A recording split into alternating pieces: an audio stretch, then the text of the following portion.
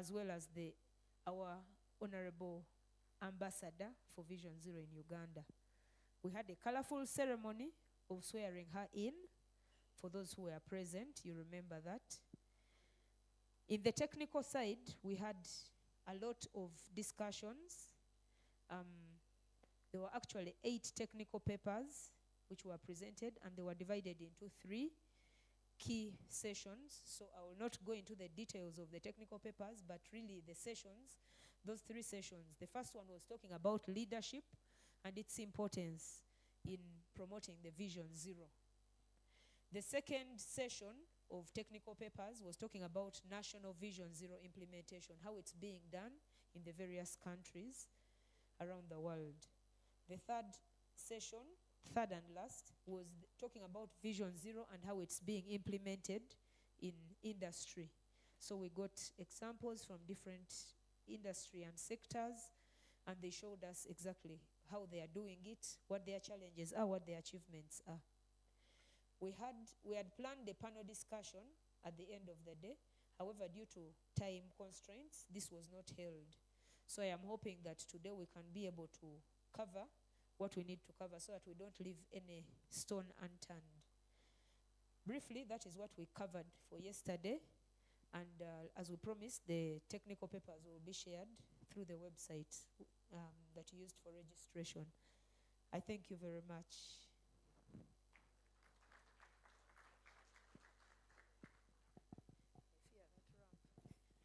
You have indeed kept it really short and sweet, considering how long yesterday was. That the recap now took 2 minutes clearly gives you a masterstroke of summary genius, which I think is a good precedent to set, especially for those who are coming to make their presentations.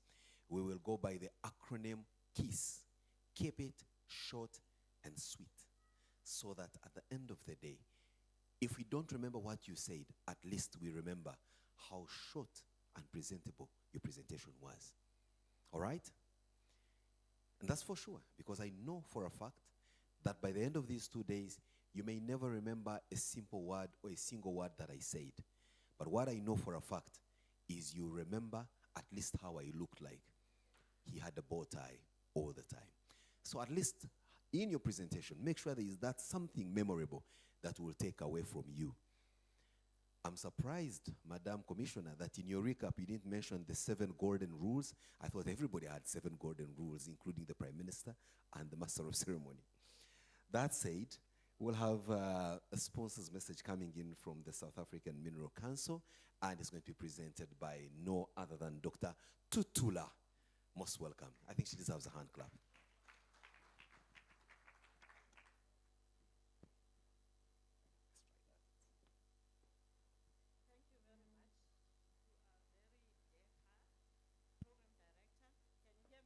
I think we may have to borrow this microphone. Thanks. I have to repeat this to say thank you very much to our very DEPA program director. Good morning, colleagues. I hope my presentation is being flighted. I will not wait for it. It will follow me. I'm very glad to be here in Uganda, the Pearl of Africa.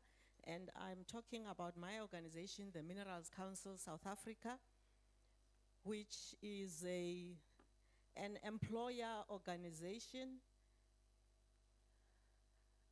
I'm not even sure now where to be pointing. Okay. We are an employer organization, and our organization represents about 90% of mining production, 80% of employment in the sector. And so there are a number of mines which are not our members, but we represent the majority.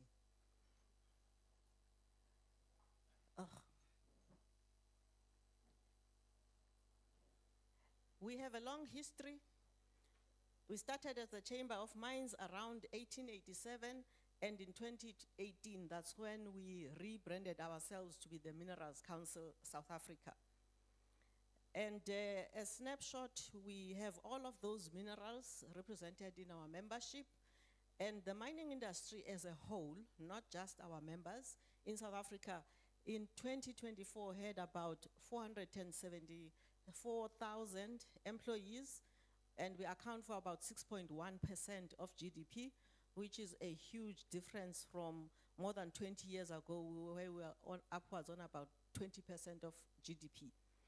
But we still account for quite a lot of revenue in terms of exports. So when there is crunch time, the mining industry usually does bail out the economy in South Africa.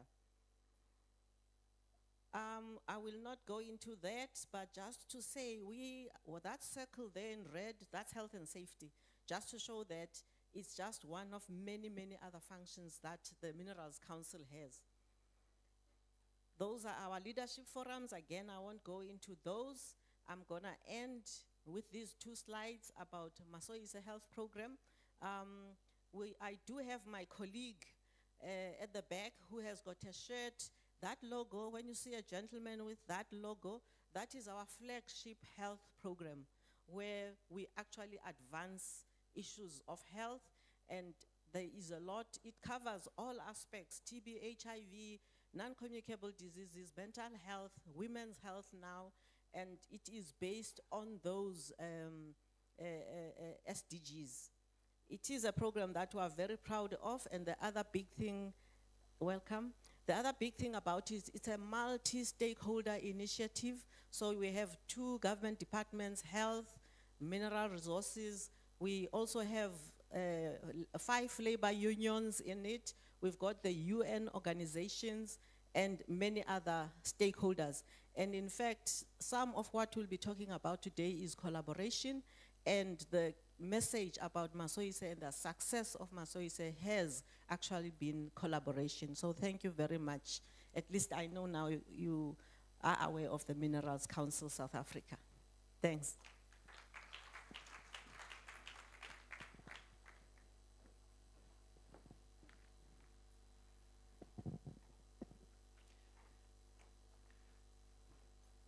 Madam Tutula, maybe I should just say, Njiabonga kakulu, nkosikazi. The only part I miss is, but I'll try next time. I think she deserves a hand clap for that good introduction. I mean, we have a Minerals Council that started as early as 1887. One can only imagine what they were mining. Were they miners or archaeologists? But well, that's again another conversation to have if you have a conversation with her later on in our free time. As we continue with our program, we're expecting a representative from the Uganda Electricity Distribution Company Limited, UEDCL, to come and share with us 1 or 2 lines about their proud association with this event. But in the event that they are still making their way here, to allay your worries, we're going to start off with a panel discussion that is going to be chaired by no less than Mr. Roland Kramer. He's the director of the board at BG HW in Germany, and the co-chair is Dr. Tutula, the lady that just was here a few moments ago. So Dr. Tutula and Roland, please welcome. And for your own comfort, Dr. Tutula, your dapper member of Master of Ceremony worked with ESCOM, then Uganda Limited, so I know something about your beautiful country. Enjoy your day, and most welcome. Roland. Thank you for the nice introduction. And for me, it's a great honor to be at this great place with so many inspiring people, and to open and moderate the first session in this morning. So, as we just heard yesterday, we had a lot of interesting things about Vision Zero, and I repeat, leadership, sustainability, 7 golden rules, return on prevention, and also process orientation. And now it is a question what to do and what are the needs to bring it out of the room. Helmut Ehners yesterday already told there's no easy solution. Therefore, we will hear about practical guidelines for the different stakeholders and affected in a few minutes. And before we start, I would like to say thank you to Mrs. Tutula Balfour, and it's a great honor for me to to share the session with her. And as you heard, she's a head of Health Minerals Council in South Africa, and I'm glad I heard she's one of the 100 global inspirational women in mining. And so give a warm applause for her. And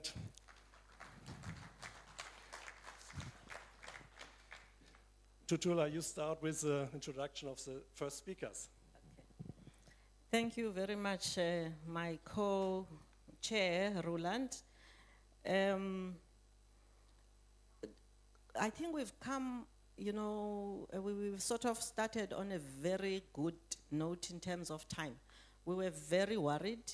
We are on about 9:15, and we have caught up on time, but not all. I've noted that this session is actually full of German people, and I asked my colleague to talk about this because if he mentioned it, people might take it personally, but German people are about time. And I can never forget the 2006 World Cup, Soccer World Cup. It started at 16:24, it was said. And I actually sat and watched. Is this really, why not 16:25, but 24? And they actually started at 16:24.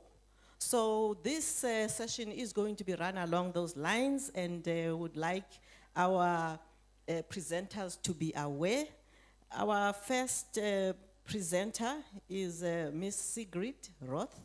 She is the Secretary General of ISA, Section Trade. She's a chartered engineer in landscape architecture and has been working in the occupational health and safety space since 2000. After her training as a labor inspector at the Statutory Social Accident Insurance Institution for Retail Trade, she has held various positions, and I think I will stop there. Her topic today is Vision Zero Supply Chain Guideline. As Roland has said, we're talking today about the guidelines. And we would also like to mention that ISA Trade is the youngest section in ISA. It was founded a few years ago around COVID, and although they are developing and they are very dynamic, they are still looking for network partners. So if I remember well, we did have our colleague who presented here yesterday, and I'm sure she would be a great link to that network. So with that, please welcome Sigrid for us.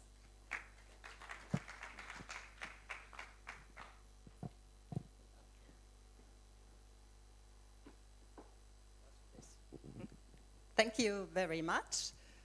Wonderful good morning to everyone. And first of all, it is a great honor, not only for me in person, also for ISA Trade contributing to your conference here. And up to now, I really enjoyed it very much. And it was a great frame to network, to broaden, extend our network. And as you already mentioned, I'm still in touch with Yvonne, the person who talked about trade yesterday. So, but now due to the time, I will start with my presentation.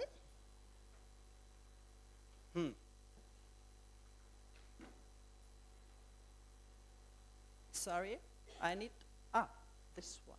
Okay.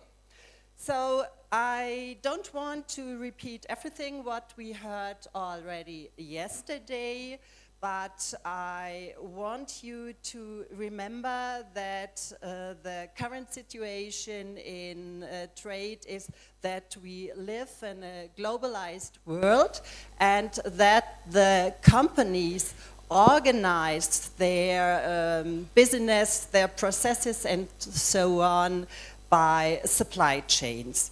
And today, the world is very, very intense connected, and it is characterized, the trade is characterized by cross-border trade. And people are able to buy their stuff at markets, at retail shops, but also it is possible to go shopping via internet, and the products are delivered to their homes.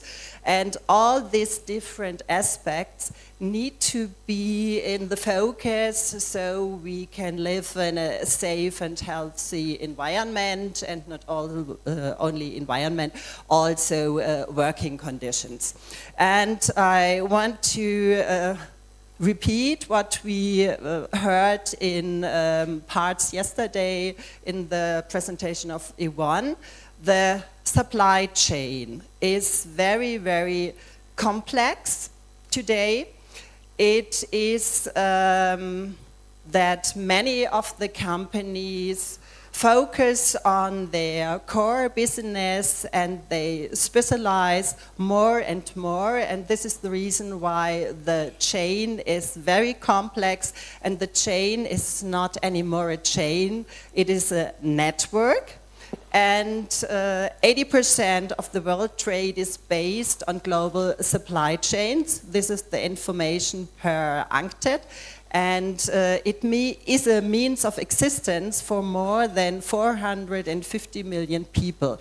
And I think such numbers explain why we have to focus on this topic and why we want to use Vision Zero and look for better working conditions. One thing I would like to mention at this point, supply chains and economic growth does increase productivity, but it is not automatically that also the working conditions will be very well. And one of the effects of globalization is that we have a variety of different tasks and duties of the companies. They have different working conditions, and worldwide we have different regulations, and another important aspect is that when the companies are commissioning the production of goods from suppliers, social standards are affected. In this we have to focus on as well. And on the top you see some pictures to illustrate the different aspects we have to handle, and the cogwheel shows, in my opinion, perfectly that there are so many tasks and duties, and occupational health and safety is one very important aspect, but it is only one among others.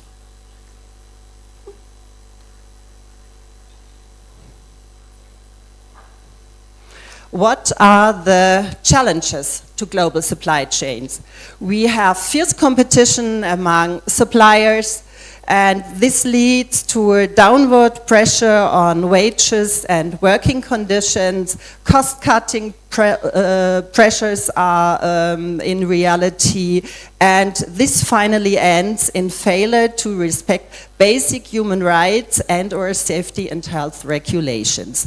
And the challenge is leveraging the supply chains for OSH improvements.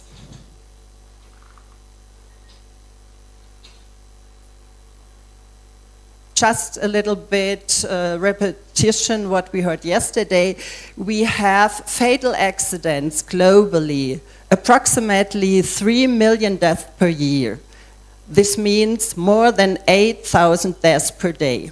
And the question now to be asked is this a daily business we just accept, or is there a need for a change?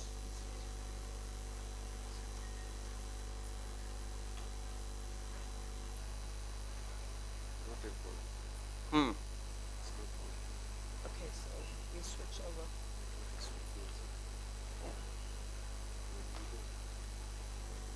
Okay.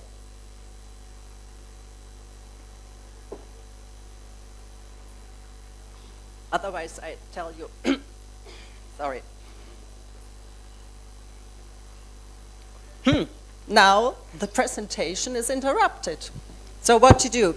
I try to continue, and you please be so kind, and when I inform, click the next slide, please. No, back, please. Back. Yeah, this was, and then the following slide is my statements. Please, the next. Yeah. Is first, in supply chains, risks arising from a company's operations may cause harm to supply chain partners in the later phase of the chain. This is very, very important to realize this. And second is both due diligence obligations and sustainability include workers' safety, health, and well-being. This is the reason why social aspects must be addressed also along global supply chains. Please, the next. Just to show you a selection of legal frameworks, governments, organizations, and so on, states realized that there is a need to care for humans, and we have on different levels different legislation. For example, on an international level, you already heard, we have the human rights, we have guidelines for companies, the ILO labor standards, OECD guidelines, and so on. And as I come from Europe, I focus on Europe and a bit to Germany. We have also for the European Union a corporate sustainability due diligence directive from 2024. And in my country, we have in Germany an act on due diligence obligations in supply chains, also from 2021. It is quite new, and it is very important, in my opinion, that you know that there is legislation, and that is a topic that the companies have to handle.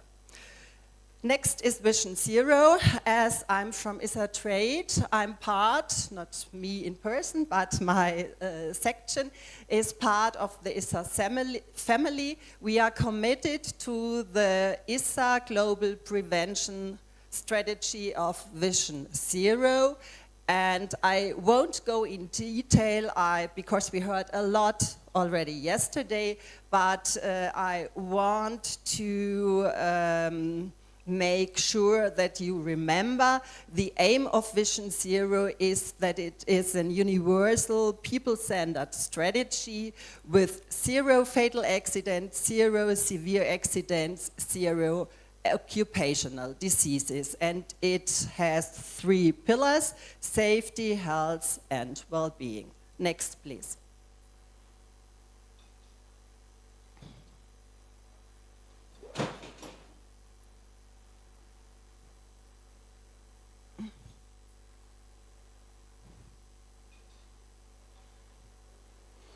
Sorry, back, a little bit more back, no?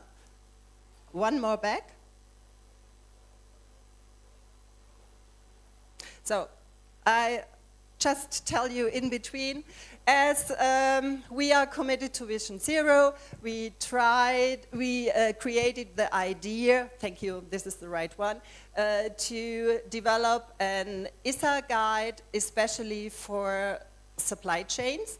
And our aim was to create a guide as simple as possible, because as you all know, it is a very complex topic and it is not easy to develop a guide that is attractive enough companies to use it. So the bases are the 7 golden rules, the 14 leading indicators. ISATrade was steering and financing this project, and the real hard work was done by the Finnish Institute for Occupational Health and Professor Gerard Zwetslot from the Netherlands. We had a lot of interesting discussions, and next I will explain the concept to you. The guide has 2 parts. The concept, I recommend the user to read first the concept to understand what we intend to achieve with our guide. And second part, we developed instruments for practical use. And in the concept, we have aspects like the Vision Zero strategy, especially for sustainable supply chains. We created 7 golden rules for the supply chains. It is about social responsibility, social sustainability, and we created a new term. I will explain in the next slides. Next one, please. Yeah, thank you. The concept is about safety, health, well-being plus. This is the new term. So you may ask, what is this, a new term? We all know safety, health, well-being, but we want to make a link between the human rights and fundamental rights at work together with safety, health, and well-being. And therefore, this new connection we call Safety, Health, Well-being Plus, and it is, so to say, the connection to the related fundamental principle and rights at work. In detail, I just want to remember what aspects are written in the UN human rights and the ILO. It is about, first, the human rights, abolition of child labor, elimination of forced and compulsory labor, avoidance of long working hours. I think you know it.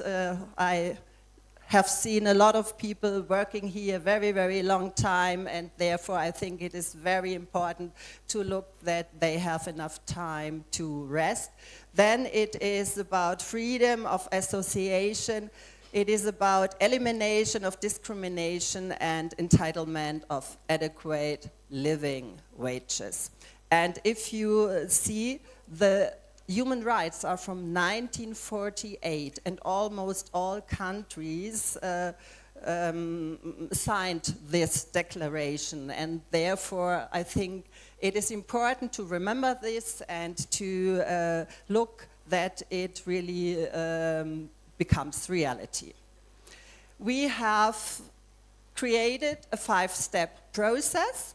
First, along the supply chain, one of the company takes the initiatives to start the process.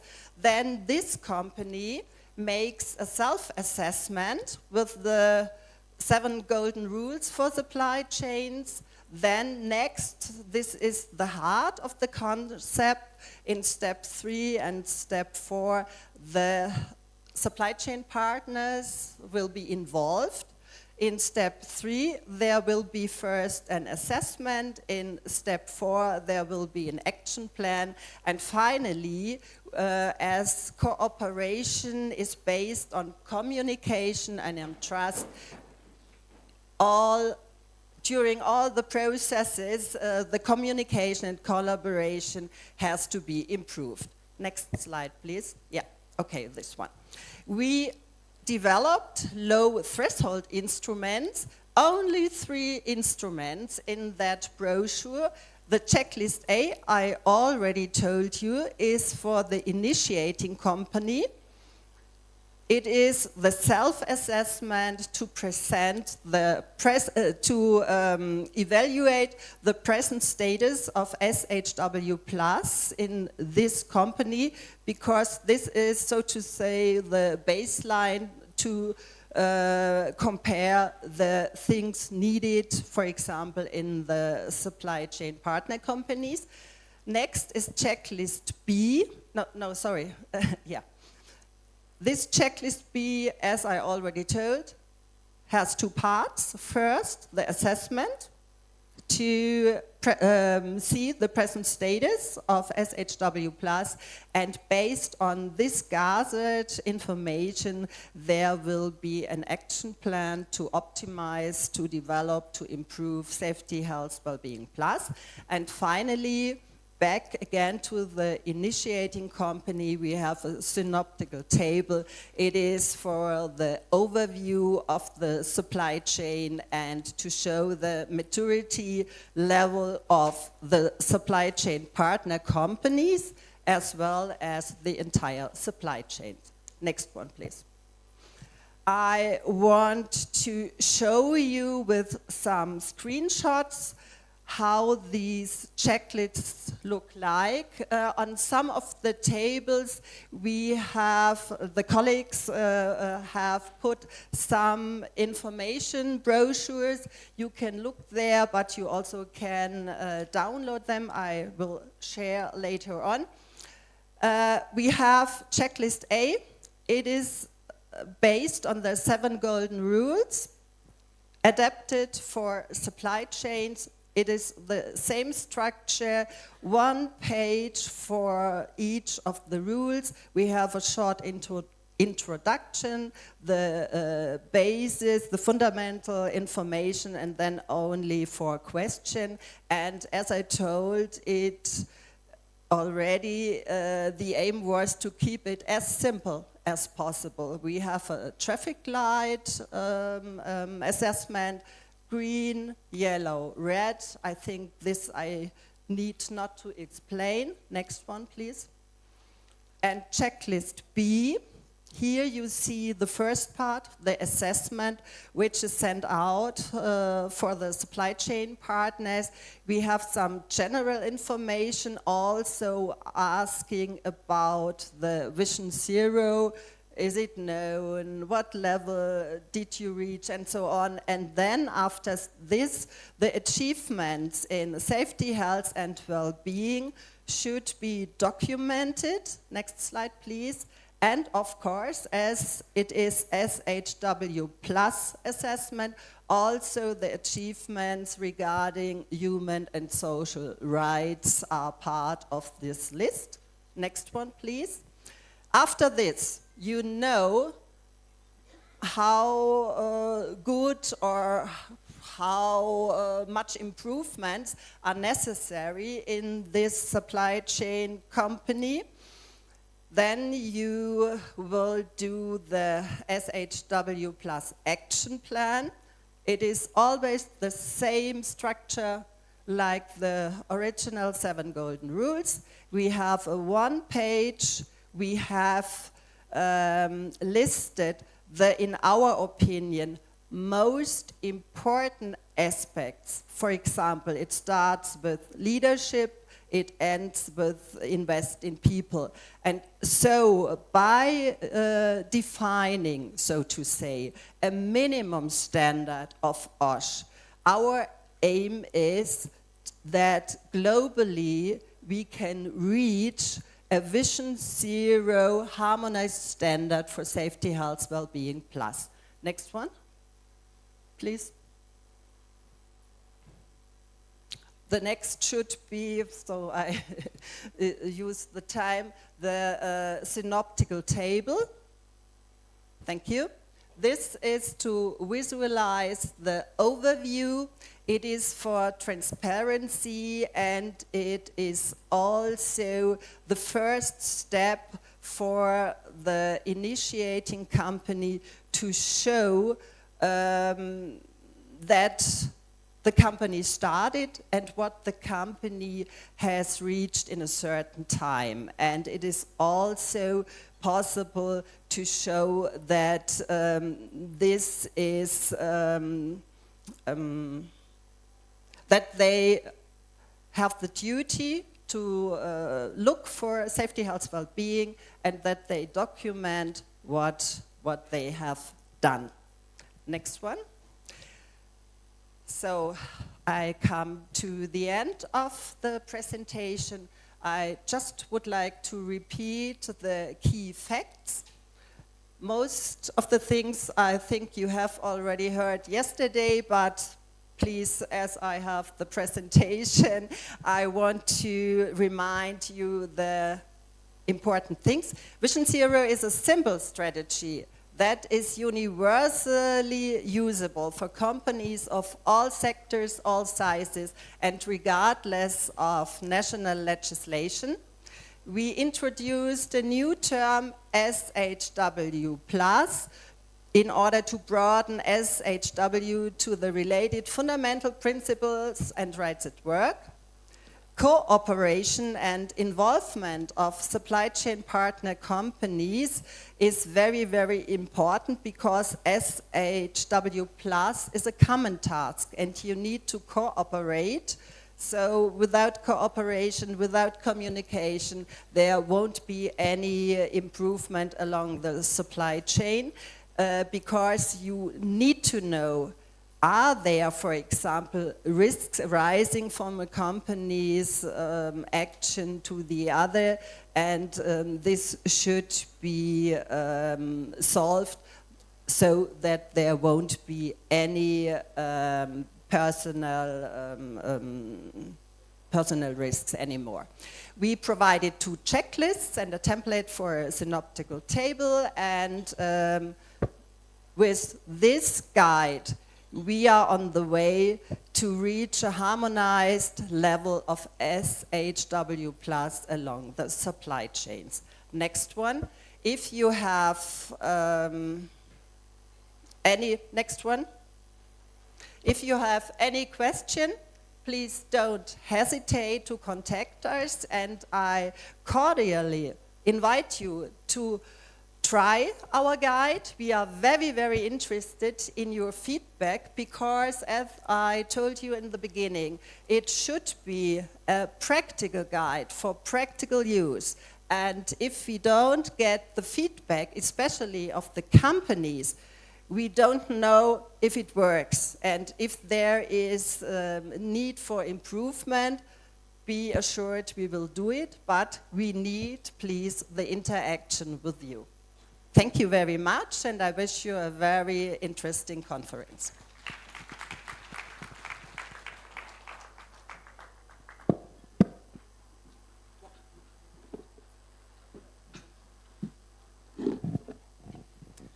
Thank you very much to Sigrid.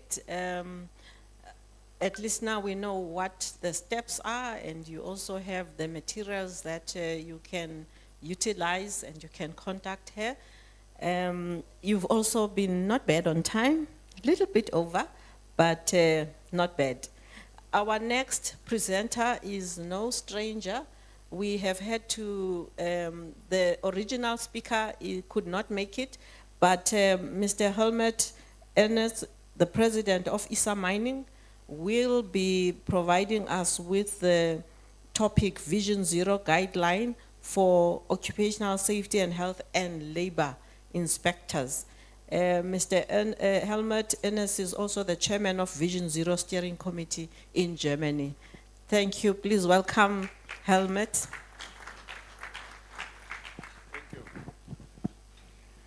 Yeah, sorry, you see me again. But as you heard, this morning I'm representing 2 speakers who could not manage, who could not come because of different causes, family affair and so on, to the Pearl of Africa. So first of all, I want to open the presentation from Mr. Vogelsang from Mesa. That was a presentation planned for yesterday afternoon. He sent me his slides, so I briefly will introduce that in only 5 minutes to you. Can we open? Mr. Vogelsang is representing a supplier of the industry, and Mesa Cutting is a German company producing oxy-fuel technology for cutting steel and welding steel. And I think you know this is a risky situation if you use gas and oxygen to cut the pipeline construction companies know it better than me. It's very risky, and we in the tradition we have a lot of accidents, and they developed a really innovative solution. And we believe, we need the suppliers also to improve safety, health, and well-being by all suitable means.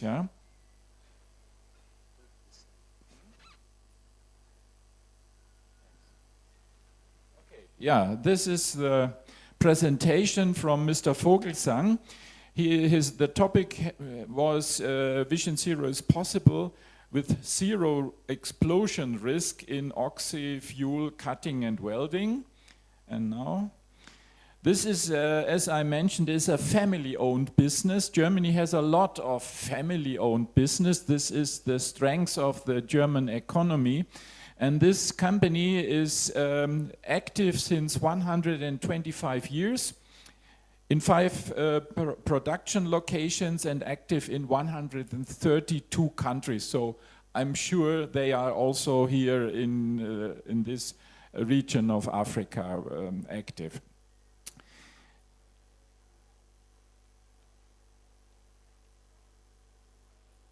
Okay. They identified the Vision Zero strategy and the 7 golden rules, and no, not working. Please click.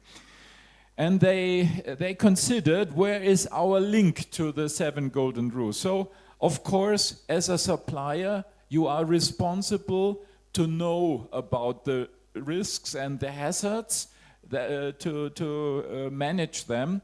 You have to ensure that your equipment you produce, you provide to the industry is safe and healthy as possible. And they say also, they have the thinking, it's not just to sell something. We have to deliver a solution. And therefore, we need to train our customers in how to use the technology in the best, in the safest possible way. Next one. Next, And they identified, please click. They identified what are causes with our technology, and the finding was really, mechanical failure of the technology is only 20% of accident causes. The main cause is how to use the technology, so human behavior. Is it management behavior? Is it workers' behavior? And then, next one. They have the opinion, if you don't provide training, you can click. Yes. If you don't provide training, you have this high risk, but if you train the customers and the workers, you can reduce and you can become less and lower risk. Next. So there is one problem with this oxy-fuel technology. You do it the best you can. You have confirmed and certified product quality. There are institutions who are testing, who give the safety seal to the technology. But then you need the people, the workers, to do the repetitive check of the working equipment, and you have to check the equipment before you use it every day. Next. So there is, the discussion was, is there still a risk remaining? And with all the good development, one risk remains. If there is a leakage in the oxy-fuel gas pipeline or pipe in the hose, then you can have terrible consequences. You can have fatalities, you can have explosion, they considered, how can we improve this? How can we solve this? Next one. And now there is a video where Mr. Vogelsang is demonstrating the new technology. Maybe it's interesting for you and for your companies. Please start the video.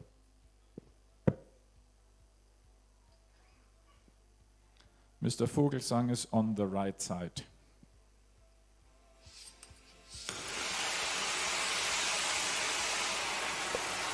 This is the cutting torch.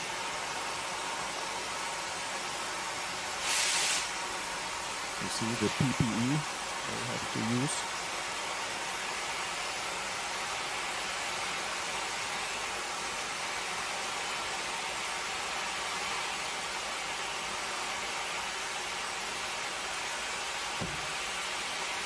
And now they demonstrate if this hose is damaged, what happens.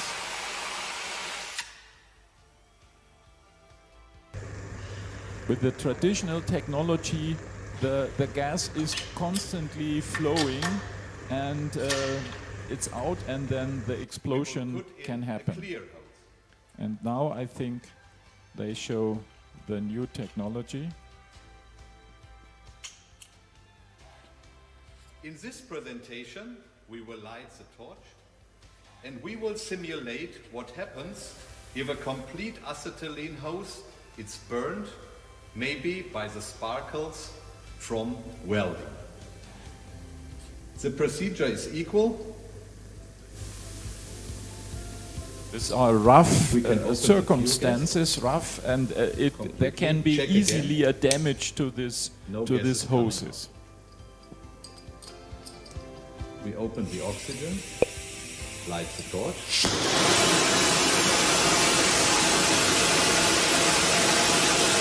And now have a look here.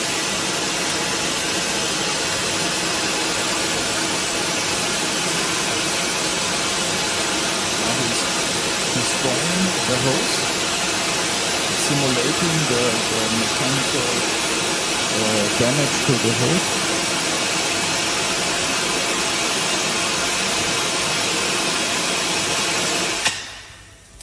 And you see, he has the acetylene pipe in his hand, but no gas. The gas flow is stopped. And this is a major innovation.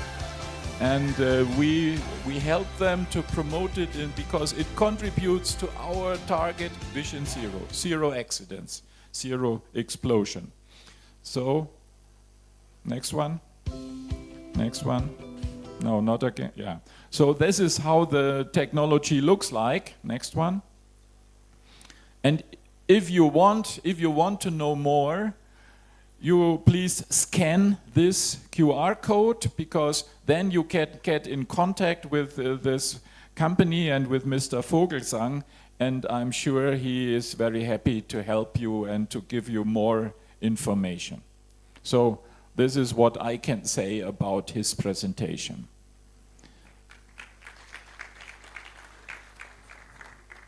Okay. So the next one, please, is labor inspectors.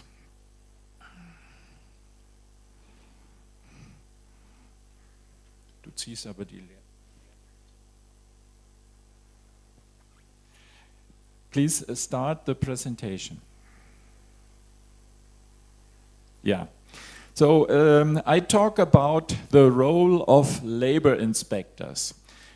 We introduce you in this morning session to the tools of Vision Zero.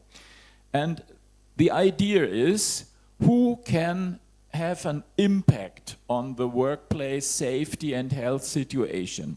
We use the supply chain method, yeah, and the supply chain actors, and we want to use the inspectors, because the inspectors sometimes, in some countries, they are the only external OSH experts coming to the company, to small and medium companies. And sometimes you don't have internal experts, so they bring advice and innovation from outside. Next one. Next. Yeah. So, of course, we are aware of the accident and disease situation and the economic situation we have presented yesterday. Next. Next. And then we have, you can click, and then we have the inspectors. And they have challenges, a lot of challenges. Always we have limited resources in inspection. Then what is about the competence? How do we train our inspectors? The traditional question is, what are they doing? Enforcing or also giving advice, help, bringing help to the company? Globalization is a challenge. They have to deal with multinational companies. So inspectors come in Uganda, but then the product comes to Germany. Other inspectors have different opinion. We have the global supply chains. We have new forms of employment, also the migrant laborers or the self-employed or mobile work. Digitalization is a challenge, and maybe the most challenge is small and medium companies. It stays a challenge. Next. According to the IALI, which is the International Association of Labor Inspection, the functions of inspectors should be these points here: to promote OSH, to investigate accidents, to protect income levels, to review working hours, human rights, to promote fundamental labor rights, to investigate employment matters, to employ the employment of women, of young person, of special need person, to check social security contributions, to support social dialogue, monitor and collective agreements. So these are the functions. And the old discussion is what's between enforcement, what's advice. And I think the traditional approach is much enforcement. Inspectors, they have the checklist and this is wrong, this is wrong, this is wrong. And what is the company, what is the employer? Is he happy with this list of deficits he is getting? No, he's not happy. And the advice contribution is little. Next.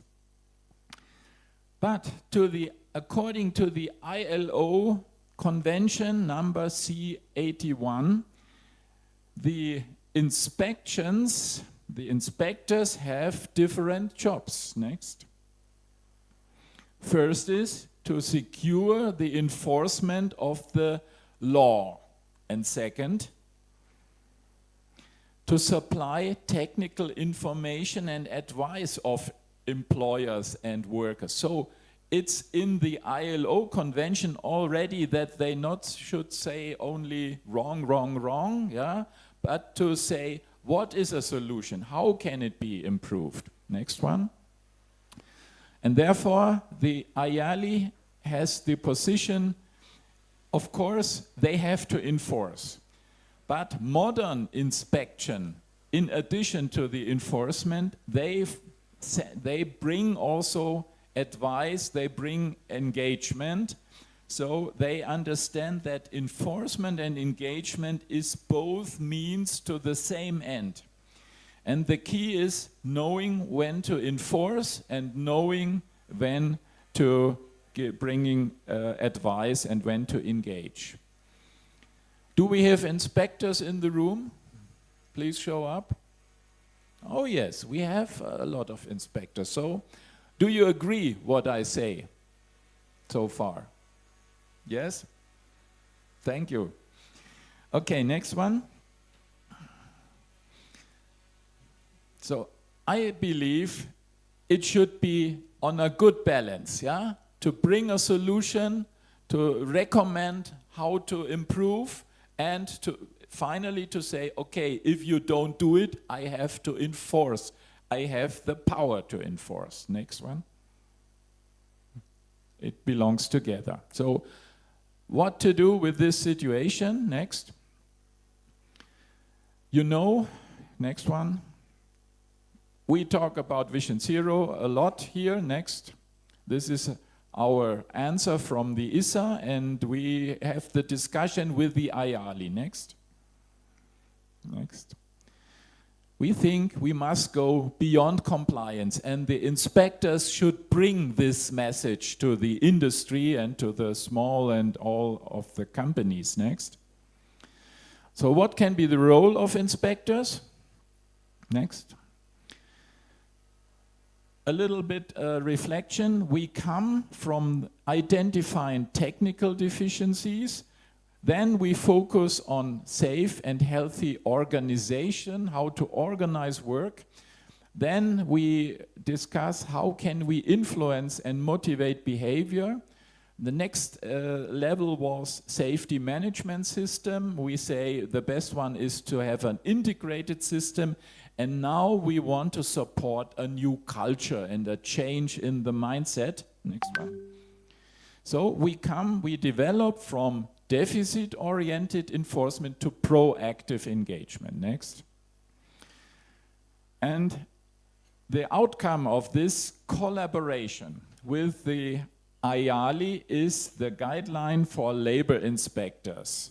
How can labor inspectors use Vision Zero in their daily work? Next. This is a short look to the content of this document. So we describe why this guide for labor inspectors. We talk about challenge means change. We explain labor inspectors, should they be enforcement officers or change agents? I like this word, change agent. And we say we discuss what is Vision Zero, why Vision Zero, and then we have the Vision Zero quick check. It is especially a tool for the inspectors, and then we describe about the benefits. Next.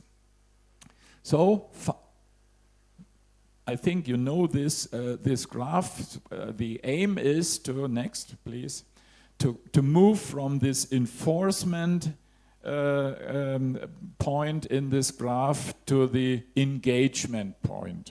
Next. The most important tool in this guide is the Vision Zero quick check. What is it? It is a tool for the inspectors to get a snapshot of the culture situation in the company. And we use the structure of the 7 golden rules, and we developed 2 questions you have to ask, you have to answer as an inspector. What do you see? What do you hear? What can they show you, the company? And you rate it from in 6 levels, from still poor to achieving, and then you get a result. What is the level of Vision Zero in that company? Next. We believe there are a lot of effects and benefits. So the Vision Zero, as we said already, it harmonizes with your legislation in Uganda, in Tanzania, in South Africa. Vision Zero creates attention by the political leaders. We can leave our bubble, our OSH bubble. We can bring it to the agenda. Next. Next. Vision Zero is an umbrella for labor inspection activities and unites stakeholders. We speak with the same voice. Vision Zero addresses common ratio and common sense. It's simple, it's clear, it is easy to understand. I think you can talk much easier to an employer if you talk Vision Zero language than if you talk complicated OSH legislation language. Vision Zero is emotional, and Vision Zero supports a better image and acceptance of labor inspectors. Next. In summary, when labor inspectors are perceived as an enforcer, companies hide the problem.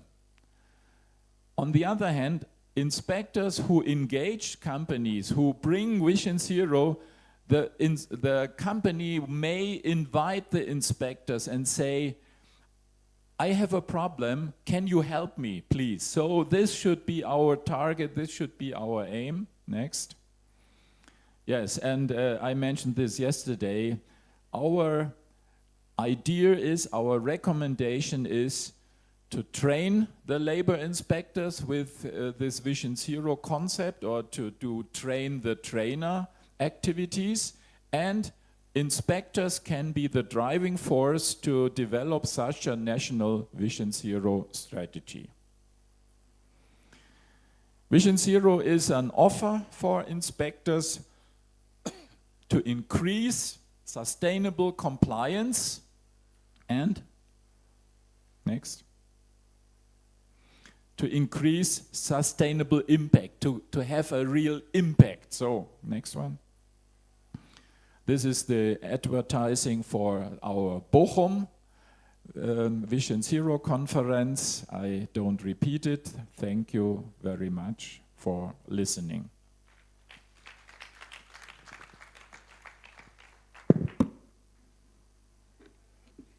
So thank you.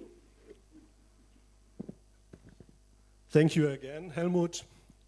And please take a seat.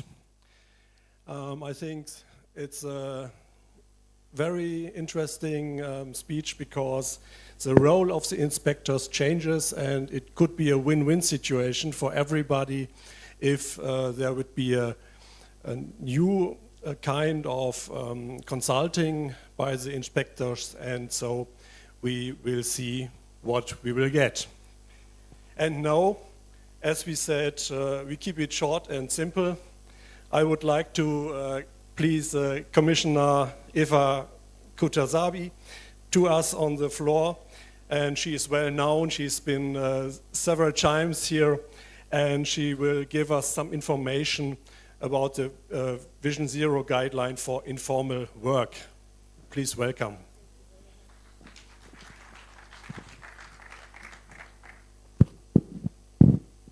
Good morning once again. As the projection comes up,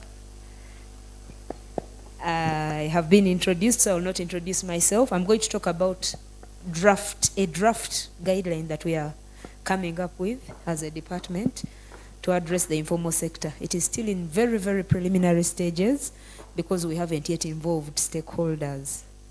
We can start the presentation. But no, before we go to that, the previous speaker actually asked the labor inspectors and officers to put up their hands. I would like to recognize especially the labor officers from the outside the center, outside the ministry.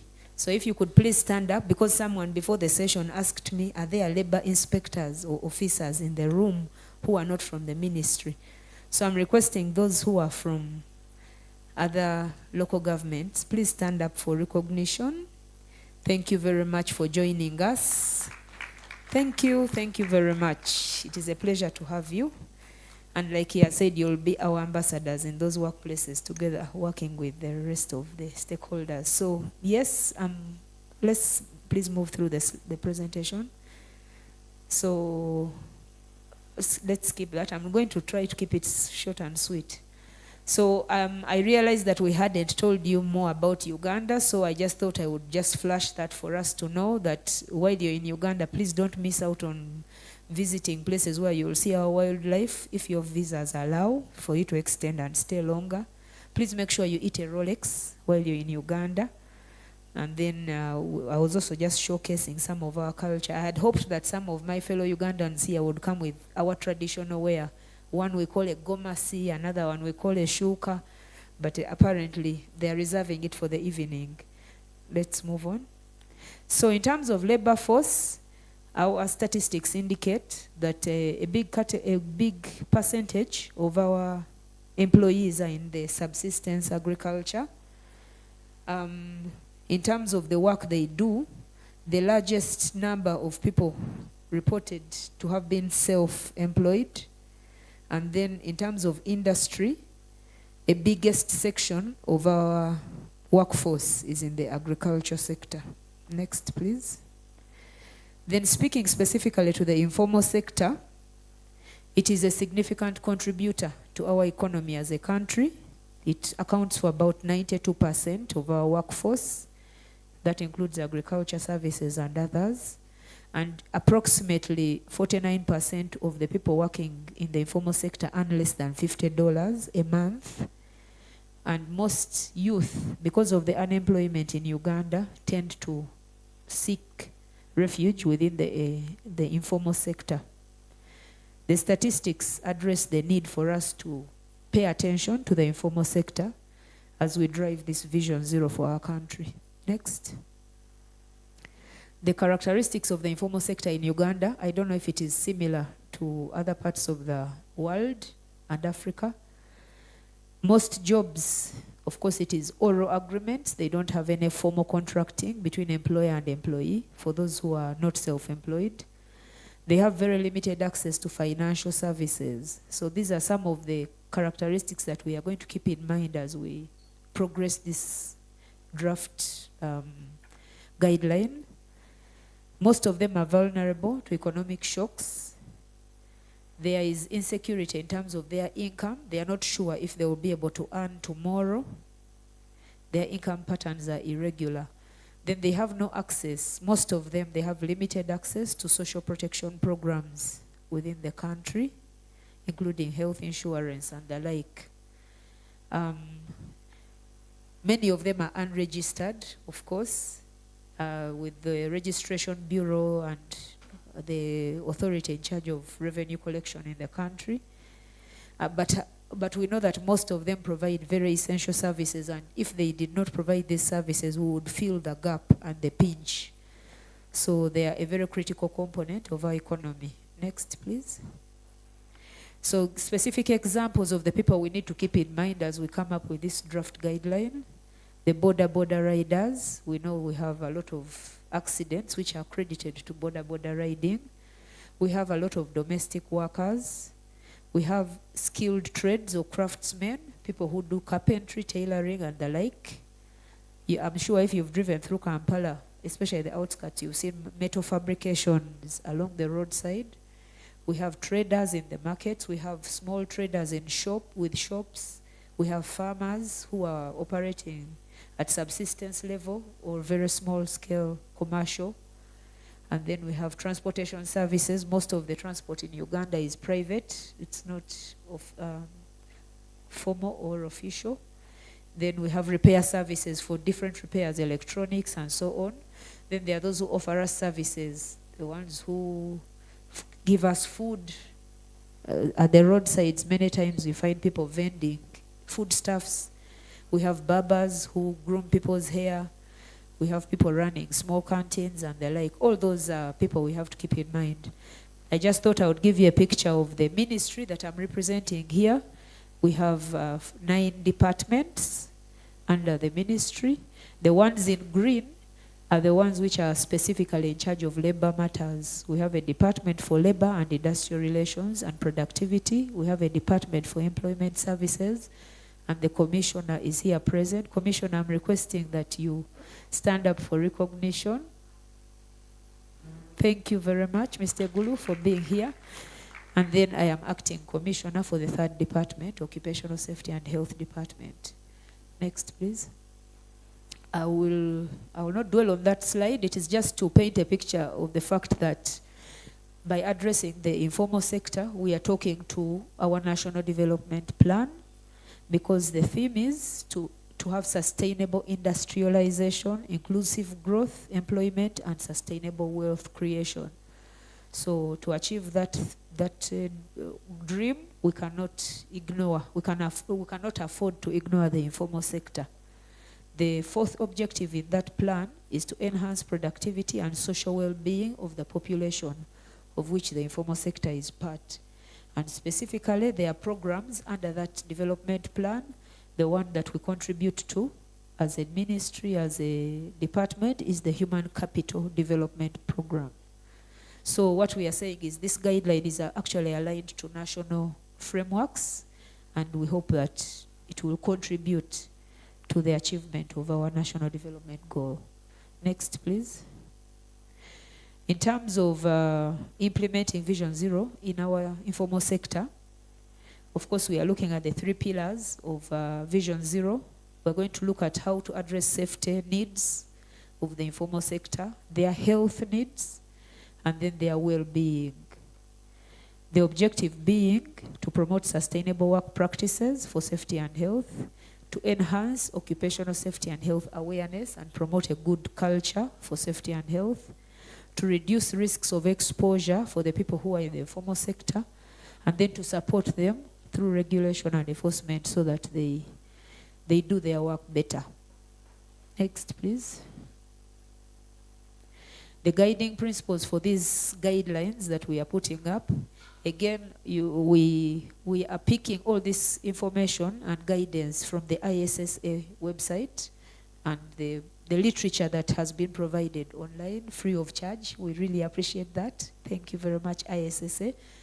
So those are the guiding principles for the guidelines: precautionary principle, polluter pays principle, sustainable development principle, risk reduction, and continuous improvement, because we recognize the fact that it's going to be a journey. It cannot be achieved in one go.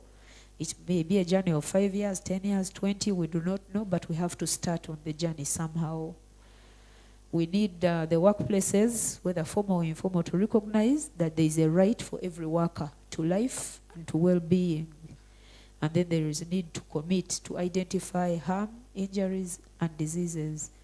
Because it is first by identifying that you can put in place the necessary improvements. We can move to the next, please. So the areas of focus that we are thinking about in this draft guideline is how is the workplace designed, or how is it laid out, because that is a major contributor also to safety and health of the people in any workplace. Then we shall also lay emphasis on employee training and awareness, because it starts with knowing that you can do the right thing.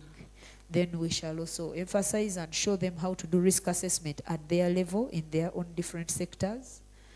Then also interest them in the importance of incident reporting and investigation, because it is in investigating what has happened that you know what to do better next time. Then we shall also promote the aspect of employee health and wellness. Then in terms of strategies, we are looking towards things like training and capacity building, risk assessment and mitigation, access to health care. This may be bigger than just the department, but we shall have the conversations with the other institutions concerned. And then aspects of social protection, which are being handled simultaneously by our other sister departments within the ministry, because we are privileged to be the ministry in charge of social protection also. In terms of the benefits that we expect out of these guidelines is that there should be overall occupational safety and health management practices or systems within the informal sector, and a general improvement in terms of performance for safety and health of the work of that informal sector. We expect that there will be contribution to sustainable development goals, however small. Then there is excellence. There will be promotion of excellence in safety, health, and well-being, and accidents, of course, shall be prevented. When you break up the benefits that we expect to have economic benefits for the business and also for the country, social benefits, environmental benefits, because there will be less polluting through Vision Zero strategies and golden principles applied. Next, please. There will be regulatory compliance benefits, because when they are complying, they are not incurring the unnecessary costs of penalties and stuff. And then there will be reputational benefits, and will hopefully help those informal sector people to progress and formalize eventually. Next, please. We hope that these guidelines will eventually be implemented and disseminated, but I must emphasize again, we are still in a draft stage, so this is something that we are looking towards in the future. We hope to engage stakeholders effectively. We hope for the policy to be finalized. We have policies, a draft policy in place, which it's general, it is for employment. We have occupational safety and health as a component of that policy, and then under the occupational safety and health policy, we expect to address issues of informality. Capacity building is another critical area that we hope to address as part of implementation and dissemination of these guidelines. Policies and procedures, workplace level, regular risk assessment, and then to continually monitor and evaluate how we are performing in this process. We cannot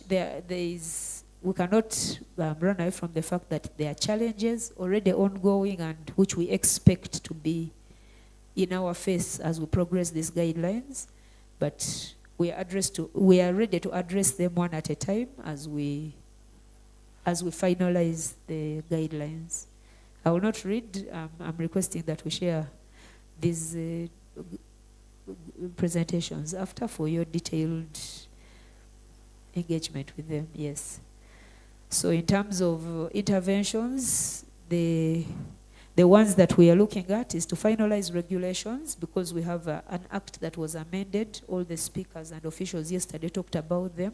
So we are progressing the regulations under that amendment to one of them to clearly address the informal sector as a regulation, because the guideline now is more lower level, but it will be the easier one to put out first. Then we plan to finalize the national OSH policy that I've talked about, which is embedded in an employment policy.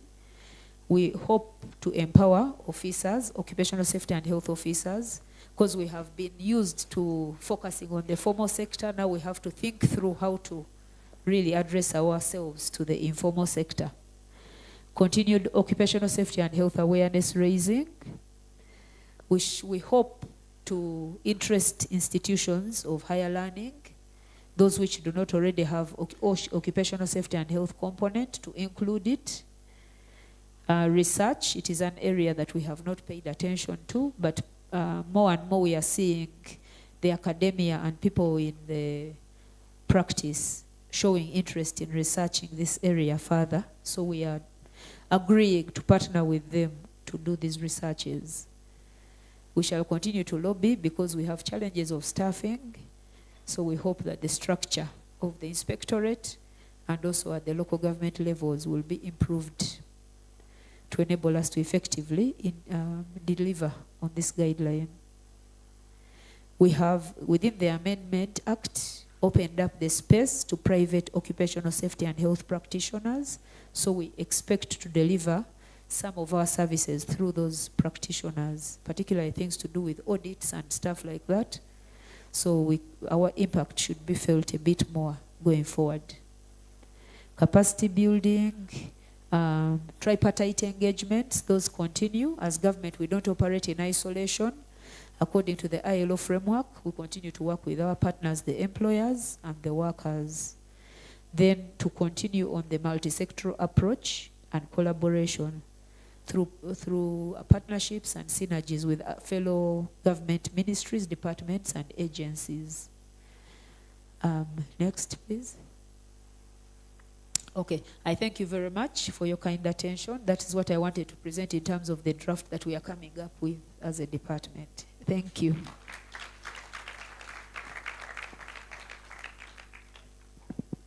Thank you very much for the insight in your strategy and the way you will walk. We can learn and we see with the right measures it will be walkable, and collaboration and participation are key facts. And last but not least, you were in time. So we have a clock on the screen and we can see the running time. Now, last but not least, I see over there Sven Tim, Dr. Sven Tim, and I would like to welcome him here on the floor. Dr. Tim is a doctor of natural science, and he has some technical graduates, and he's a colleague from the DGUV, the German Social Accident Insurance, the holding of the German accident insurance, because the real accident insurance are we. And he will give us an overview that Vision Zero is possible, and I'm very interested to hear what you have to say. Thank you to coming here. Thank you, Roland. Yeah. Yeah, a lot of things had already been said, but not from my side. So I tried to cut what we already had. Yesterday, I was only able to arrive yesterday night, so sorry for that. I tried to cut it down on the essentials that we have. So this does not seem to work. Next, please. Safety, health, well-being at global workplaces. Why are politicians elected? I think this was very well said in the 90s when a former US president had his campaign, and it's the economy, stupid. That was the main strategist of the Clinton campaign at that time. And next, please. I think the global balance is quite obvious, that we have a lot of burden, humanitarian burden, but also, next please, a lot of financial burden, of social cost burden. And the question is whether our work in prevention does pay off. Next. We have proved this because it was requested. At ISA, we implemented a scientific program on investigating where's the point of return on investment when it comes to prevention. And the outcome was a global level of 2.2. So if you invest 1 Ugandan shilling, you will get 2.2, the value of 2.2 back. Next, please. But there's a broad variety in those values. So if you have nothing in place, the benefit will be much higher. And if you have already implemented a lot, it will be less. So the social burden worldwide is quite visible here. Next, please. And this leads me to the point of sustainable business. It's the economy, stupid. Next. We had, of course, always come from the side of enforcement, regulations, what an employer should do, and that was not that successful. So already 7 to 8 years ago, we started as a global campaign, the Vision Zero approach, but nowadays it's a worldwide movement. Next, please. And it was already said and mentioned again by Helmut previously, just some minutes ago, it's going beyond compliance and to establish a mindset. And the mindset behind was already mentioned several times here, so we assume that every accident is preventable, that this also applies for work-related diseases, nobody should get killed, and there should be no serious accidents, diseases, and also very many systems are covering also commuting accidents, so the way to work and vice versa is also covered by many accident insurance schemes, so this should be part of this as well. And this approach is not only limited to the regulatory part of it, so which normally comes from governments and institutions who are in charge of like accident insurance schemes, but this also applies to companies. So it could be applied for companies and countries. Next, please. Next, please. Next. Next. The question is how to implement. There is no uniform answer. It's always a matter of passion, so it should come from your heart, and common sense is not switched off, and it should be simple. Already mentioned several times. Next, please. The 7 golden rules are a big help, and I'm very happy to see that Uganda already took into consideration all those approaches that there are with Vision Zero, including the environmental part of it. Next, please. The characteristics are that it must be a matter of the leaders. So there is a leadership concern, and this directly leads to business excellence. The better you are as a leader, presumably the better will be the development of your business. And safety, health, and values should not be taken as cost. It's a value, and a value is linked to a mindset. So it is not a boring topic, and it also helps to improve and develop the workers' knowledge on your businesses. And incidents are not just accidents, they are opportunities to learn. Next, please. Okay, we started this 2017. Next, please.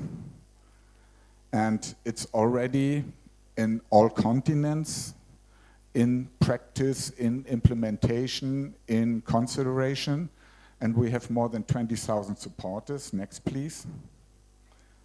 Among these are big companies. Next, please. But it is a concern of every CEO, regardless whether it's a very big worldwide acting trust or it's a small and medium-sized company. So it's a CEO's concern, it's a concern for leaders. Next. Next, please. Again, safety and health and well-being are values, and sustainable economy is associated with success, and this requires that safety, health, and well-being is the responsibility of managers, not of experts. The experts are needed. They should advise the employer. This is not only for the companies. Next, please.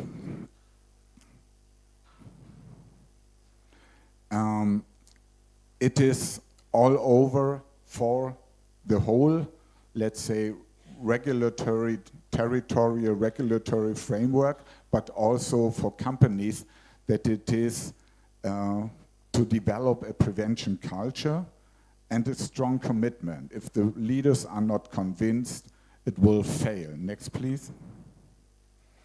What are the 10 most common mistakes leaders do? They don't listen.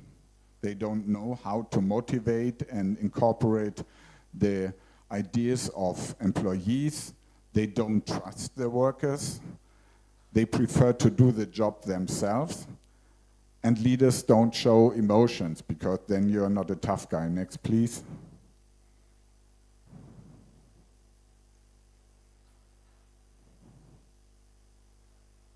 Yeah.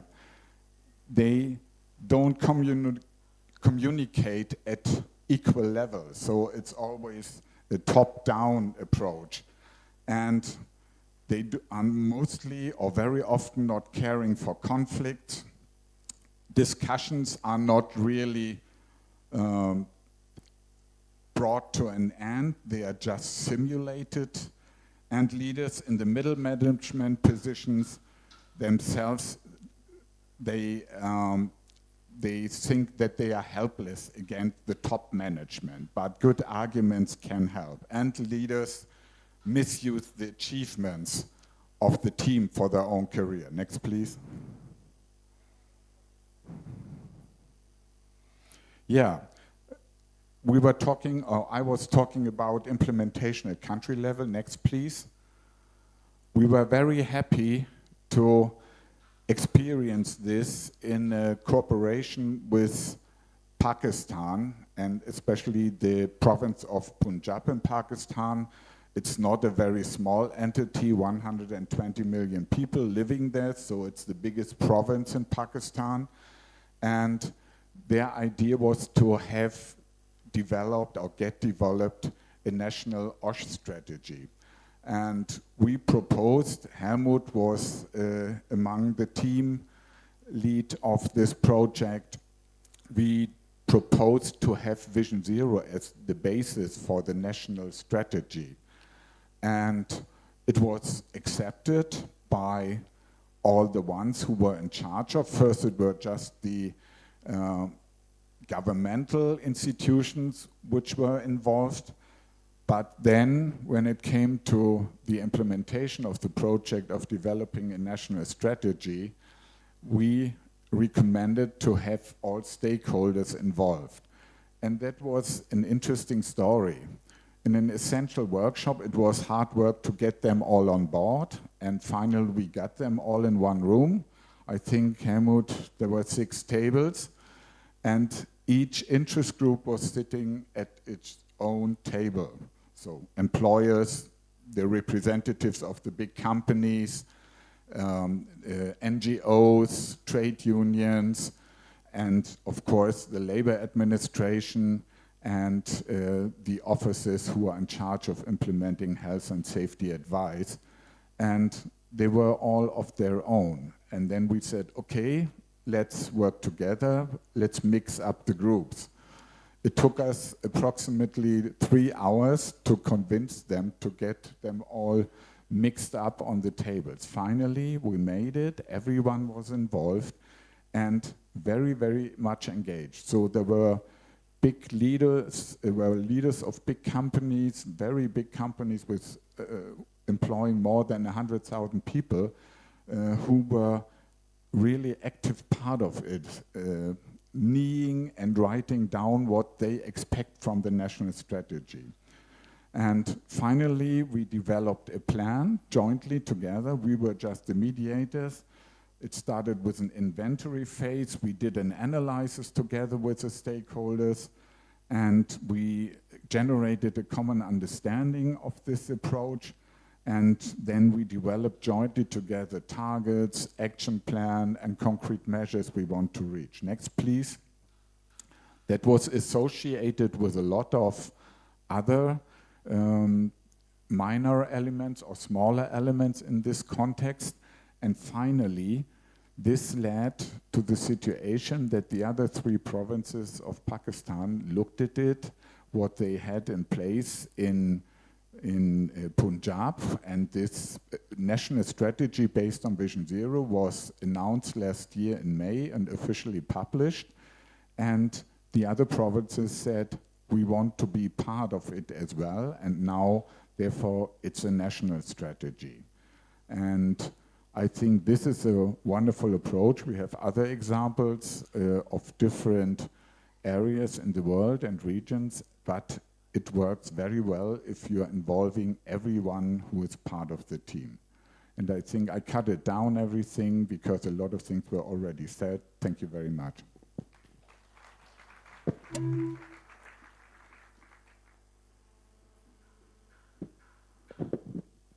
Thank you, Sven. And I think it was a good summary for the whole session. At the end, we started with very specific informations about supply chains and informal works. And now we heard something about the whole strategy for the world. And for me, one of the key facts was make affected to participants, because we have to work all together. And the second is again and again, bring it out of the inner circle of experts, bring it out of the room here and inform, give informations for everybody, and especially the companies and the labor inspectors, because these 2 fractions are very important for the success of the whole topics. So I look to the moderator of the whole day. I think we are just in time. Thank you, Tatula.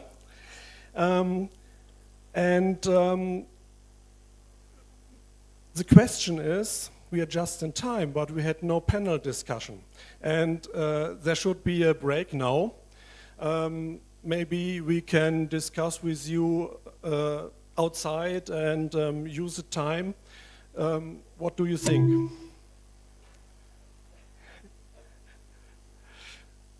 Okay, so let us take the time for a health pause and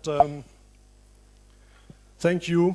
And so I will thank all the speakers of this session and have a good time, and thank you for joining us on the stage. Thank you. And let's take a picture with everybody here on the stage. As workers' compensation, we've launched the Vision Zero, believing that all accidents, diseases, and harm at work. And the South African collaborative efficiency. We thank you very much. For the audience, indeed as guided, we are going in for a short health break, where we believe that if there are any questions or further substantiation that you require from the panelists, you can have a conversation with them. The health break is supposed to last us exactly 30 minutes, so we expect to be back in this room with an additional 3 minutes to 30 minutes, so at exactly 11:15 Ugandan time, I will expect us to be here.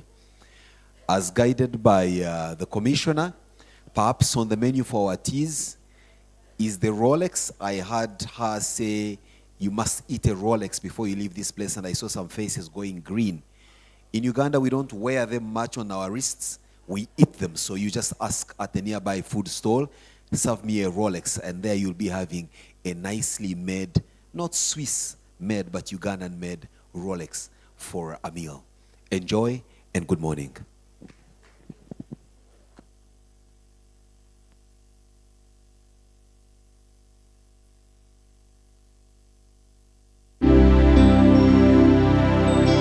As workers' compensation, we've launched the Vision Zero, believing that all accidents, diseases, and harm at work. Convenience, still a long stretch, it hasn't changed much.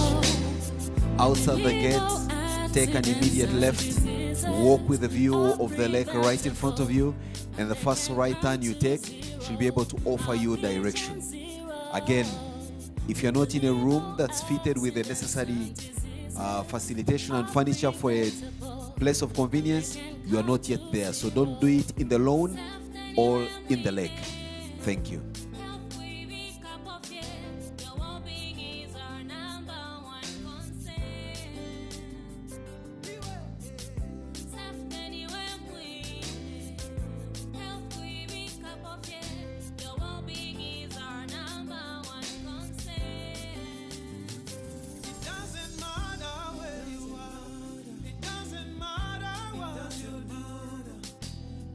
Yourself and champion this campaign.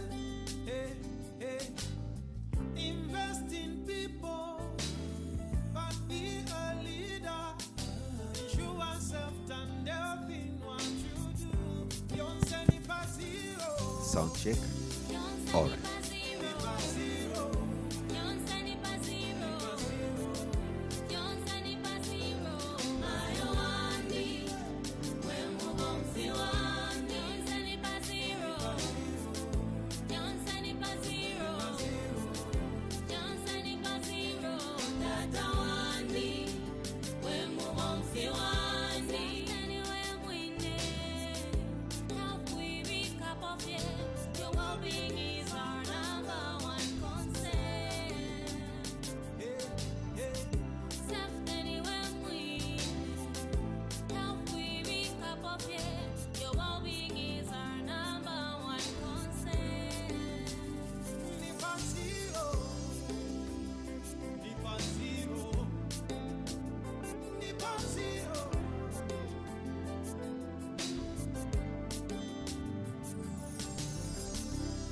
Vision Zero is based on the belief that all accidents, diseases, and harm at work are preventable.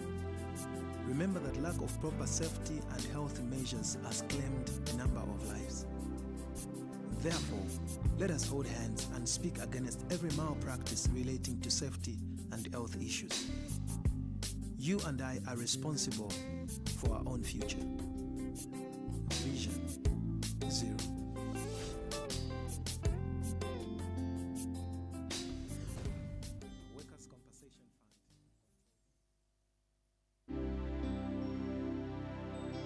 As workers' compensation, we've launched launched the Vision Zero, believing that all accidents, diseases, and harm at work are preventable.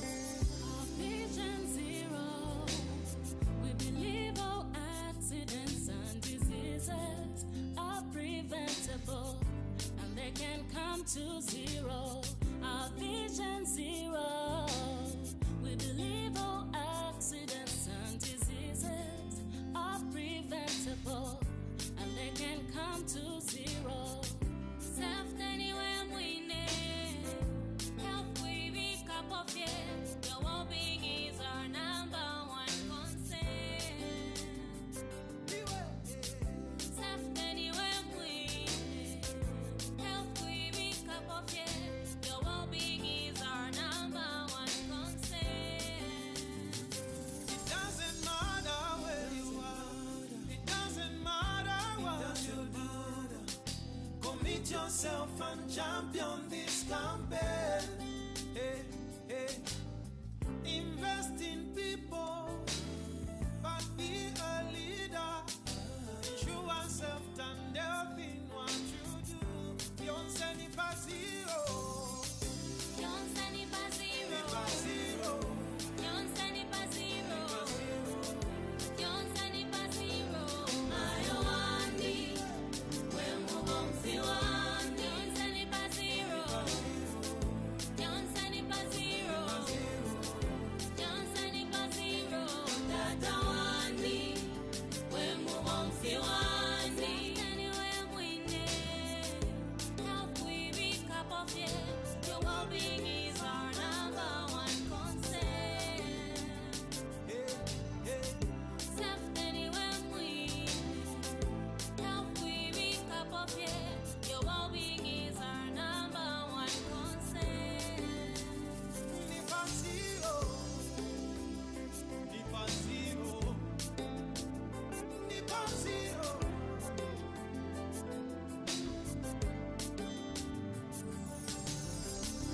Our Vision Zero is based on the belief that all accidents, diseases, and harm at work are preventable. Remember that lack of proper safety and health measures has claimed a number of lives. Therefore, let us hold hands and speak against every malpractice relating to safety and health issues. You and I are responsible for our own future. Vision Zero.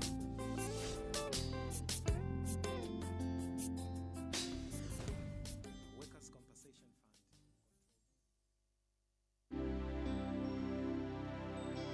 As Workers' Compensation, we've launched the Vision Zero, believing that all accidents, diseases, and harm at work are preventable. Our Vision Zero, we believe all accidents and diseases are preventable, and they can come to zero. Our Vision Zero, we believe all accidents and diseases are preventable, and they can come to zero.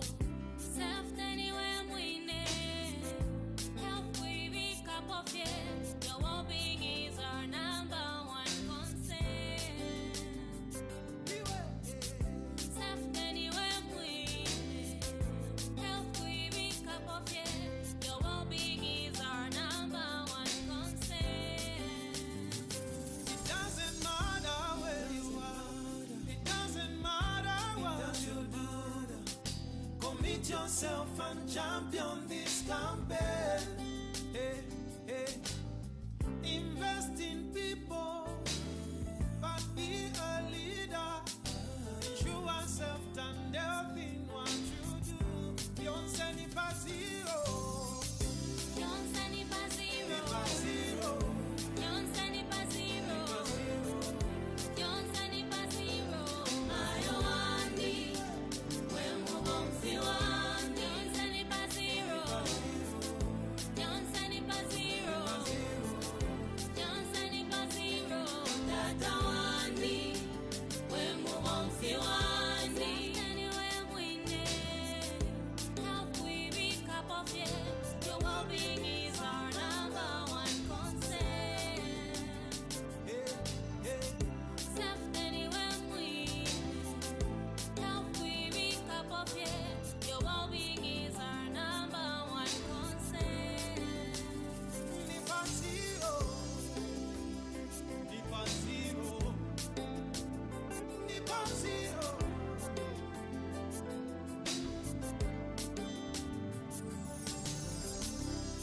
Vision Zero is based on the belief that all accidents, diseases, and harm at work are preventable.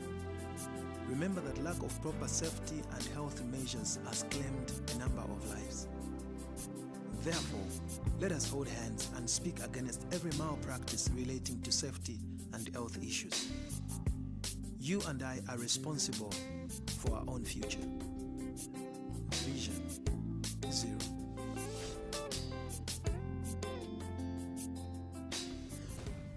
Workers' Compensation Fund.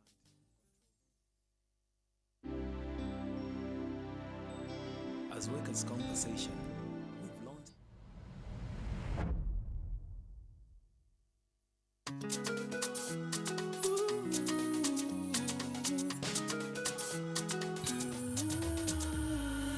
Construction safety is our priority.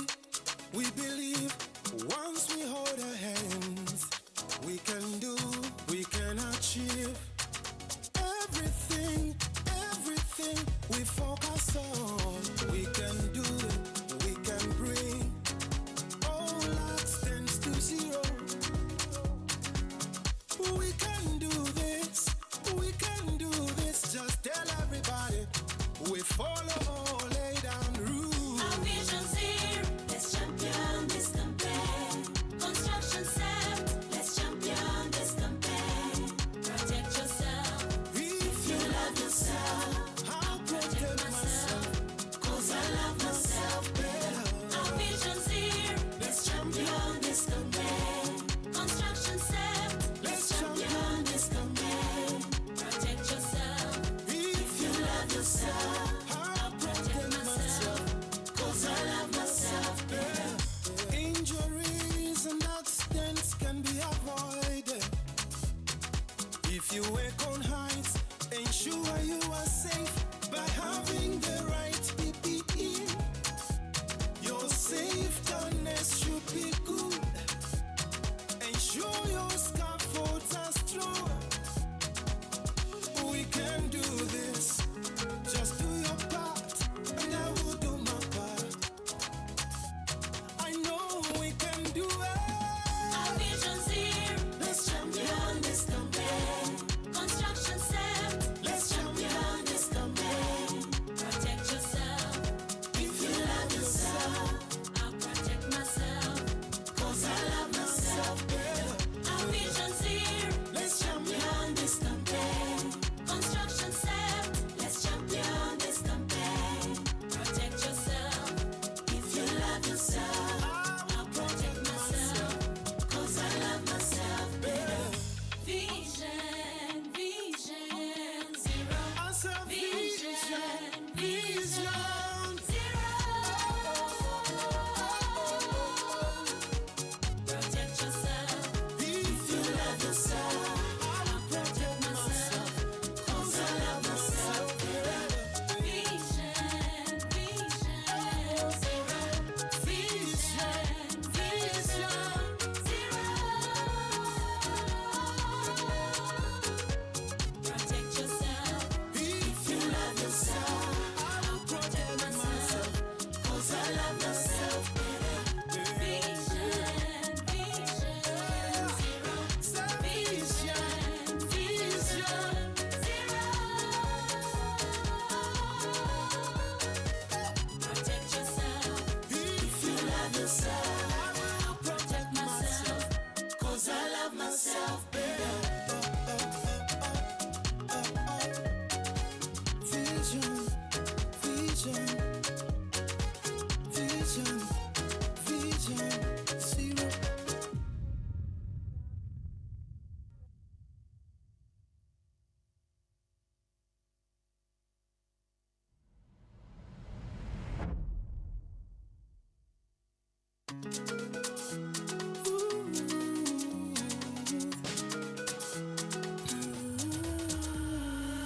Construction safety is our priority. We believe once we hold our hands, we can do, we can achieve everything, everything we focus on. We can do it, we can bring all accidents to zero.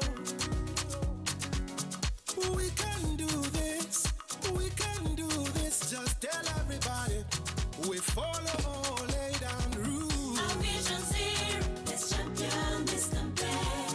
Construction set, let's champion this campaign. Protect yourself, If you love yourself. I'll protect myself, 'Cause I love myself better. Our vision's here, let's champion this campaign. Construction set, let's champion this campaign. Protect yourself, if you love yourself. I'll protect myself. 'Cause I love myself better.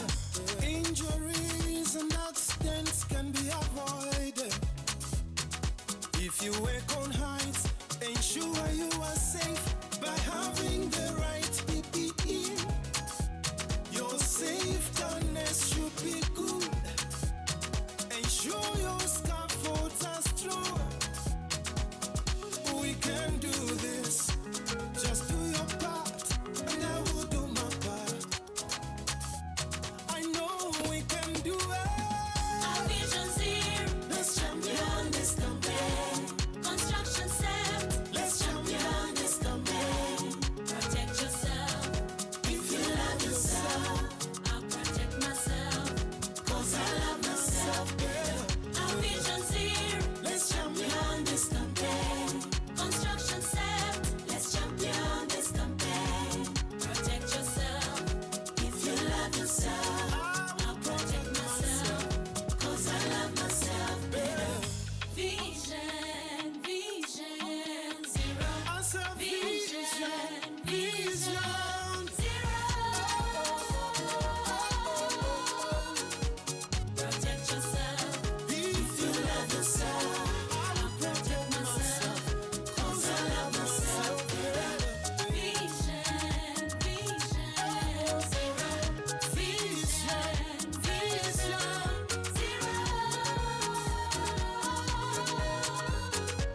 Protect yourself, If you love yourself. I'll protect myself, 'Cause I love myself better. Vision, vision, zero. Say Vision, vision, zero. Protect yourself, if you love yourself. I'll protect myself, 'Cause I love myself better.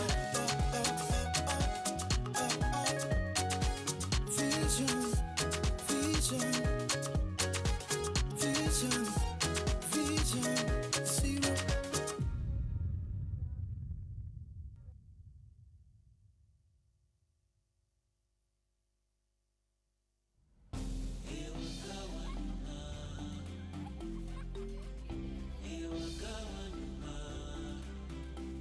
Welcome home to entertainment.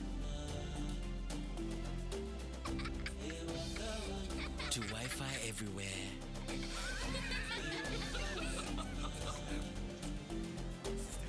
To high-speed internet.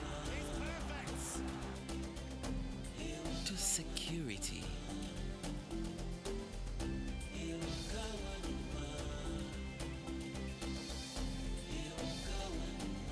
To first-class support.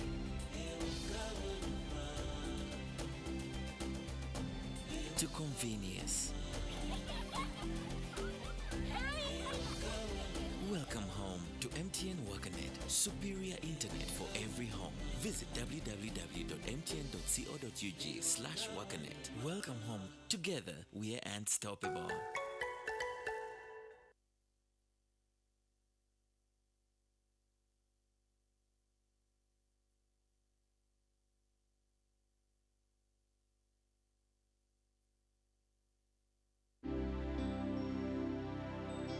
As Workers' Conversation, we've launched the Vision Zero, believing that all accidents, diseases, and harm at work are preventable. Our vision zero. We believe all accidents and diseases are preventable, and they can come to zero. Our vision zero. We believe all accidents and diseases are preventable, and they can come to zero. Self anywhere we need.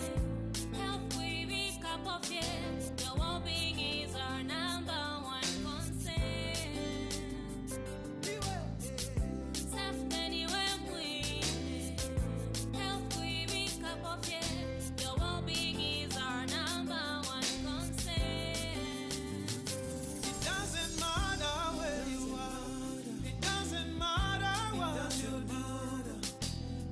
yourself and champion this campaign. Hey, hey. Invest in people, but be a leader. Ensure yourself and health in what you do. Don't send it by zero. Don't send it by zero. By zero. Don't send it by zero. Don't send it by zero. Ayowandi, when we won't see one. Don't send it by zero. Don't send it by zero. Don't send it by zero. Tata wandi, when we won't see one. Anywhere we need, help we pick up of it. Your well-being is our number one concern. Self anywhere we help we pick up of it. Your well-being is our number one concern. By zero. By zero. By zero.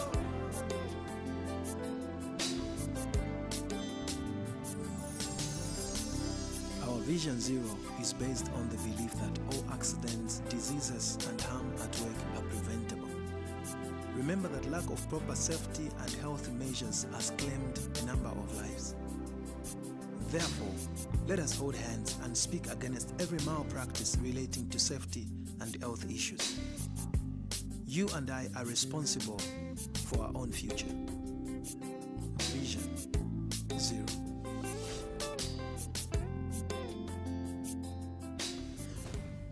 Workers' Compensation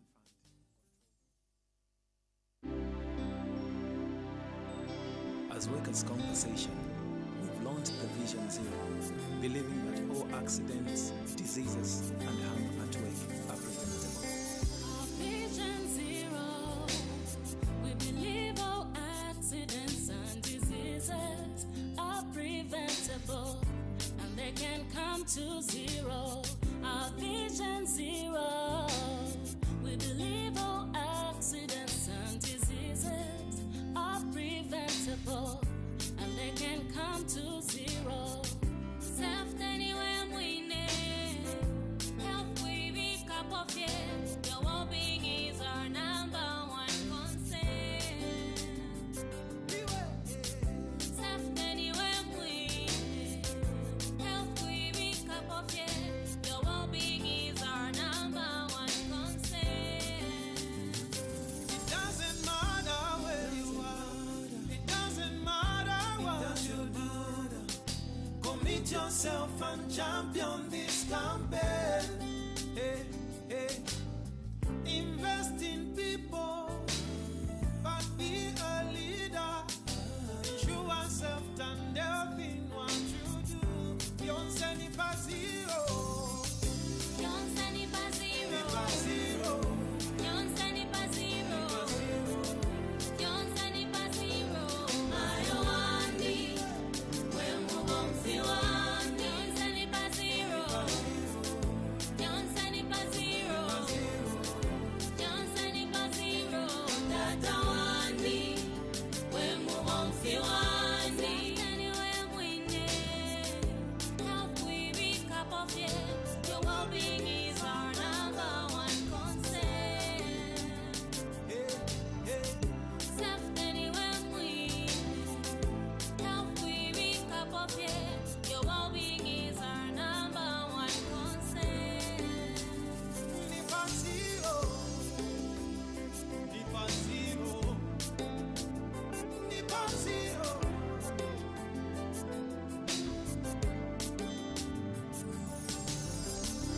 Our Vision Zero is based on the belief that all accidents, diseases, and harm at work are preventable. Remember that lack of proper safety and health measures has claimed a number of lives.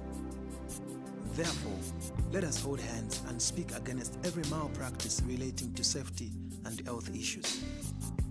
You and I are responsible for our own future. Vision Zero.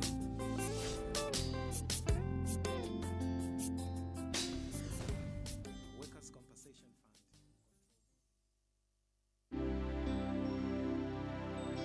Fund. As Workers' Compensation, we've launched the Vision Zero, believing that all accidents, diseases, and harm at work are preventable. Vision Zero. We believe all accidents and diseases are preventable, and they can come to zero. Our Vision Zero. We believe all accidents and diseases are preventable, and they can come to zero. Safety anywhere we need. Health we be cup of it. Your well-being is our number one concern. Safety anywhere we need. Health we be cup of it. Your well-being is our number one concern. It doesn't matter where you are. It doesn't matter what you do. Commit yourself and champion this campaign. Hey, hey. Invest in people, but be a leader. Ensure yourself and health in what you do. Yonse ni pa zero. Yonse ni pa zero. Ni pa zero. Yonse ni pa zero. Yonse ni pa zero. Ayo wandi, wemu bomfi wandi. Yonse ni pa zero. Yonse ni pa zero. Yonse ni pa zero. Tata wandi, wemu bomfi wandi. Anywhere we need, health we be cup of it. Your well-being is our number one concern. Hey, hey. Safety anywhere we need, health we be cup of it. Your well-being is our number one concern. Ni pa zero. Ni pa zero. Ni pa zero.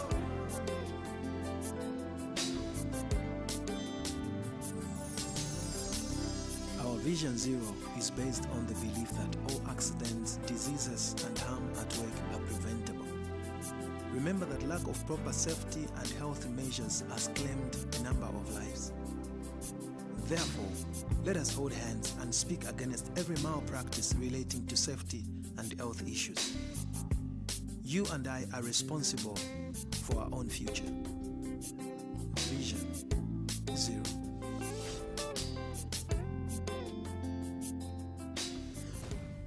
Workers' Compensation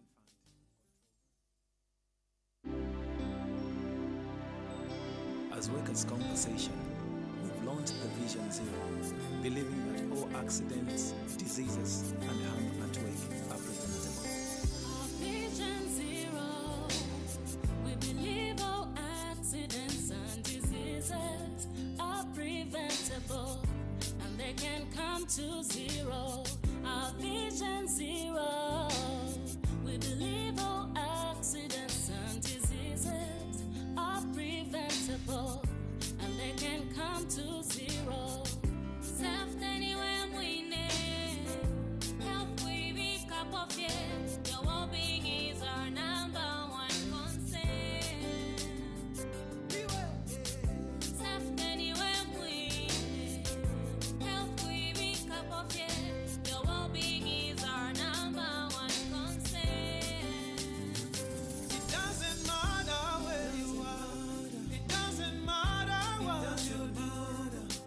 Commit yourself and champion this campaign. Hey, hey. Invest in people, but be a leader. Ensure yourself and health in what you do. Yonse ni pa zero. Yonse ni pa Ni zero. pa zero. Yonse ni pa zero. Yonse ni pa zero. Ayo wandi, wemu bomfi wandi. Yonse ni pa zero. Yonse ni pa zero. Yonse ni pa zero. Tata wandi, wemu bomfi wandi. Anywhere we need, health we be cup of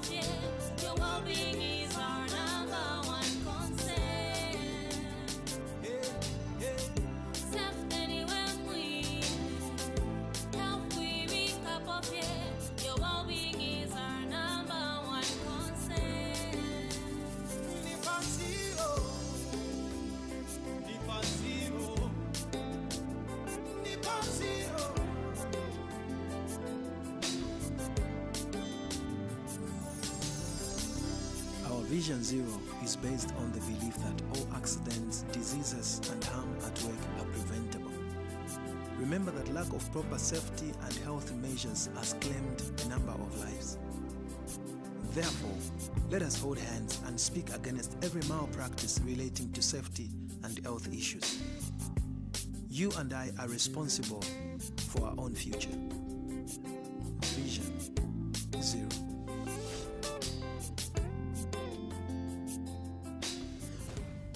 Workers' Compensation Fund.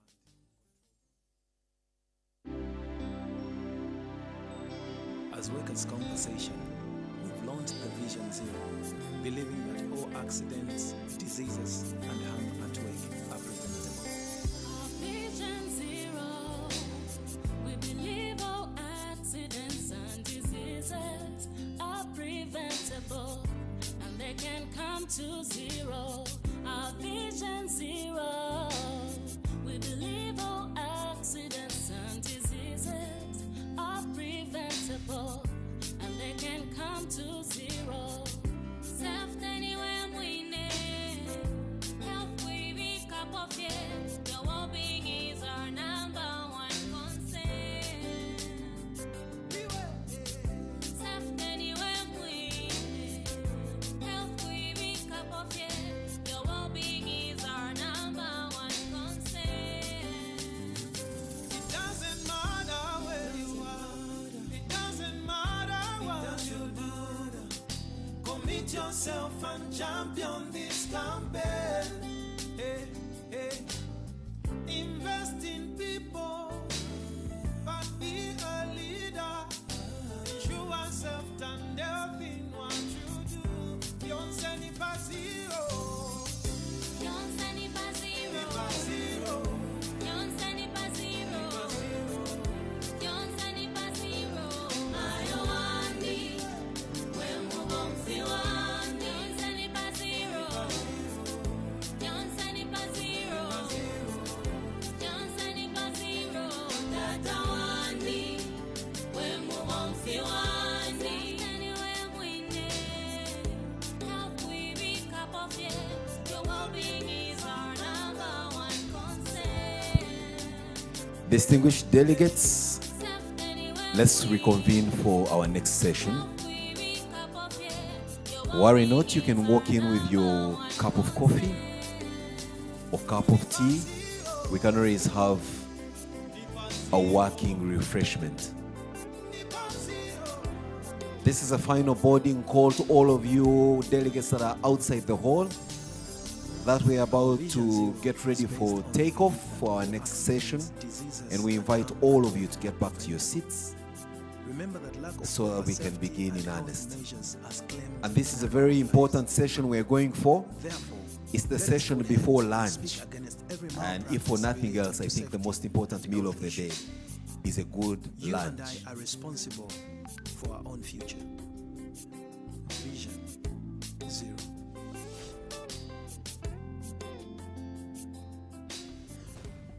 Workers' Compensation Fund.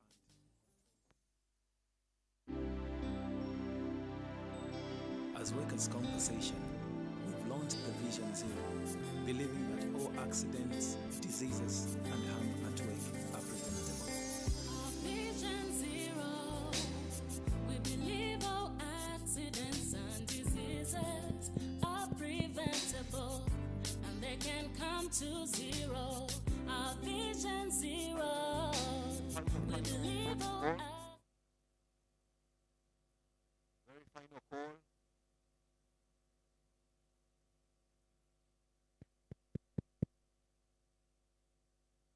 Final call to all of you.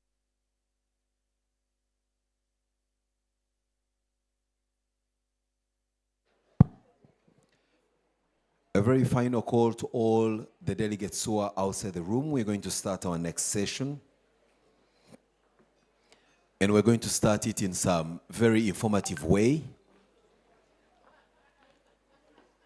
May I request that all of you, even though you've just served your meal, please make your way here.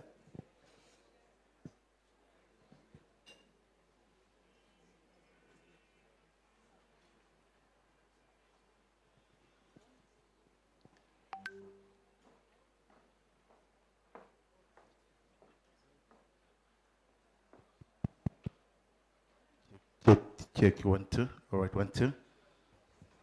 Check 1, 2. All right. So there is one thing to describe an evil, but then there is another to participate in it. What am I talking about?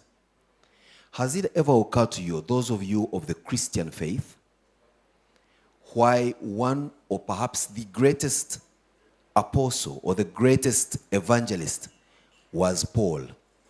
Now, I'm not here to preach religion, but we're looking at the history of this man called Saint Paul. Until his Damascus moment, when he changed his name from Saul, the persecutor of believers, into Paul, the greatest evangelist that wrote all the letters you can imagine, except, of course, to the Ugandans. He wrote to everybody you can imagine, preaching about the good news.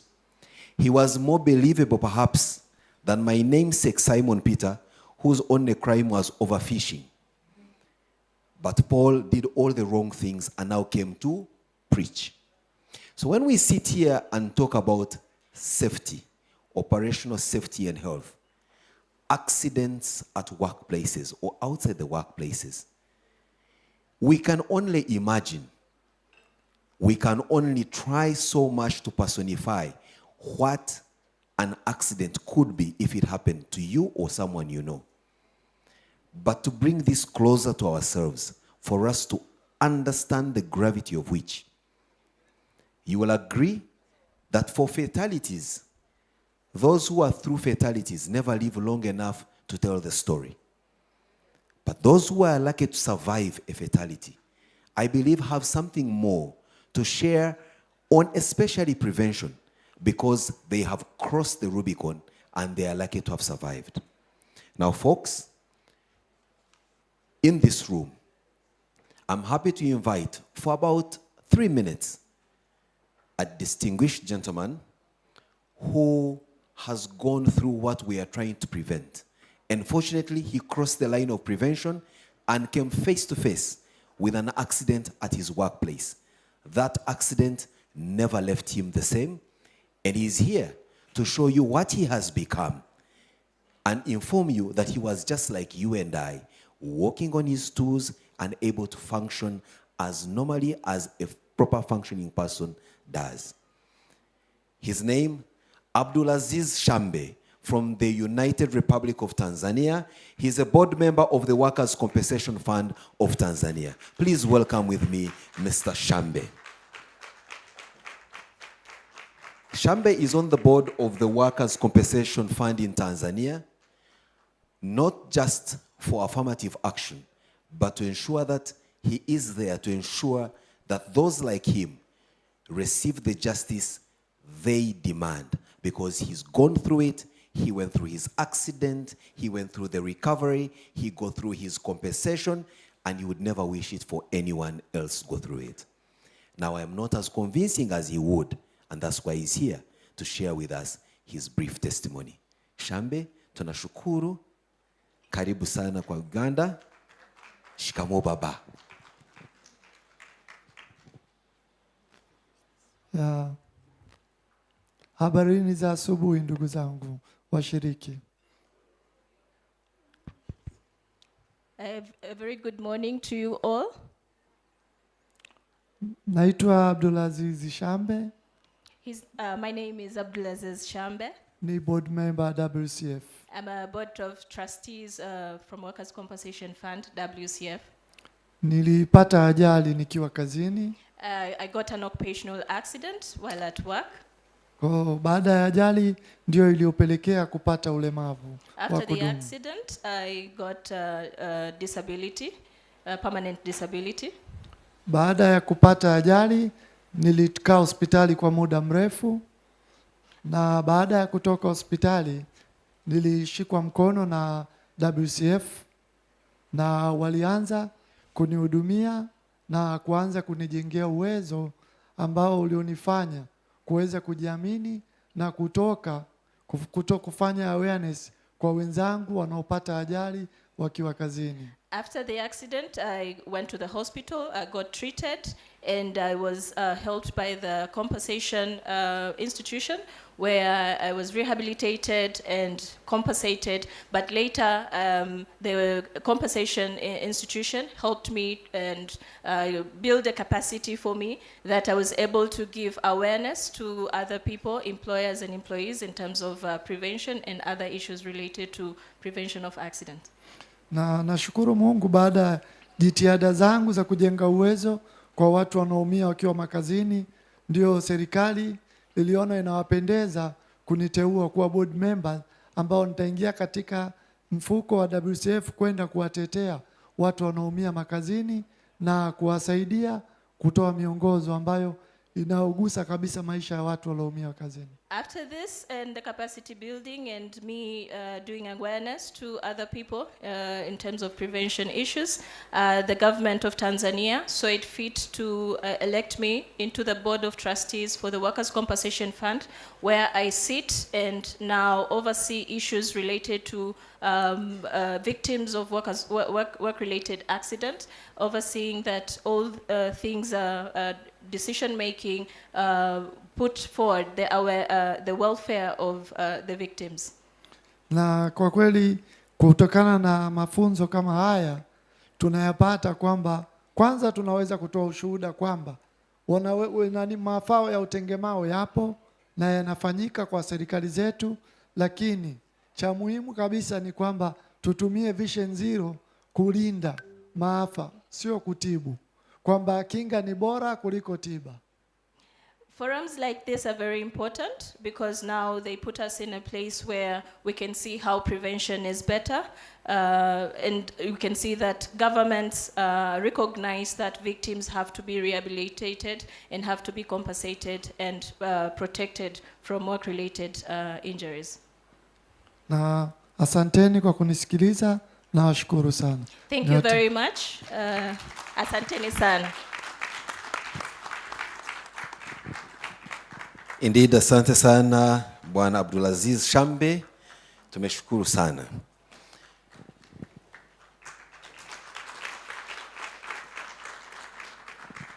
So if you're looking for a postcard image of what the absence of prevention can be, Shambe does give you a proper indication. And guess what?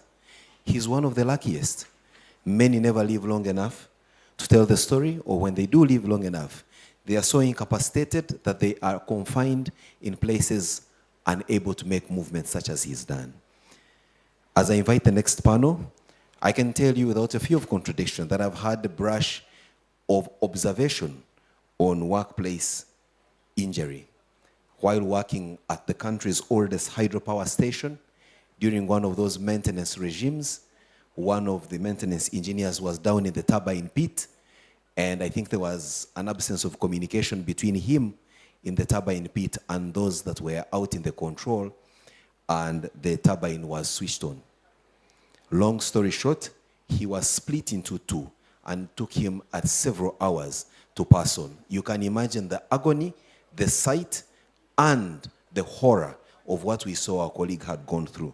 Now that is not something you'd wish even for your worst enemy. So when we come here to talk about occupational safety and health, I believe that we should have in our mind the image of Abdulaziz Shambe to say nobody should ever be like him or worse. That said, I have now the pleasure to invite our next panel chair for a discussion around Vision Zero implementation in the informal sector. I have Dr. Monica Nwosu, the board member of OSH Africa from Nigeria, my very good friend, aptly dressed for the event. And Dr. Monica is going to be accompanied by Dr. Klaus Schäfer, who is head of prevention at BGHW, Germany. So, most welcome.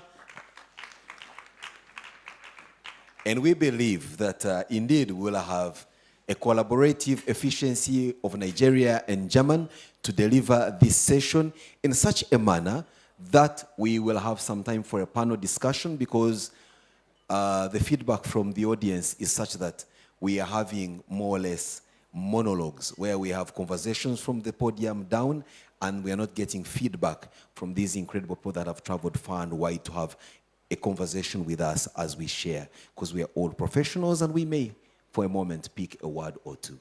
So, Monica, it's my pleasure to invite you to invite the panel. Thank you very much. Thank you very much. Thank you. Please, a round of applause for him. It's been amazing. Well done. Fantastic moderating. Okay. We are going to be discussing a very interesting topic that is very, very close to my heart. And I've done some couple of research around this theme. I'm going to be talking about implementation of Vision Zero within the informal sector. Now, we have discussed extensively, and all our conversations had been around the formal sector. So this morning, we are going to be looking beyond just the formal sector, and we're going to be looking at some very critical set of workers or very critical sector that actually should really have over 90% of our focus, considering what the statistics are saying. If you were listening very attentively this morning, you will see the statistic that was presented by Eva. Very fantastic. Please, a round of applause for her. You call it a draft. I think that document is a fantastic document. And then you asked a question, if the characteristics of the informal sector, as you have seen in Uganda, if it was similar across board in Africa. And I'm here to say absolutely yes. It is very, very similar. And we are here to look at how we can be able to actually begin to bring that sector into focus. Without going through a lot of I don't want to talk about this. I have fantastic panel to discuss it, but just a little bit of statistics. And with my co-chair, let us give you an overview before we invite over the panel that will do more justice to this very important conversation that we'll be having today. Now, looking at the GDP for Sub-Saharan Africa, we have the informal sector contributing over 40% for in terms of the gross domestic product and the profits and loss within the continent. Then for particularly Kenya, it was really mind-boggling to say that we have over 92% of the workforce within the informal sector. In Nigeria, it's 80%. In Kenya, it's 83.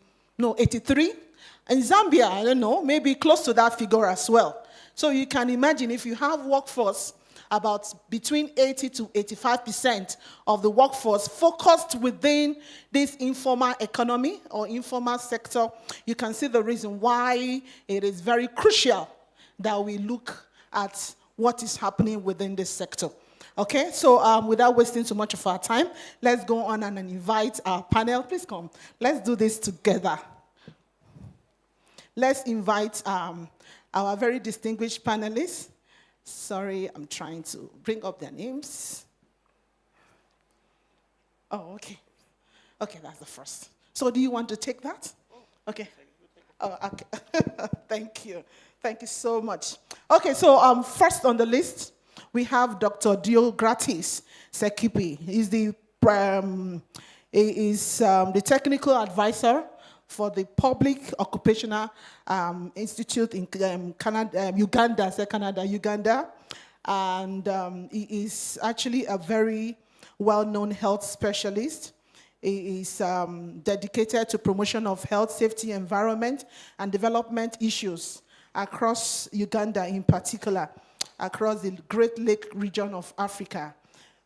Generally through the provision of expertise, consultancy, advisory services, and training, he has been able to contribute immensely to health promotion within the continent, within the country. He has carried out extensive research work within environmental and epidemiological assessment, evaluation, and survey for both individual workers. He has assessed their health status, and he had worked extensively for workers' compensation for individual workers' health compatibility to specific work situations. So we are talking about the health impact within this sector. So please, a round of applause for him. Welcome on the panel. And then next is Professor Spohl. She is a very distinguished, she's acting executive director of the National Institute for Occupational Health, South Africa. Please, a round of applause as she makes her way here.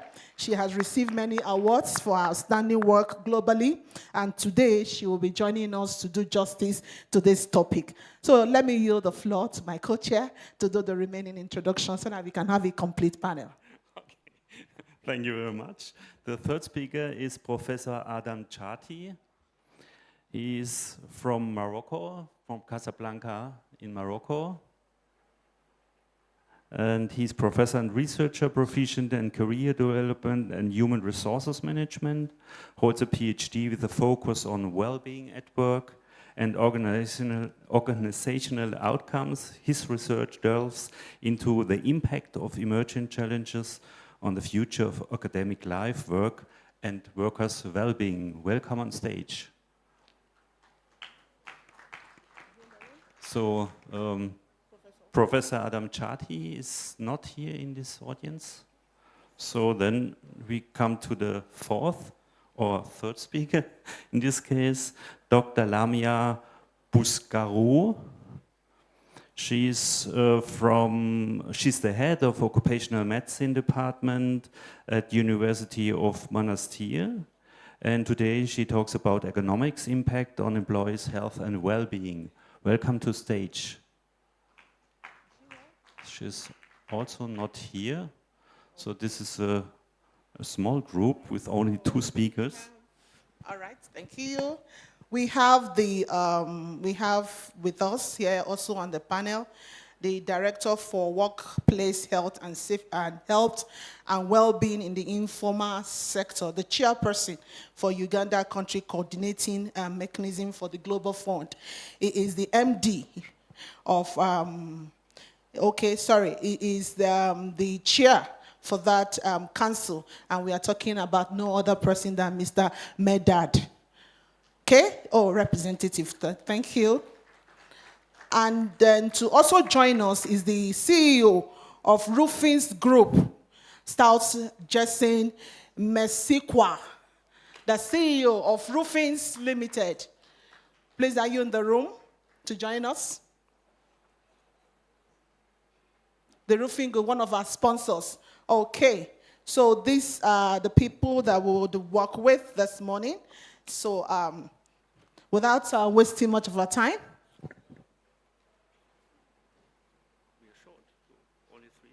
Yes, that's fine. Good.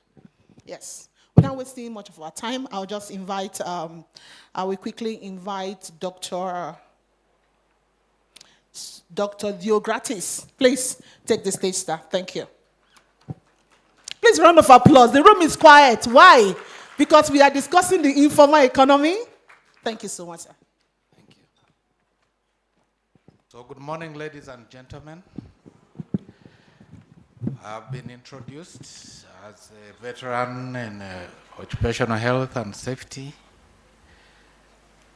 And this morning, I would like to talk about practical solutions to reduce risks from mercury exposure in mining. And we are taking from examples which of what we have been intervening as the Uganda National Association of Community and Occupational Health, UNACO, in Uganda, in various parts of the country, particularly focusing on Amudat district in Karamoja. In a way, this is a presentation about application of health and safety on a specific problem and in a very narrow area. But I hope it will be a good example of what may be possible in translating a wish into an action. Next slide. So I wish to, so that is the outline. Next. Next slide. So that is the mineral map of Uganda. And as you can see, minerals are all over the country. Next, we can have the next map, which shows the gold sites in Uganda. It is across the country, and much of it is artisanal, although we also have big miners. But our focus today is on the artisanal and small-scale gold miners. So in the way of introduction,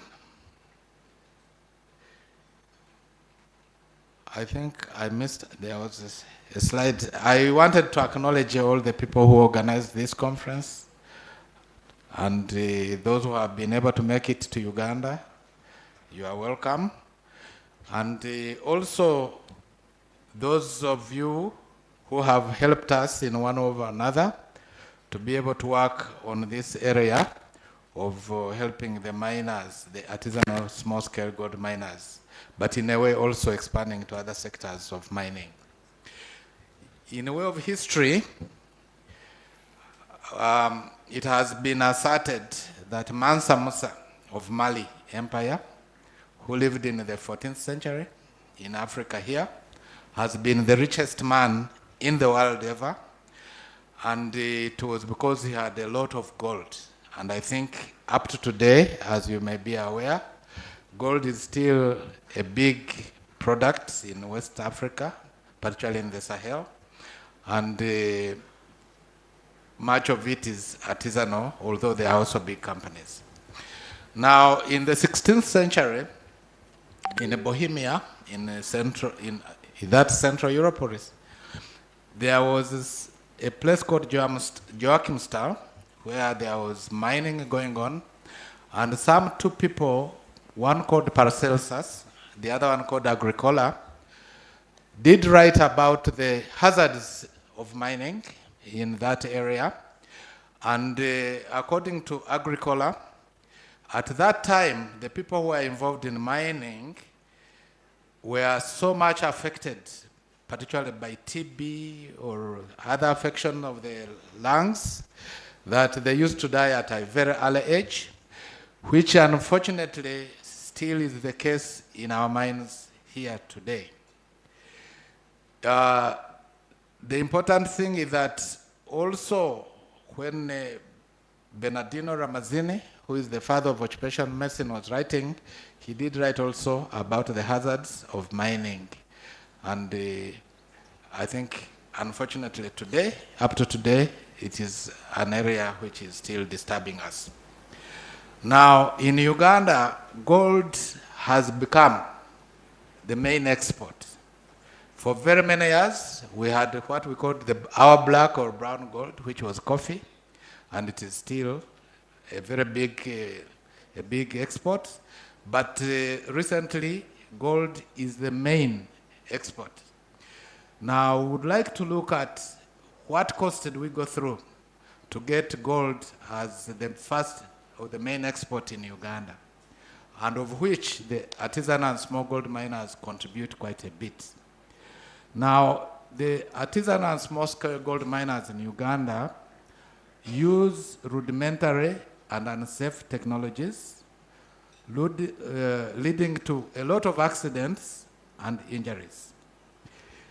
Now, in Uganda, as in the rest of the world, there's the issue of silica and silicosis.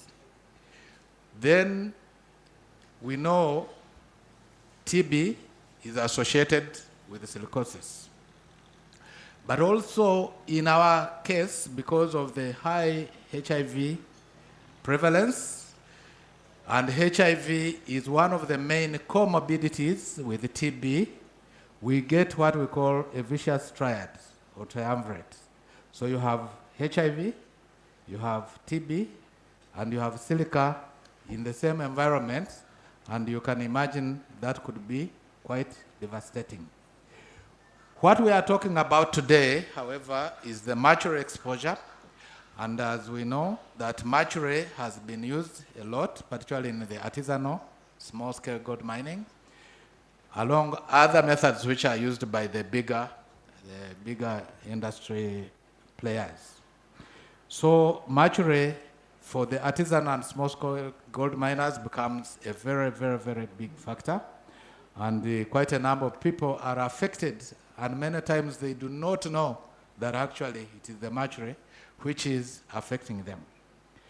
Now, the other problem with the SGM in Uganda is that the middlemen of mercury, who tend to be the gold buyers, have usurped the control of gold resources and thereby causing harm to the artisanal and small-scale gold miners. Next slide. So, what are the challenges and possible solutions to mercury-free gold mining in Uganda and maybe in the world? Now, the SGM are used, the artisanal miners are used to using mercury. So that's what they know.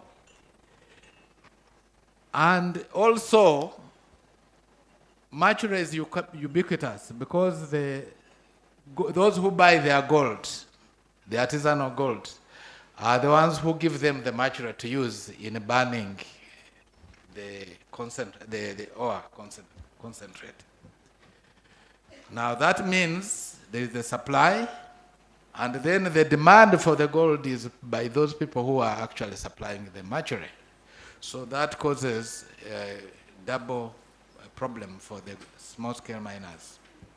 Then there is the low level of understanding the dangers of mercury. Many people, of course, will look at the positive side. We need gold, we must use mercury, and so that we get some money.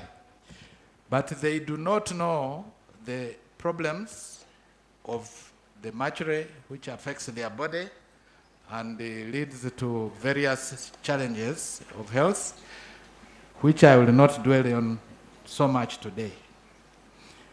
Then, of course, for us who have been in the area of trying to find alternatives to this, the challenge is lack of alternative technologies.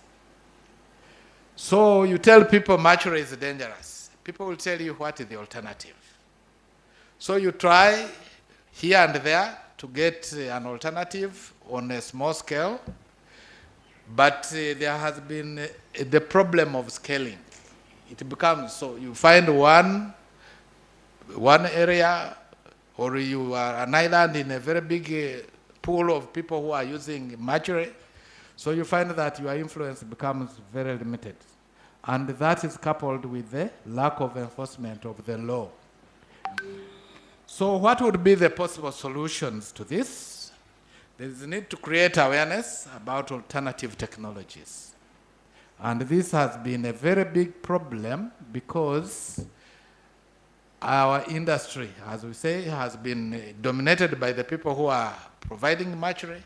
So they would not be willing to invest in the alternative technologies.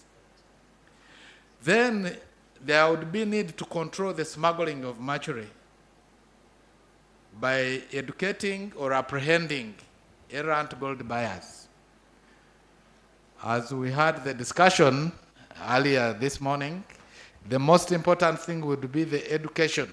If the gold miners knew or were convinced that by distributing mercury they are harming the people, then it would be easier for them to change to alternatives. But as you know, because of monetary considerations, they might find that difficult. But apart from that, then, the miners themselves need to be educated about the dangers, and they appreciate them. And then, if possible, either governments or NGOs and so on should be promoting and scaling up the alternatives to mercury-free so that they move to mercury-free technologies. Then there is a need to domesticate and enforce mercury-free gold mining laws. We shall be seeing later which laws apply in Uganda and how they could be enforced.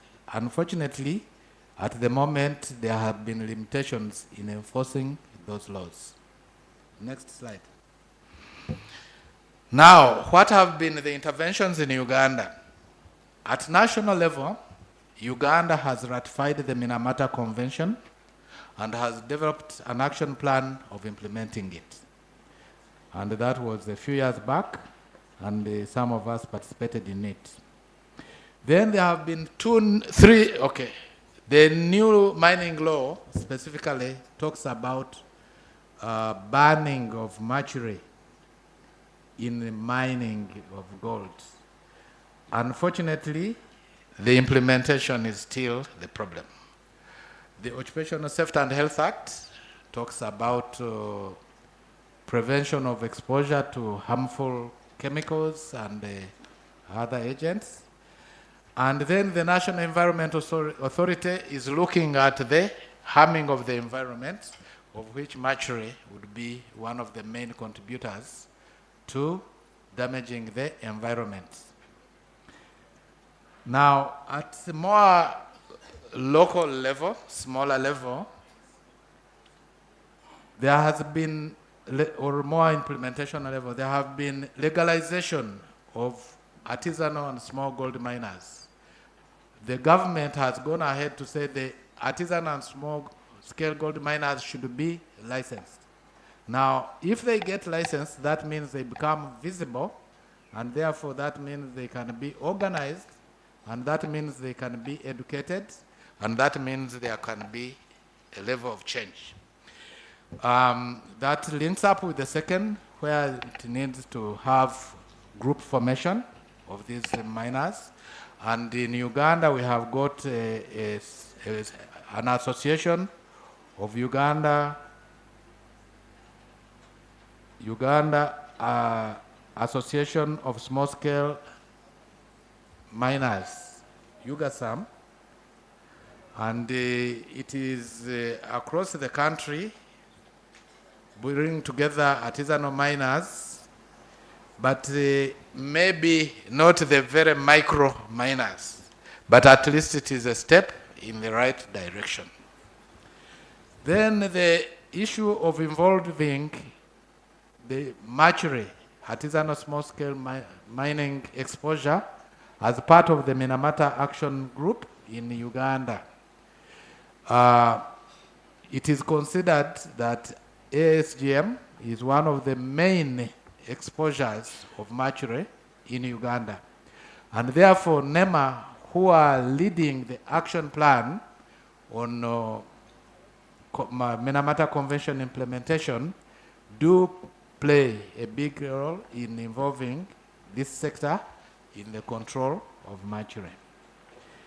We have had a program run by Planet Gold Project. It is a UNDP program, and in Uganda it is run by Impact Uganda, and it involves also other stakeholders, which is meant to educate the artisanal small gold miners about the dangers of mercury, and also trying to win them off the technologies which are using mercury. In our own organization, which is called UNACO, Uganda National Association of Community and Occupational Health, we have taken on this as an area of intervention beginning in 2017. And we have had a number of projects, one called the New Horizon, and another one called Free Your Mind, which we are supported by Dialogos from Denmark. But we have also been supported the UNDP Global Environment Facility Small Grants Program and the European Environment Bureau. And we'll talk a little bit more about it as we go on. Now, after a conference we had here 3 years ago, we have gone ahead to form, it was a mini OSH conference, a group under the International Commission of Occupational Health. And out of that meeting, part of the participants from Uganda came together to form a multidisciplinary national mining health and safety action group under the initiative of UNACO. Next slide. So what have we done? So we have concentrated on the mercury-free artisanal small-scale gold extraction using the gravimetric concentration method, which is described there. Now, it is not different from the other artisanal methods, except we add water. The processing uses water. It is not dry milling.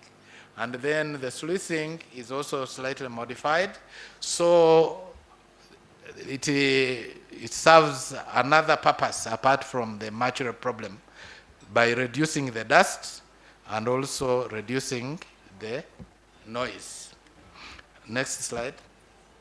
So this is describing that method, the mercury-free gravimetric concentration method, which was developed particularly in the Philippines in a place called Banquet.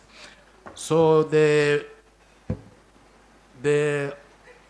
ore is crushed in water, and then it passes over a slope which is lined with felt like a blanket or a gunny bags, and the gold by gravitational, the heavy metals set on it, and the rest of the water goes into the sluice, and then it can be recycled so that other particles of the gold can be collected later. Then there is the panning. You can go back to the panning.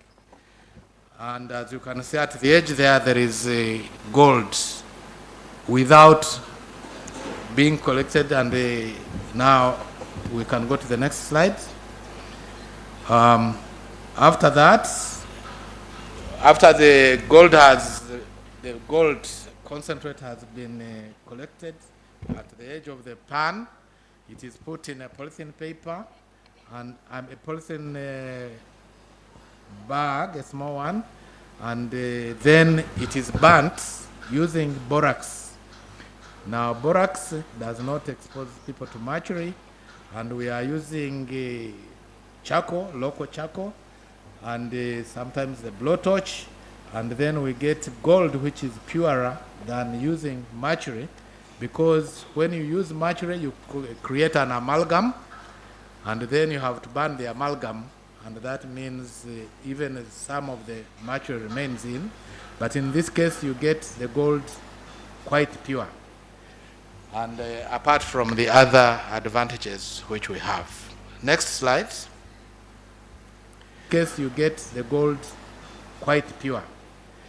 And apart from the other advantages which we have. Next slide.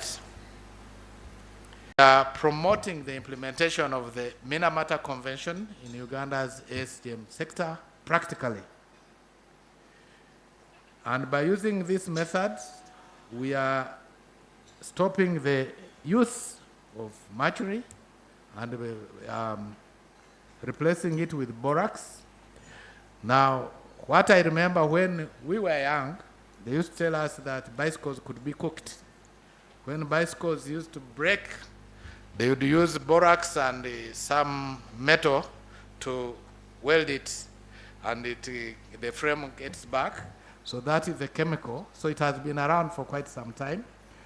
What it does, it reduces the temperature at which the melting takes place. Now, the other advantage of this method is that you take shorter time from the ore to extracting of gold, because instead of first crushing the dust or the ore to make into dust, you put the ore directly into the mill, and you rotate the drum, the mill, and with the steel bars, so you don't have to take a long time. Sometimes when they are using the dry method, it takes a few days if there is not enough sunshine to do that. And because of the use of the water in the ball mill, this eliminates dust exposure, and as I said, and it reduces noise considerably. And the borax, charcoal, and the blowtorch are very cheap and very easy to use. So they are advantageous in that way. Next slide. So what has been our journey as UNACO, the Uganda National Association of Community and Occupational Health, in this regard? So in 2017, 2018, we had our first project supported by the Logos and CISU, the Danish government. And we worked in Mubende, Bugiri, Namayengo, Nakapripirit districts at that time, getting the artisanal miners to understand this process and beginning to demonstrate this method. Unfortunately, it was a short project, but anyway, at least we seeded it. In 2017, 2018, we had a survey. As part of that intervention, we also had a study about mercury contamination in the environment and also mercury exposure by taking blood samples and urine samples of the miners. And it was indeed found that the artisanal miners were indeed exposed and the levels were relatively high in their blood. In 2018, we participated in a mercury exposure estimation study as part of the National Action Plan. We worked with ACHEMP, another NGO in Uganda, which is dealing with the mining, and with NEMA. In 2019-2021, we had another project supported by Dialogos, this time in Buhweju and Busia districts in west and east. Then again, we had the demonstration sites, we had the advocacy and awareness raising. 2020-2022, we had the continuation of the mercury-free project in Amdat. Sorry for the technological hitch. Supported by UNDP, as I mentioned, and we had 2 demonstration sites, and we also linked it with advocacy and awareness raising among the miners, but also developing the skills of the miners to use the methods. Then we had a further support from Dialogos in Buhweju, Busia, and Kasanda districts. Now that is across the whole country from east to west via central. And lastly, we went into also Amadat in Karamoja, supported first by UNDP, then by European Environmental Bureau. And particularly in Amadat, we have also been trying to look at how to implement the law by domesticating the law there into an ordinance, a process which is still ongoing. Next.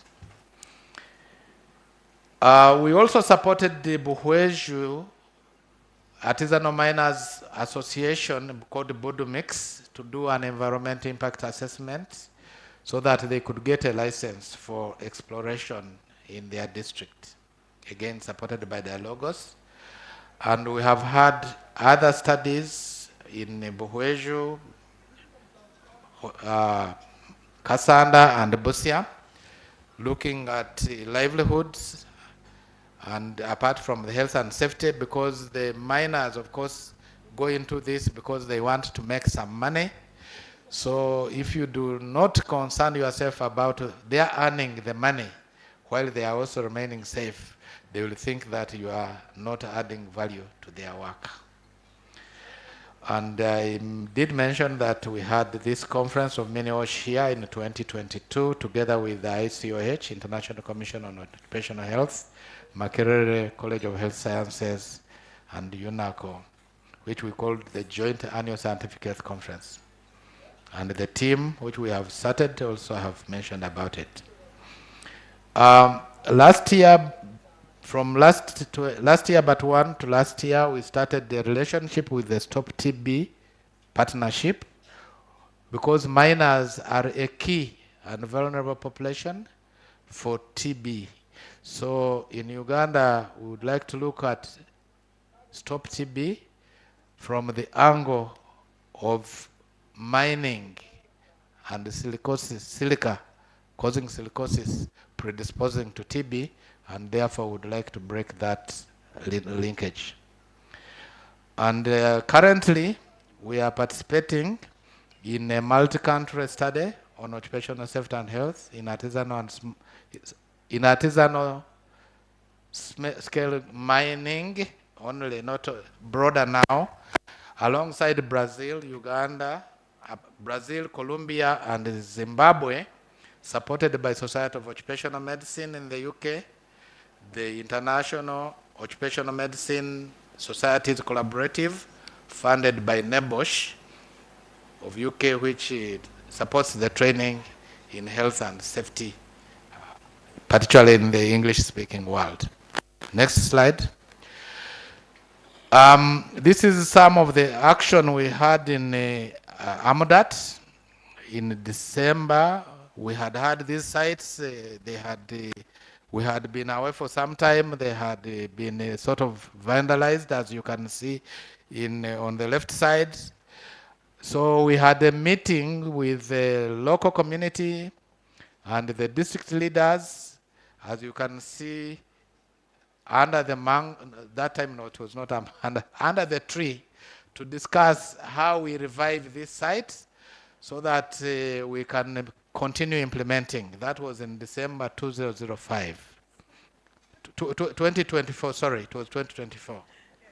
I had moved slightly ahead. Next slide.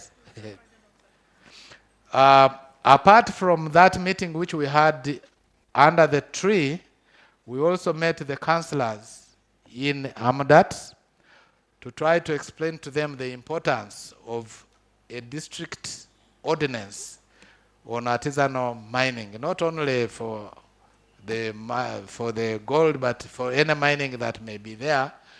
So we have been working with them, trying to get a district ordinance on artisanal small-scale mining. Now, in March 2024, we went back, and with the support of European Environment Bureau, we renovated the site, and we had further training of the miners, and they got certificates. And this, in the last quadrant, are the councillors, the district councillors, who came to see for themselves how this works, so that when they are discussing the ordinance, they are informed. Next slide. So I don't know whether we have time. Allow me that they play this. It is a 3-minute clip, but if it is not, I have tried to explain. So, Chair? Okay, kindly, please. That's the conclusion, sir. Yeah, that is the conclusion almost. And after that, I will find. Is it possible? You are not able. Yeah, but anyway, I have given you the story. So it is translation from theory to practice, but with a lot of challenges. However, we are resilient, and I know one day we shall be there. Thank you very much.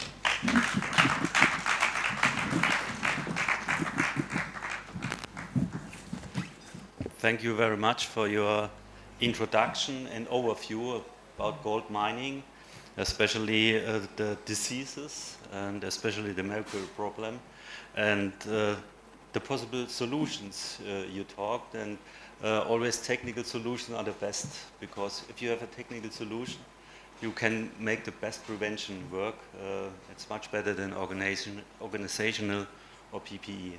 So thank you very much for your speech, and I want to introduce now the second speaker, which is Professor Spo Lomono, sorry for the pronunciation.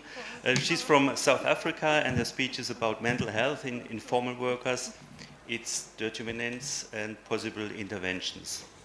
Floor is yours. Good day, good afternoon, everyone. Good afternoon, everyone. Thank you. I just want to thank the organizers and all the people that have invited us. We've enjoyed a good conference. Thank you so much. And thanks to the government of Uganda. I've noticed a lot of women, and I'm impressed, and we are learning from you. Thank you so much. Also, just to thank you, Madam Commissioner, you laid a foundation this morning by introducing the informal work, so you made my life easy. So I am going to rush through the slides and not go into much detail. Thank you. The next slide, please. So informal economy refers to all types of work and businesses that are non-regulated, and most of them are undocumented arrangements between an employer and an employee. And I think for me, this encompasses the best of the definitions. And often this economy includes unregulated industries with high risks, and thus it's called the 3D: dirty, dangerous, and demanding work. It also includes workers with formal contracts or without formal contracts and social protection, and it does include the gig economy as well. Workers in these industries are often undereducated, are unskilled, and are migrants in irregular status. In Africa, we heard this morning that in Uganda, I think 92% of the workforce is in informal economy. And we know now, generally in Africa, the majority of those are women. About 92% are women, and youth between the ages of 15 and 24, which is about 95.8%, it's youth. And these have no alternative means of providing for themselves, so they end up tending to informal economy for their livelihood. So the informal economy is characterized by unreliable, unstable, risky environments with poor compensation. We've just heard from the guy who was injured at work that he was very lucky and blessed that he had some social protection, and he was able to be rehabilitated, and he's continuing meaningfully for the rest of his life. That's not the case with informal economy, unfortunately. Informal, I said earlier on, they form up the large proportion of workforce, and I think I just want to go to my fourth bullet point, that common mental disorders are quite rampant in this sector. They are identified as anxiety disorders, depression, and unfortunately suicide as well, and substance abuse is very common in this group. However, there's not enough information or research on work-related mental health interventions, especially interventions to support this population. Hence, their challenges are under-recognized and very poorly addressed. Next slide, please. So I grouped the determinants of mental health challenges into 4 groups. 1, socioeconomic factors. 2, working conditions. 3, psychosocial stressors. And 4, the structural determinants. Next slide, please. Socioeconomic, next slide, please. I wonder what's happening to my slides. So next slide. Yeah, socioeconomic factors. Most of them, their jobs are very insecure. And their income is unstable. In most cases, the income that they earn on that day is the income that is used to provide for food for the whole household. And sometimes they are not even aware or sure if they'll be able to get income for the following day. And this brings a lot of anxiety, especially if you are a father or a breadwinner in the house. Everybody's looking up to you for a meal, and you come on one day and you say, I haven't been able to get anything to provide for you. The other issue is limited access to healthcare. In many countries, we somehow try and improve access to healthcare for this group. by including them in universal health coverage. You know, in our country we call it NHI. However, there are still barriers. The care is free in the hospital, but the person stays so far away from the medical facility that they don't have transport, money for transport to get to the facility. Or they get to the facility, there are long waiting time periods or long waiting hours. Remember, these people, if they lose an hour or 2 hours of their work, it means loss of income for that day. So they can't afford to stay in the hospital for that long and losing out. So they often there's often a negotiation between, am I going to eat or will I have to go and get my hypertension medicine? And you can guess, what do? They end up not going to the hospital because they have to eat, yeah, unfortunately. And again, in hospitals, most of us are healthcare workers here, you know how it is when they come in, they are dirty, and the nurses treat them like they are waste. You know, they're not treated well. And so they end up not wanting to go to the hospital because of the treatment they receive in hospital. And the quality of treatment is really poor for them. And you can see in the picture there, these are the sort of conditions that they live in, very poor conditions. Poverty, sometimes they don't even have a roof over their head. Next slide, please. Some of the determinants, maybe you can press again, is the working conditions where long working hours, unsafe environments, exposure to violence, harassment, and lack of formal contracts. As an example, you know, domestic workers who stay where we stay, there's often no distinction between their work and their place of stay because they stay in the back room. And when you need them, you just call upon them. So they don't have time to go and rest. Their work and living environment is the same. And for female, especially female workers, we have examples of sexual violence, which is a real threat in domestic workers, where the employers, the male employers, rape them, and they often keep quiet. Because if they say something, the madam starts saying, you are the wrong one, and they kick them out, and they lose their employment. Yeah, and they end up with a taboo. Sometimes they get pregnant, and the child also gets kicked out of the whole system. Out of desperation, they end up not having a voice. They work extremely long hours, and they have no way of saying, I can't work until whatever time, because they will be fired from their workplace. And there's also a lot of uncertainty around being robbed by fellow workers or violence against them, even by fellow workers, because they're fighting and competing for the same resources. And so they end up fighting against each other. Next slide, please. So here's an example on the burning bush there. This is a real scenario that happened in South Africa a few weeks ago. This guy is in a car. It's in an Uber car, and the fellow colleagues burnt him alive in that car because he was getting more customers. And what the family could rescue or salvage, I don't know if you can see, it's like his limb, his leg, that's his leg there. That's all that they could salvage for them to bury, and he was gone, unfortunately. Please go back. This picture now with the policemen in many countries, for you to be a street vendor, you need a permit. You get a permit from the municipality.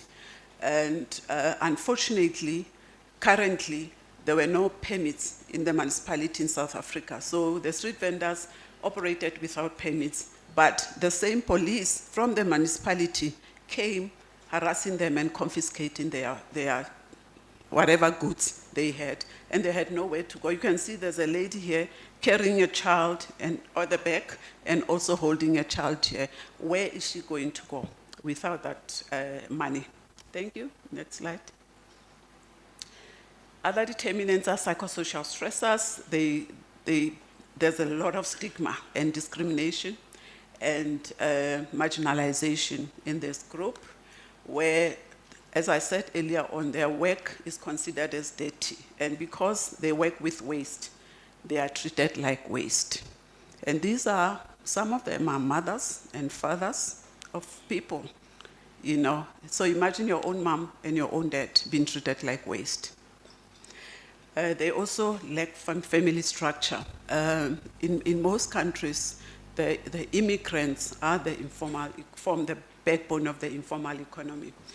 And, you know, they come to a country, they don't have a social support structure, often not married, and they rely on maybe NGOs or churches as a social support structure, so they don't have anywhere else to go. You know, the issue of social support is very important for one's mental health. I had a colleague who's in formal employment, a professional person, a doctor, who was an immigrant and didn't have family. And you know, sometimes we take things for granted. So he said to me, it was in December, he said to me, I can't afford to go home, and everybody else has gone home. I actually don't have anyone, I'm unmarried, I don't have children, and I'm going to be spending Christmas alone. And I actually often get depressed around this time.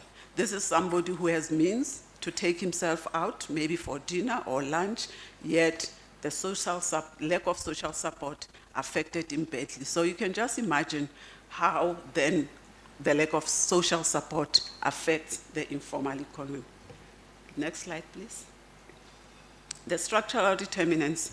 It has been mentioned a lot, especially this morning, that our policies, not only sub-Saharan Africa, I think in Africa, if not the whole world, really concentrate on formal employment or formal economy. We don't intentionally include the informal economy in our policies. And our policies, if we include them, if we include informal economy in our policies, we tend to focus on giving them social grants that are, it's like, I think currently in our country, we give them 350 rands. I don't know how much it is translated to dollars, but it's nothing. It's nothing. And we resort to short-term poverty relief rather than creating enabling environments for them to be able to be empowered to have sustainable methods of living or have access to finance. I was very impressed when I saw that access to finance and credit when Madam Commissioner was presenting, and also trying to look at how we can create safe working conditions for them. As I said earlier on, there's no protection at their work. They don't have PPE, and we take PPE for granted, that you have an overall, you have a mask. We have found in a group of people that we organized PPE for, they were so happy that they had overalls because it gave them a sense of dignity, that then it makes their work look like it's a serious work because now they have PPE and they are recognized as workers. Next slide, please. So I am going to be focusing on possible strategies, but here are a few considerations when we try to implement these strategies. Number one, we should look into whether our strategies are acceptable to this group. The issues of trust, confidentiality come into be, especially for mental health issues. Culture is a big issue. What works for one community might not necessarily work for the other community. Hours of service, as I said earlier on, if the service is from 8 to 4, it might not work for them because in many instances, they leave their place of work at 6 in the morning and they come back to home or to the surrounding area of their residence at 7 p.m. So they miss their hours every time. So your hours have to be tailor-made to their needs, including the distance from care. The buy-in. We need buy-in from role players, and I just wanted to highlight an important role player which is the employer. If you want to implement any changes, the employer, in this case, maybe an employer who employs a domestic worker. We know that this person might be resistant to change because he is benefiting from the cheap labor and he's benefiting from abusing the employees or the domestic worker. So you have to have a way how you incorporate the employers, but also have buy-in from government and from those that can influence change. The interventions have to be appropriate as well, and I think a language is very important. The language is not only about us talking different dialects. Language carries a lot of culture with it. So I can say something in my language to my fellow South African, and they'll get it. I mean, if I say haibo, I don't have to say much. A South African will get it. But somebody else will think, what does it mean? And we can't even explain it. So language is very important, and we need to tailor-make our solutions to that. And the solutions have to, we have to look into feasibility. Access to technology is important. We cannot come up with a solution that is focused on Facebook communication when our employees do not even have a smartphone or a phone for that matter, or they have a phone but they don't have data or access to Wi-Fi. Union capacity is very important. In most countries, informal work is unionized or they've got organized labor. However, because they are dispersed all over, the union is there but is not able to do what they need to do. Next slide, please. So possible interventions, and I'll maybe start with individual interventions.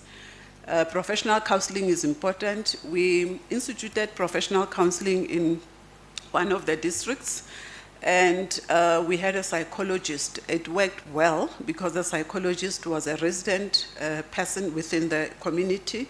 However, we could not hire enough psychologists for the population. So it became a costly exercise, something that is very good, but is unattainable and unaffordable. So we then resorted to social workers. And the social worker model worked better because we had more social workers, we could afford more social workers, and this worked much better. Peer counseling also has worked well, where you empower their peers to be able to offer some, even if it's rudimentary counseling or even picking up early signs of mental health, mental ill health in them and reporting them or referring them. Positive text messaging amongst the groups or phone calls, even from the union members, those have lifted them up. And in one district in Limpopo, sports was used as an intervention, and it was found that so the women preferred to play soccer, and these were a mixture in ages, and they had a soccer club, but we realized that only the older ones were able to participate in the soccer matches, in the soccer training, because they didn't have to go back home and start helping their children with homeworks. So they had time after work, whereas the younger ones didn't have time, so they were not able to participate in that. Mindfulness and meditation, it works for some, but I think largely in Africa, we still have a long way to go. Yeah. And group interventions, mobile care services, we can have mobile clinics. We can even piggyback on the mobile clinics that offer TB or HIV services, where you get a social worker or a counselor in there that can offer counseling. However, in one study that we did, the community, this informal community, said they wanted a counselor that worked or lived within the community because other counselors didn't understand them and didn't get the context of what their issues were. Involvement of cooperatives and unions is crucial because they give them a voice, and it's not only a sense of pride, but they are able to reach out all over the country where you and I, informal employment, we can't reach them. Peer support groups, I did say, are very beneficial, and there's a lot of alcohol and substance abuse in this group, maybe to numb the pain, but also that's the only form of recreation that they have and is accessible. So what we have found is when unions have a zero tolerance for their members to be on drugs, that helps a lot, and they are able to also organize some referrals to anti-substance abuse programs and create a very supportive environment for their members. Next slide, please. The issue of traditional medicine and spiritualism is one that is often neglected. We know in Africa mainly, traditional medicine is there. And the importance of prayer also as a coping strategy, we have seen it in our study. In our study of waste pickers, they preferred prayer. They found solace in going to churches, and actually they found a community in many churches where they found a sense of belonging, and prayer was one of the coping strategies that they actually believed in. And some of them said they would have loved to be able to consult a traditional healer, but the costs were prohibitive. In some instances, a traditional healer, you pay a cow to a traditional healer. I don't know how much is a cow in Uganda, but I can't even afford it. Consultation, maybe in my next life I'll be a traditional healer. I'll get lots of money. The issue of training. Training is not only for them. Yes, training in making sure that they are aware of symptoms of mental ill health, but unions also need to be trained, and employers as well. There's one example that we had where, unfortunately, because we didn't think, or the people in the study didn't think highly of this group. They just got somebody who was, I think it was a junior nurse, to come and train these people, but the nurse didn't hit the button. They complained that, yes, she's told us about what we know already, but what are the strategies? Where do I go? Yes, I have the information, so what do I do with it? So it's important to, when we make awareness campaigns, we should include in there what to do, the strategies to cope. Inclusion inclusion of them in social security. We have seen this work currently in South Africa, I think from 2003, 2005. Domestic workers in particular are included in the Unemployment Insurance Fund. And so they benefit from unemployment. If they are unemployed for a certain period, they continue to collect a salary for 6 months. They benefit from maternity leave and illness benefits as well. So it is possible. It is possible. They even get compensation should they get bitten by the employer's dogs or get chemical exposure from whatever they work with. Yeah. And then I thought maybe in line with the Vision Zero, everybody has talked about the 7 golden rules, and I felt maybe we should see how the 7 golden rules can apply to informal work. So leadership and commitment, we need coordinated efforts and advocacy at local, national, and global levels. We need to advocate for them. Remember, they don't have a voice. When we identify hazards, it's very easy for us to identify physical hazards because they are glaring, they are there. However, we often fail in identifying psychosocial hazards. So my plea is let's do a full and comprehensive risk assessment that includes psychosocial hazards. However, having said so, I think even though a lot hasn't been done in terms of studies in this group, but I think we know enough now about the hazards in this place. It's about time that whatever research we do should focus on implementation. We went to a group of informal workers, we call them Zama-Zamas, it's illegal miners. And they didn't want to partake in our research. They said, people have been coming, they take information from us, but we don't see them. And we don't go back We don't tell them, this is what we found and this is what we're going to do. We just go, we collect information and we leave. So it's important for us to go back, provide some interventions, or maybe conduct interventional research and be able to help them so they benefit in the interim. We need to define targets, but these targets have to be clear and realistic and ensure a safe and healthy system.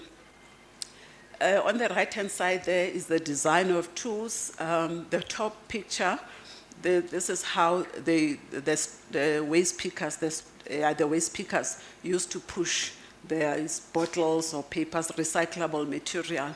And we then, our economics section within the National Institute for Occupational Health, designed a tool. Instead of pushing, they designed a tool where they pull, and it was easily handled by them. But also what used to happen apparently was that they used to get involved in motor vehicle accidents. Cars would bump into them when they are pushing.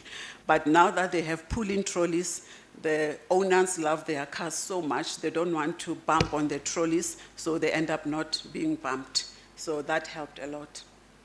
Improved qualifications, this is around training,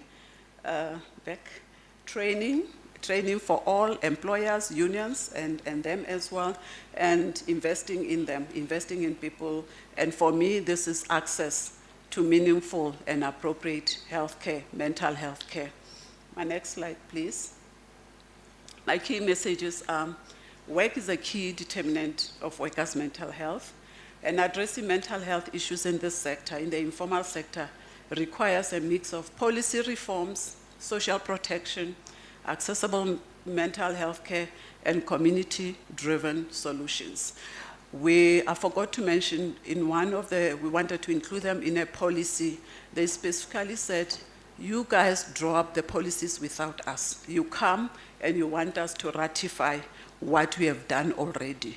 Why don't you come and sit with us at the table and draft the policies with us? Now we are just rubber stamping what we have thought of, and you actually have misrepresented us. So the key here is for us to sit around the table with them and make those policies with them. It needs multi-sectoral collaboration, I think it was said earlier on, and I'm a firm believer that realizing Vision Zero should intentionally so include this sector, because it forms the majority of the workforce, especially in Africa. Protecting mental health in the informal sector is not charity. It is an investment in the stability of the entire economy. And I am talking from my heart. Mental health is a human right for everyone, including them. It is not a privilege. Next slide, please. With this slide, I just wanted to thank Dr. Balfour for her support and the Minerals Council of South Africa for their support. I just want to thank you. Thank you, everyone.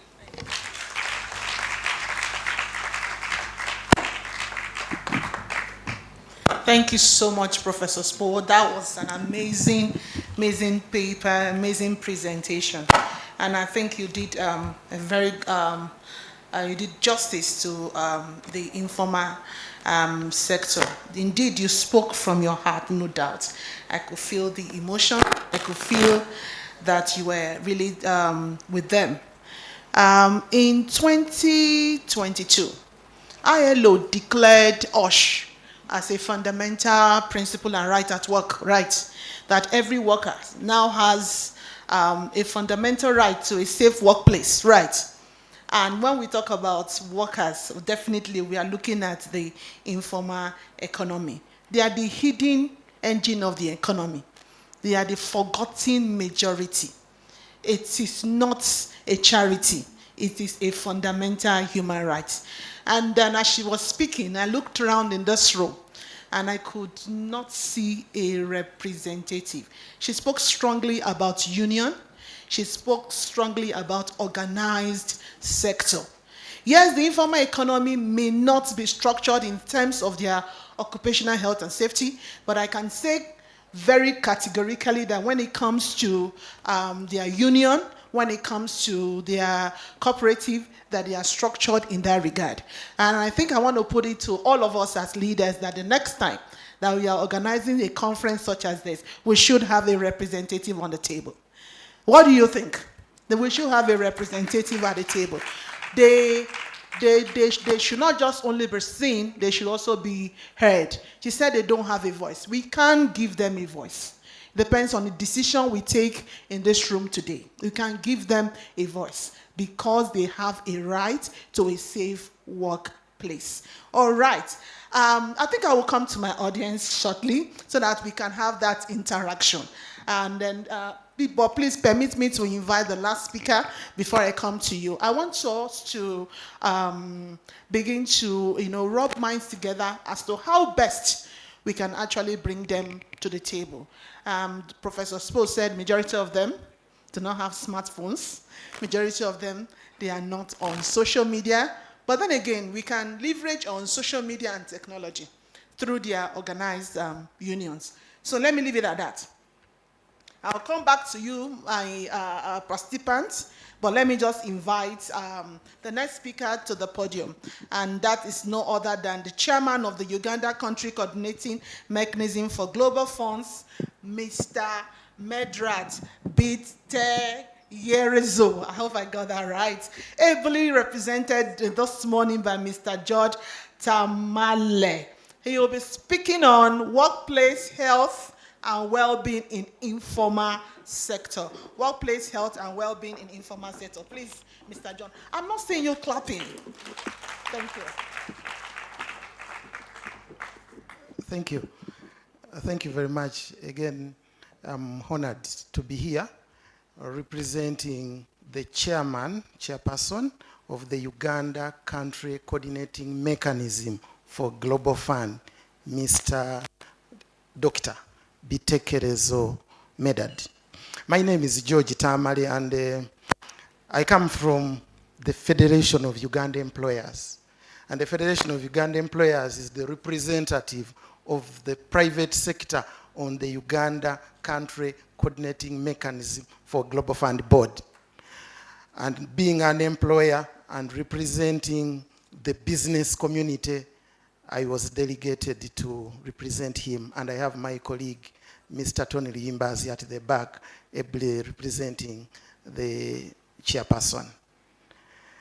We will be talking about workplace health and well-being in the informal sector. Of course, the previous speakers really gave us statistics, and I'll just ride on them. I'll just present a few slides, one or two, and we call it a day. Next slide, please. The goal of Global Fund is to end majorly 3 diseases: AIDS, TB, and malaria. But you will note that we cannot achieve that when we have challenges in safety and health.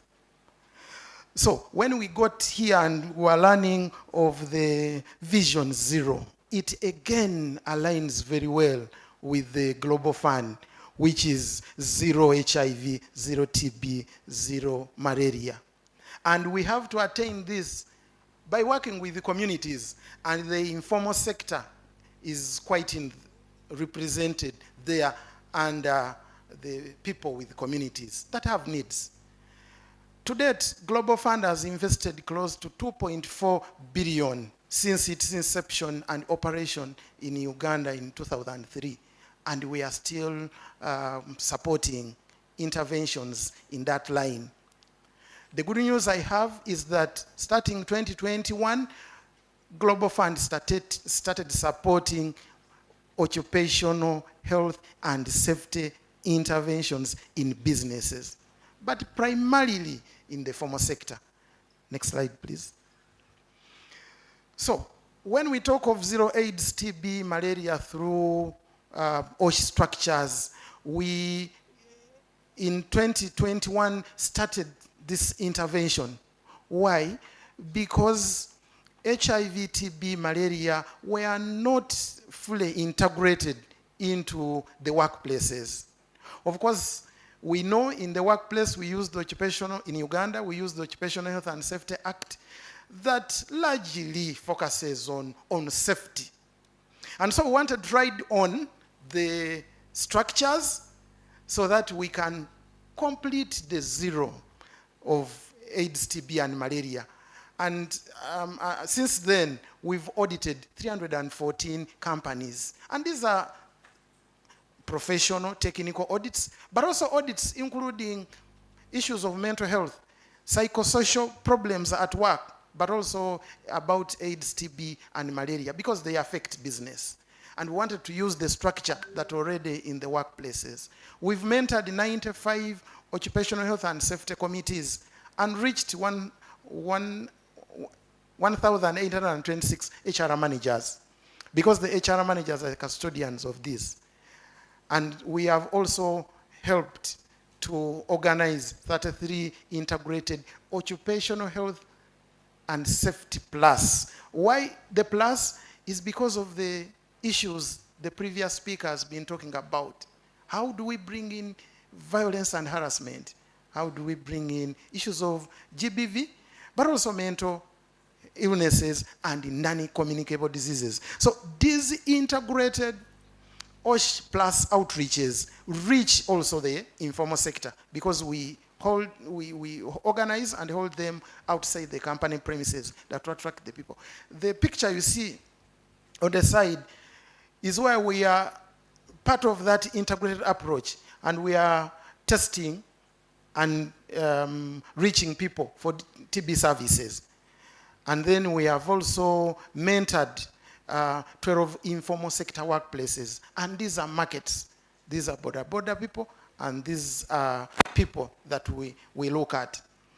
Next slide. This was supposed to be before that, but here, what we are emphasizing is that we should leave no one behind. Why? Because the rights of the informal sector is unobserved. We have unsafe, unhealthy, unstable, and indecent working conditions. Much as they are unregulated, not covered by the formal arrangements, this is a shared responsibilities. There are several higher risks and vulnerabilities. The hazards are enormous, and therefore, we cannot afford to leave the informal sector behind. Next. So, in tackling health and well-being in the informal sector, we must maximize health equity, gender equality, but also look at this with a human rights angle so that we can expand the coverage. My commissioner for OSH talked about the statistics in Uganda in the different subgroups and trades: agriculture, trade, commerce, transport, covering a large number of people. And therefore, important for us to develop people-centered, integrated systems, to develop that we can deliver impact. Resilience and sustainability. Much as they are unregulated, they have their own networks. And I appreciate the moderator for really looking at this forward, that we, in the next conference, we must have them represented, because they know it better. And so it is, if we are to really look at sustainability of the Vision Zero, we must have these networks. They are organized in some way in their groups. Just have an activity and you have them. But also partner and engage leadership for simple, affordable, innovative solutions, including incentives. And mark the word simple. They must be simple, not complicated English, not complicated models, but simple models that we can use. And also, in Uganda, we are emphasizing integration, integrated health promotion. As we are talking of the zero accidents on the road in the informal sector, we can do this in an integrated approach, with combining with other challenges that affect the informal sector. And so promotion and disease prevention is critical at this point. I also like to mention that investing in local targeted community outreaches and awareness can yield results on occupational health and safety, majorly, but also on AIDS, TB, and malaria. Ladies and gentlemen, allow me to present the case of such models. One of them, because the Global Fund is supporting many models, but we have a model called the Yambala for Me campaign. You can just turn to your neighbor and say Yambala. Yambala is a Bantu word that means put it on for me, wear it for me. It is so simple, crispy, and it was appreciated. Now, we are putting on what? We are putting on condoms, masks, seat belts, and a helmet. Then the helmet is both in a workplace or industrial and the local transport, the boda boda. And I guess you must have seen them. And this is a behavior change, minds change campaign that we modeled to extend HIV, TB, safety and health information among the vulnerable, and which we are calling the informal sector. And we've run this campaign since 2021.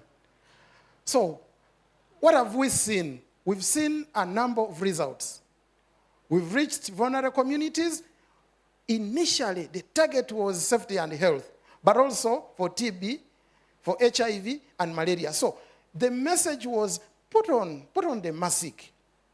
Initially, it was for TB because it was done around COVID-19 campaign, but along the way, we realized that TB and other respiratory tract infections were able to curb them, including dust and flu and others that the informal sector, because of the nature of business in the trade they are in, they complain from. But we have also reached, in terms of media, now Yambala campaign was translated into 4 major languages in the country, and so we were able to train the media team across the country in the different languages, such that when the radio presenters on radio, they are able to translate the word Yambala into the local language, depending on where the radio station is. And we're able to reach 22 million Ugandans with information.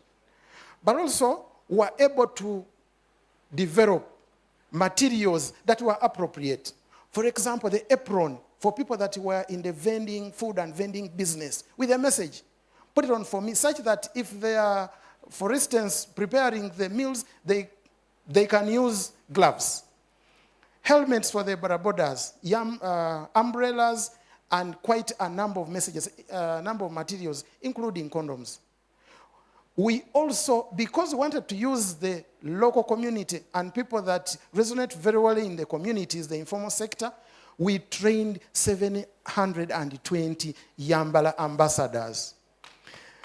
If we had attended the previous conference, I know we would have already baptized these ones Vision Zero ambassadors. And also, we put on the sash like the national ambassador was able to put on, Madam Allen Kajina. So these ambassadors are able to disseminate the information in the local language.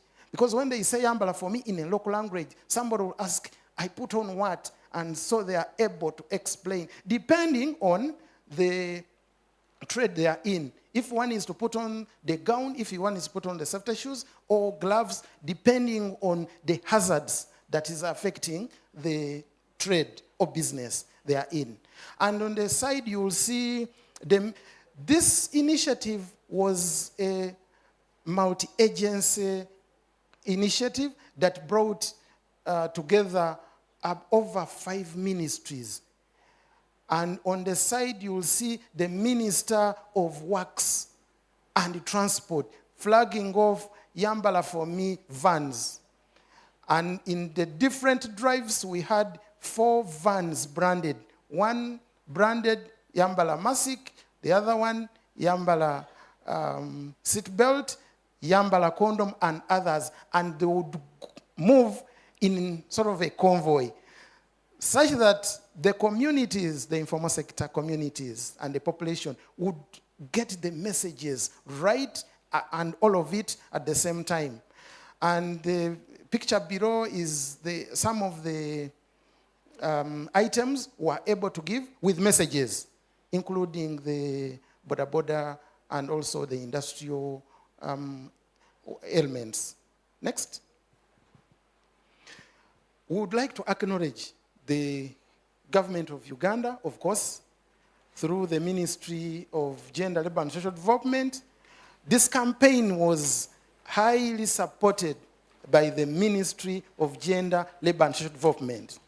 They gave us the messages, safety and health messages. Ministry of Health, they gave us the HIV, TB, malaria messages. Uganda AIDS Commission and others, including Ministry of Internal Affairs.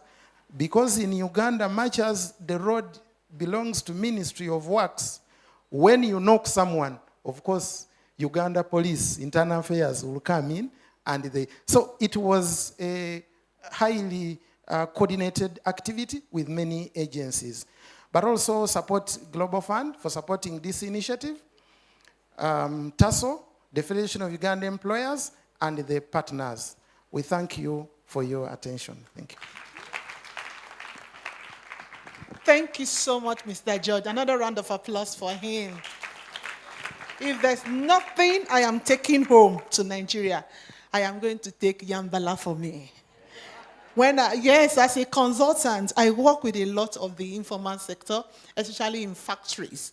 And it's a lot of headache getting them to put on the appropriate work clothes. So immediately I see them, I'm going to tell them, Yambala for me.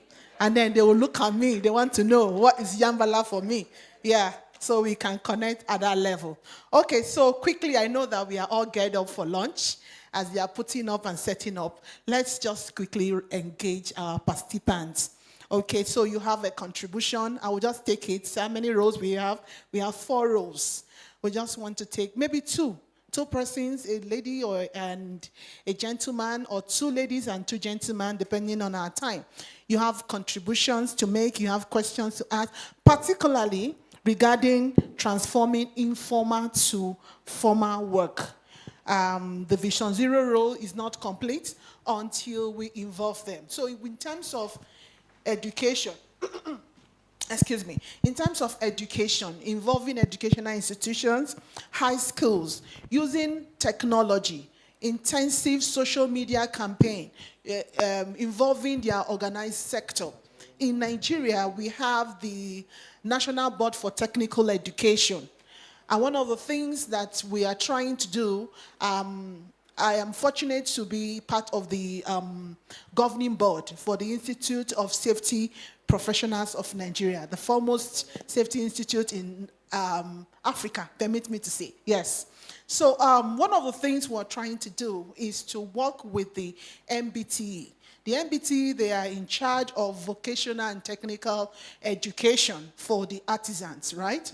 And the majority of them are within the informal economy. So what we're trying to do is to inculcate, occupational health and safety into their curriculum at that level of training, so that it will be part of the training that they get as they are training for skills in their respective arts.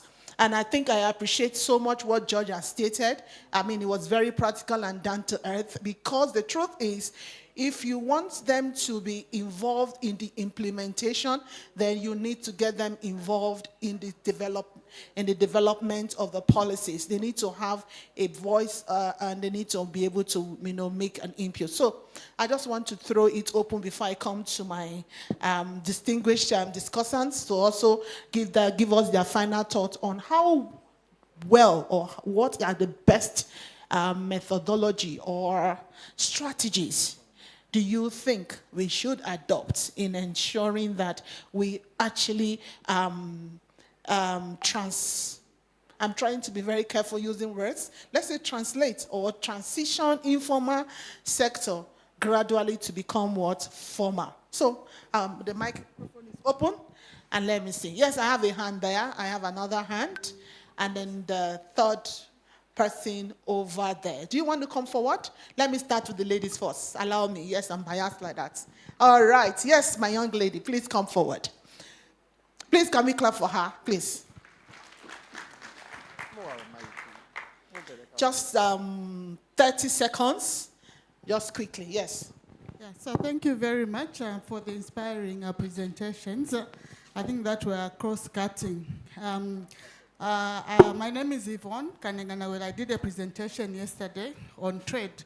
And of course, I also did mention issues of the informal economy and also issues of gender. But I come from the productivity category. And also I want to share just a little bit of my experience in terms of how we can formalize this. I think in Africa there have been a number of frameworks that we have signed to in terms of formalizing the informal economy. And in almost all our countries, we are trying out many things. But I think I love one agenda that was the Ouagadougou, agreement that focused on improving productivity for the informal economy. So from my country, I think we have taken it up as a productivity center to work with informal economy associations, just identify informal enterprises and try to assess what is it that is lacking in them. So you notice that to formalize, you have to pay some subscription. So for example, you should pay for a pension, you should pay for maybe some training and revenue collection and all this. So in an environment where an enterprise is unsustainable, doesn't have systems, doesn't have proper strategies for growth, then it becomes very difficult for them to make profit. So what we are doing from our end is to help these enterprises by building their sustainable enterprises, by giving them systems very, very focused on at their level, using all the simplicity that we can. And then from there, monitoring their productivity growth, and then also linking them now to these registration facilities. I think it has worked very well, I think. So for me, it's let's improve their productivity, then we'll help them to have more profits, and then they'll be able to formalize. Thank you.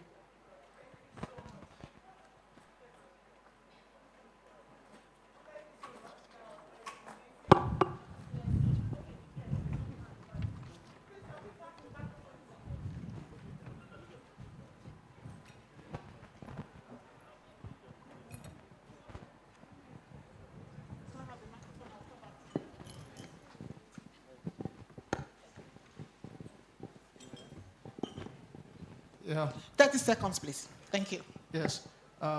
My name is Mwipa Joseph. I'm coming from Zambia. Actually, I'm working in a certain mine called Casco. I head the HSE department.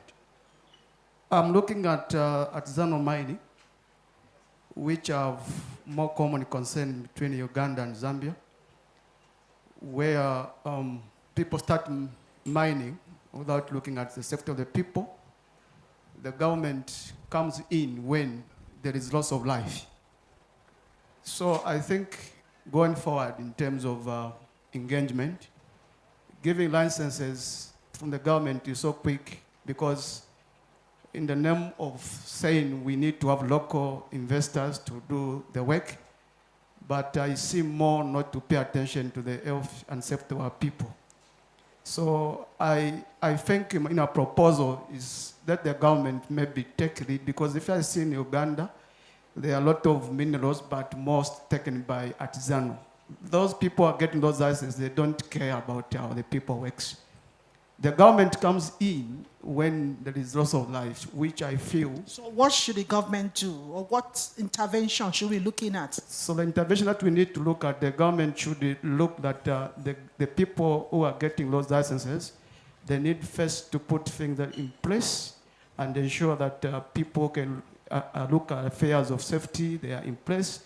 And before the people start working, they need to go and inspect and ensure increase the labor inspectors, because let me be honest, even in Zambia, we have a few labor inspectors. They can only appear when there's an incident. So we approach the government to less Thank more you labor so inspection. much. Thank you.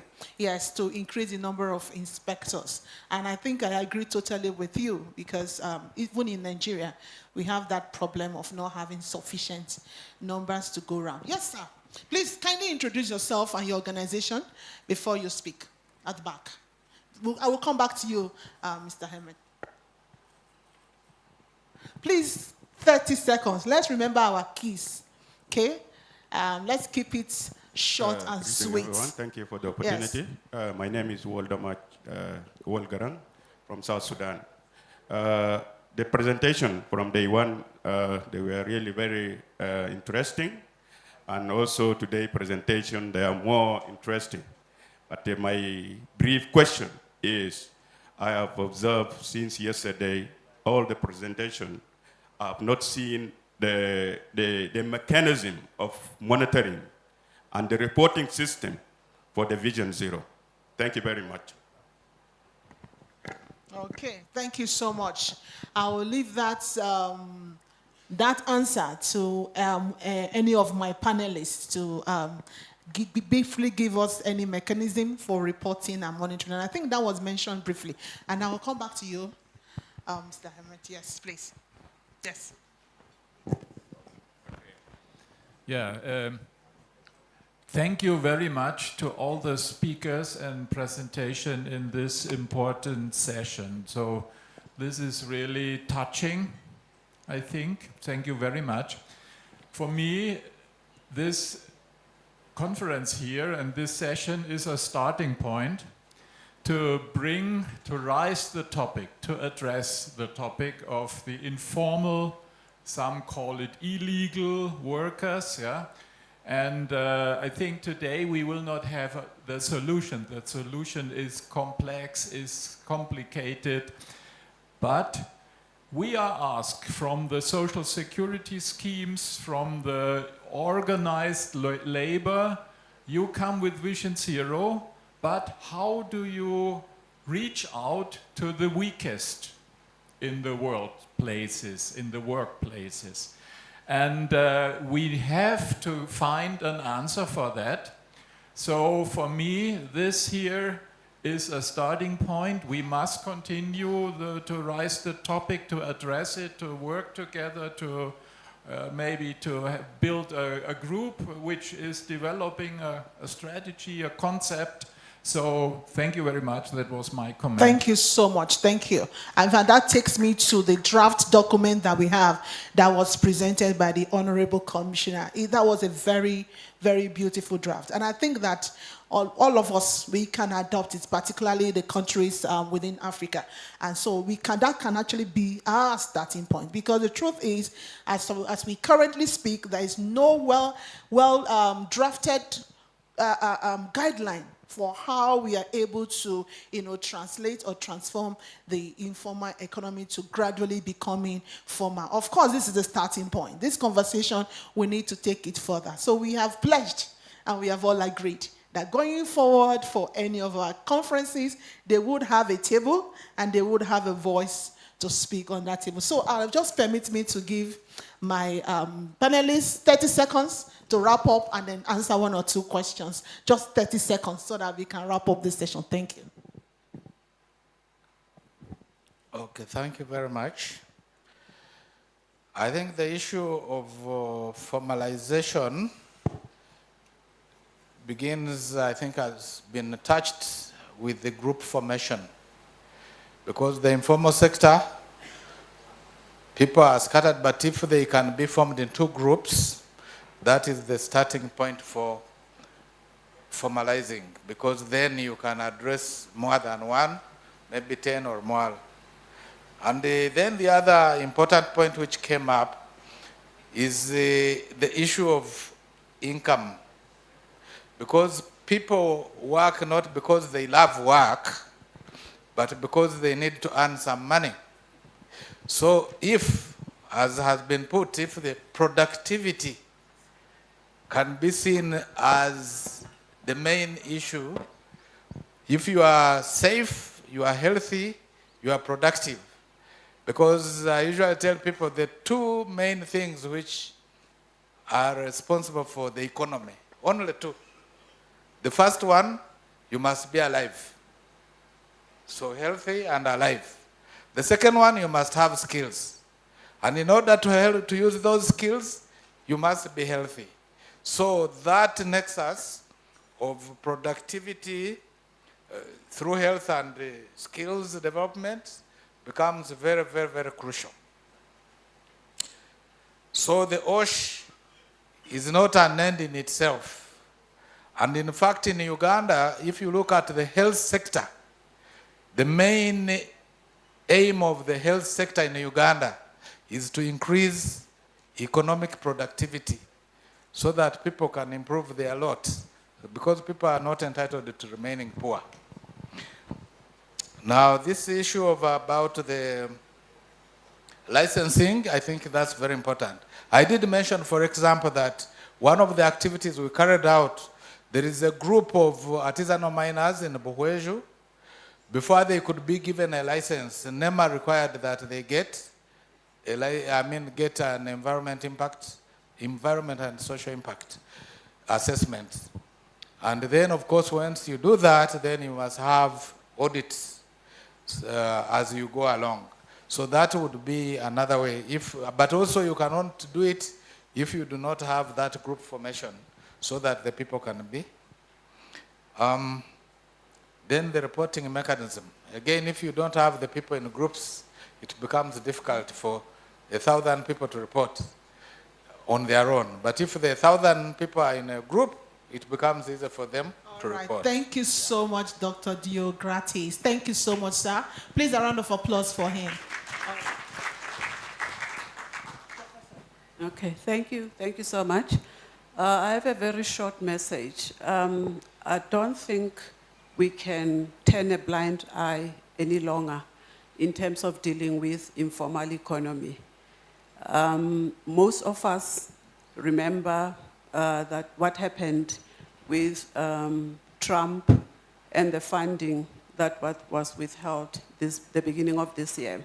We had colleagues that were in formal employment in December, in January, and come February, March, people were suddenly out of jobs. And some of them, unfortunately, have to resort to informal economy. So in summary, informal economy is no longer a very far thing, far from us. It is with us. And I am asking each one of us to think in our little corners, how do we contribute to this, to the policies? How do we include them intentionally so in whatever we do in our formal employment? It is going to help not only us, but the countries, especially African countries, because the backbone of our economy rests upon the informal economy. Thank you. Thank you, Professor. Thank you very much. My last message is that I begin with a quote, because in our work as Global Fund doing oversight visit, we visit these informal workplaces. And the quote is that from an informal sector hustler, because that is how they call themselves, my major concern is to hustle for daily survival. Not safety and health issues, which may wait a bit. With such mentality and mindset, they really need our support. And the support can be through simple messages to trigger action. But also we need to develop simple systems to track. Yesterday, the presentation, maybe this morning, where I think from Germany, had some tracked numbers, some graphs. You will see getting to zero through numbers. But if you don't have the numbers, we cannot see how we are progressing. So these are simple systems where we can track, but also systems where they can report. Because in order to report in major systems around, you must be formal. Who are you? Where are you located? Yet I might be reporting really Vision Zero issues, accidents, fatalities? Do I need to be formal to report? And so those are issues that we need to look at. Remember, we should not leave them behind. Thank you. All right, thank you so much, Mr. George. Thank you. A round of applause for my panel. Indeed, the informal sector, they cannot be ignored, and that is the truth. They cannot be ignored. For us to truly leave the theme of this conference from commitment to action. There is nothing to action if the action is not going to be multi-faceted, involving the informal economy. There's nothing to action. Okay, action truly will begin with them. So all hands must be on deck to see how we are able to create laws, policies, not just laws and policies, but laws and policies that are inclusive, that speak really to their situation, okay, to their current, situation, such that they are able to pick up these policies and able to implement them. So I want to say thank you so much to my co-chair, and thank you also to my amazing panelists for doing justice to the topic. Thank you so much. Thank you so much also for your participation. Thank you.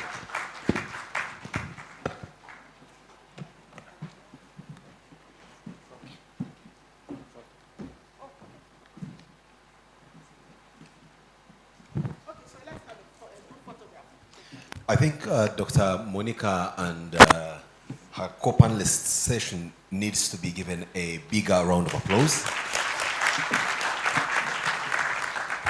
Although, like they have indeed indicted themselves, it could have been a wider and deeper round of applause if members of the informal sector were a part of this. As you've heard, people say that there is nothing for us without us. So like I did kind of quip yesterday, we will sit here in this beautiful, I would have said air condition, but naturally air condition from the lake, with interesting technical people coming in from all walks of lives. But you're all speaking to yourselves. You are all a communion of saints reciting the Apostles' Creed. You're not adding any more Christians to the table. Sin is out there being committed, and you, the pious ones, are speaking to yourselves. All of you are very safe, including the guy who was almost hit by a loudspeaker there. He had safety in his mind. I could see he dodged it precariously. Meaning you're all aware of the precarious environments in which we operate. I can see some of you are moving around with helmets and all that because you are aware of what to do. What about the multitudes that are out there that are, as you termed it, in the informal sector that do not have this incredible knowledge that you are sharing here with us? So we need to reach out, we need to make the message pilfer down. Oh, this is not supposed to be a soundtrack for your picture. You may as well take your seats. I'm sure they've taken the picture already. All right. I think they need a sound clap of a soundtrack of claps to walk down the aisle. So, we're now back to normal programming. If you look carefully at the position of the sun, it's just about lunchtime. But before we go there, let's have some housekeeping rules. But also maybe, as we wait for the hotel to set up perfectly well, and before we can allow for a stretch, as I share some housekeeping rules, maybe I also need to get into the room and give my 2 pence around the subject matter on the podium, so that you don't take the risk of assuming they brought an MC whose role was just to have a nice voice and look cute, but maybe also understands 1 or 2 things about the conversations going on. So now I'll start with what the gentleman from the Global Fund concluded with, saying we need to have simple messages to trigger action. No, do you hear that? We need to have simple messages to trigger action. And then Dr. Monica came in to wrap it up and say, yes, that ties in very well with the theme of our conference, which is from commitment to action. So I'm going to ask a simple question for illustration, and I would love the Ugandans in the room to bear me witness. Do you agree that one of the most used items is a mobile phone in this country? Right? By you very important and sophisticated people, and your village relatives who can barely read and write, but somehow they use the mobile phone. So do you think the mass use of the mobile phone was done by government regulation and these high-handed discussions in rooms like this? Pardon? It was done by a deliberate marketing effort from those who sold a service as opposed to forcing people to use a product or a good, right? They made it feel funky and in vogue to have a mobile phone. They marketed it and made it look like you can't live your life without it. Maybe you may need to step away from saying, oh, wear helmets, wear protective wear, look behind your shoulders every time you move, to try and propagate a message that sends the fear of God into people's minds to know that in as much as you're hustling for daily bread, that day could end there and then if you do not look at the issue of safety. So if you want to have today's bread and tomorrow's bread, you may as well look at safety first for today so that tomorrow you can have the latitude to have tomorrow's bread and next week's bread. Not so. Now, the kicker is on this one. You tell me amongst all you technical safety people, who would better coin a message on safety that is compelling, that's captivating, that people will believe in more than a person trained proficiently in designing messages? Okay? Think about it deeply. We are all gifted differently, or maybe trained differently. There are those of us who are trained in the art of putting across messages in captivating ways, even when we don't know what the message is all about. But somehow you coin the message, right? And then there are those of you who are so technical in ensuring safety, but you can't communicate that. So my appeal as we go for lunch, just like we've had this synergy of collaboration, try to look around for people who are not technical like you in this field, but who are technical in the crafting of messages and marketing and civic education to go ahead of you and preach that for you, so that by the time you come in with your well technically made safety gear, the laws on your billboards, your safety moments, people are already having a subconsciousness that has been triggered by a good message. That is just my long pitch to say they are people like me who can support you in putting your message across. So next time you're having all these technical messages, don't look for health and safety experts only, but also look for communication experts who will put across this message for you in a manner that people will never forget. Okay?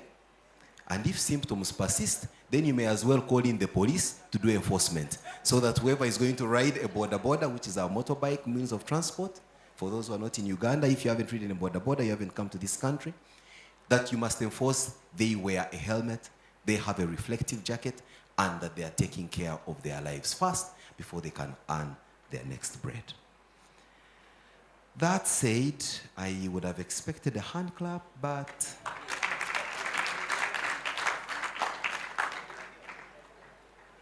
the shoe maybe didn't fit quite well. We are now going to take a longer lunch break than we did yesterday, for the fact that we've managed to save some time on this other part. And so we will exit, and hopefully the hotel will be ready for us. But if it doesn't, do I get some guidance? Okay.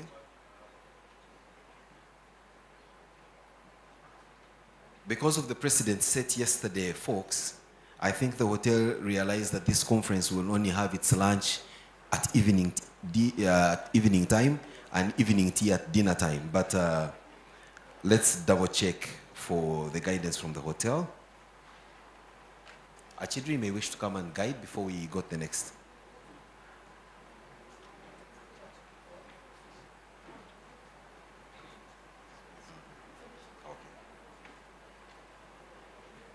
All right. Before we exit, we will have a signing of a memorandum of understanding that's going to be between some entities that I'll be announcing as we get along. But what's important is later on, you will see a QR code being beamed on the screens ahead of us. Please feel free to scan that QR code, and that code is supposed to get you into a portal where you can voluntarily subscribe to the Vision Zero platform as a member, as an affiliate, or as an associate. The information to share from that QR code entry is not very deep. It won't infringe on your privacy, but all the organization requires is your name, the organization that you represent, and your email address so that further information can be shared with you. Along the way, of course, they will have to, the computer will ask you whether you are not a computer. So they'll ask you, are you a robot? Please indicate that you're human and that you are not a bot. We will have a group picture, I am told. So yesterday you were wont to appear at your best. Today I can see some of you are in your very best of clothes, so much so that even if a fire catches your home, not much will be lost because you have your best clothes on you. Please, we will be guided on where, but there's still a conversation on where we should have this group picture, whether the shores of the lake, at the banner, or right at the entrance of the hall, or we will have one that will be placed, but we will certainly guide. We are looking at the different possibilities. Then I wish to also inform you that our ambassador for Vision Zero, Mrs. Arlene Kajina, did hit the road running, literally. And just for a bit of background on her role, she only was recently the head of the Uganda National Roads Authority, the government agency that was charged with the construction of the beautiful cross-country roads. So if you've had a good ride between the airport and up to here, believe you me, that can only have been her incredible work. But if you find some patches of road that is not the very best, it is not her, that's for the local community. Eh? That's for the local government, not the national one. So speaking of which, she hit the road running, and this morning she was on the national broadcaster discussing and sharing very deep and insightful messages from this conference. We will be sharing snippets of that interview on the screens during our break. But yes, I think we wouldn't have chosen a better person for an ambassador than her in her articulate and highly experienced manner. Tomorrow, I am told, is a more interesting day than for those who, especially like me, don't like sitting in rooms for a very long time. You are having field visits, and there is an upper limit of 30 people to 50 people, depending on the two different companies that you'll be visiting. One of the companies is Uganda Breweries Limited, if I get it right. I believe you, if there's any subscription to make, I think put me as number one. That one I wouldn't miss. Because I am sure we test the products, right? The safety of them. Then the other is roofings. Considering I have an open roof on my head, that's not one place I'd want to go to, but we have an upper limit on both areas. So for those intending to go to the brewery, we have an upper limit of 30. If I were you, I would register twice, just to make sure you're on the list. And then roofings, we have an upper limit of 50. Please make sure you register and don't miss out on these on these excursion visits. There is a soft copy magazine for this Vision Zero that is being shared around on WhatsApp if you are in the group, but there will also be a version of which that will be put up on the website in which you registered to be a part of this conference. So please take some time and check this magazine.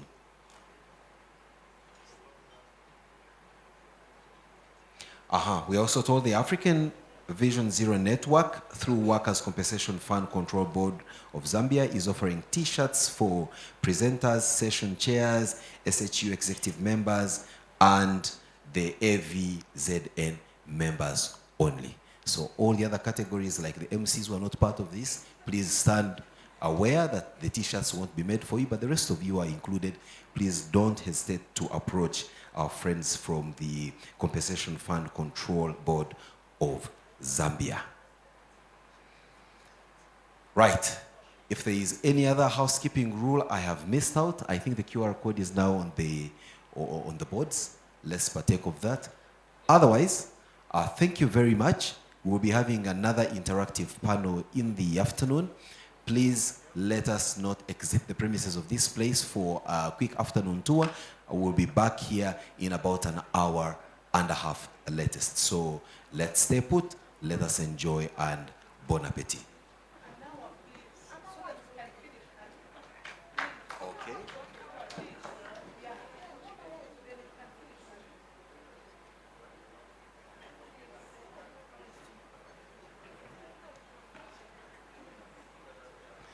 An appeal is being made that I think the lunch should be drunk and not eaten, so please, it's all up to us. Let's be back here in an hour after the following activity.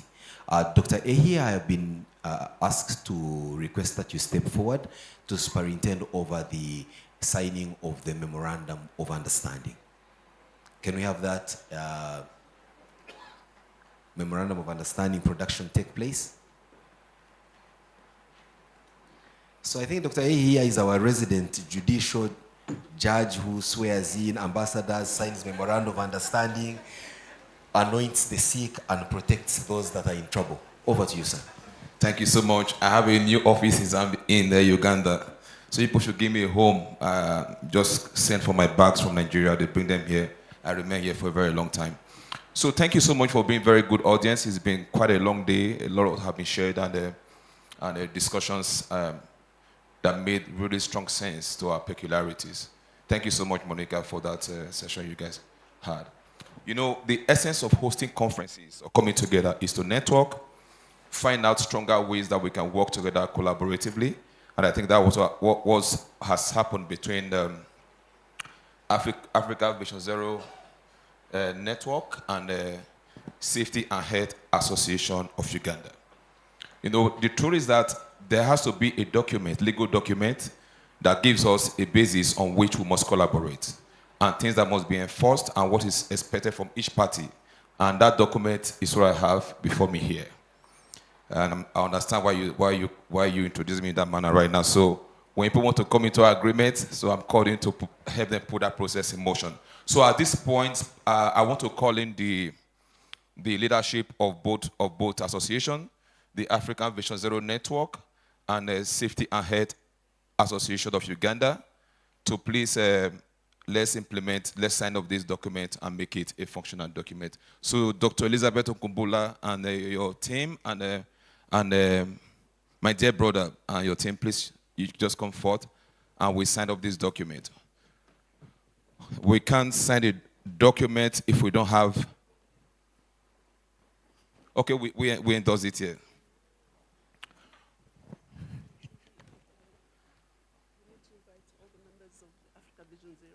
I just said so. All the members of African Vision Zero Network, please come and witness according to Dr. Elizabeth Nkumbula. And all the members of Safety and Health Association of Uganda, just come in and be a part of this August occasion. So I have read through the documents, and I stand as an international observer as it concerns this document. And I hope every content of this document will be implemented as it is here. Is that correct? It is a commitment. Okay. So on this day, 28 August 2025, we stand to witness the collaboration document being signed between SHAO and the Africa Vision Zero Network. And we hope this brings a stronger working relationship between both parties and able to work within the framework of Vision Zero, strengthening capacity and collaboration across the two countries, across Africa, and most importantly, within Uganda, where the document has been signed. So I'll leave you now, Dr. Elizabeth, to just give a few words. Then after that, he speaks, then we sign off. Okay. Thank you very much, Dr. A. First of all, I'd like to thank the Commissioner, Madam Eva, for giving us this opportunity and the platform for us to sign the Memorandum of Understanding between Africa Vision Zero Network and Safety what is it? Safety and Health Association of Uganda. This is not just a memorandum of understanding, it's more than that. It is a commitment from two organizations for them to work together in advancing safety, health, and well-being, as we've been just discussing from yesterday. We have said to ourselves, we're going to build the culture of prevention. Vision Zero is built on not only a difficult, but a simple and powerful belief that no accidents, no harm should be allowed. Everything is not allowed as long as it has to do with accidents. Having said that, I'd like to say through this partnership, we will strengthen collaboration, share knowledge, support the initiatives that place health, safety, and dignity of workers at the center of development in Uganda and across Africa. On behalf of the Africa Vision Zero Network, I reaffirm our commitment to this journey and look forward to the many achievements that will come from the cooperation, and now invite all the members of the Africa Vision Zero to be upstage. Thank you. Distinguished delegates, ladies and gentlemen, on behalf of the Health and Safety Association, we're privileged to be here. This is an occasion that we have been looking forward to. The Health and Safety Association, which is an umbrella body for practitioners and professionals, are the torchbearers, the people who are going to implement the 7 pillars of Vision Zero at the different workplaces. So we are honored and will commit that diligently in different workplaces, private, public, and government entities will commit to drive the Vision Zero agenda and deliver to the purpose. We are honored to be here, and we are happy the Commissioner gave us the opportunity to sign this memorandum of understanding in front of the delegates here. Thank you. Thank you so much. So we have the commitment document here. So I, at this point, call on the SHAO president to endorse your signature. I have a pen here. This is legislative pen. Use this one. So, and Dr. Elizabeth, you get ready to also endorse that. That we need 2 witnesses from each of the network and association. Yeah.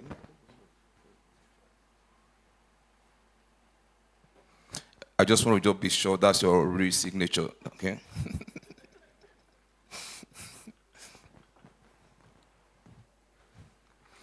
Okay, Dr. Elizabeth Okumbula, please.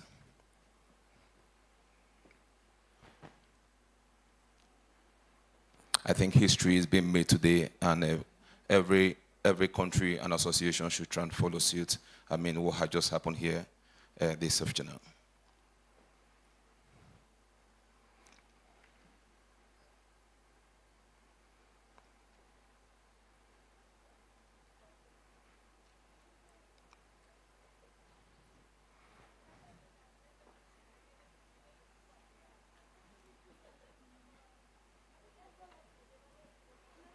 Is that your exact signature? So I'll need 2 witnesses from SHAO. Your name and your designation and your signature and date. Or a witnesses each, actually.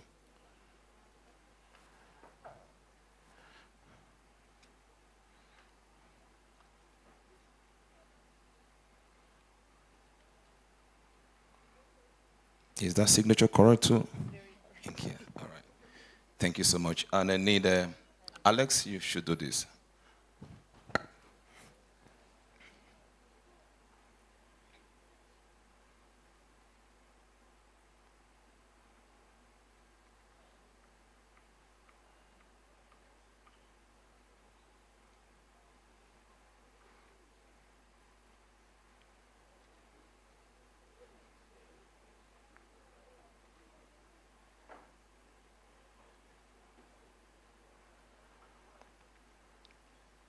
Why did you cancel your signature?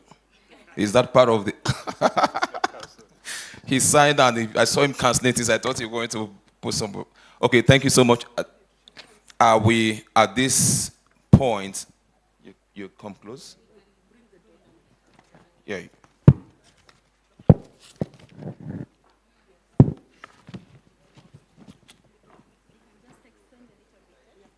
You come forth, so you come forth, join him. So before this great audience, I present to you both African Vision Zero Network and Safety and Health of Uganda, your collectively signed memorandum of commitment.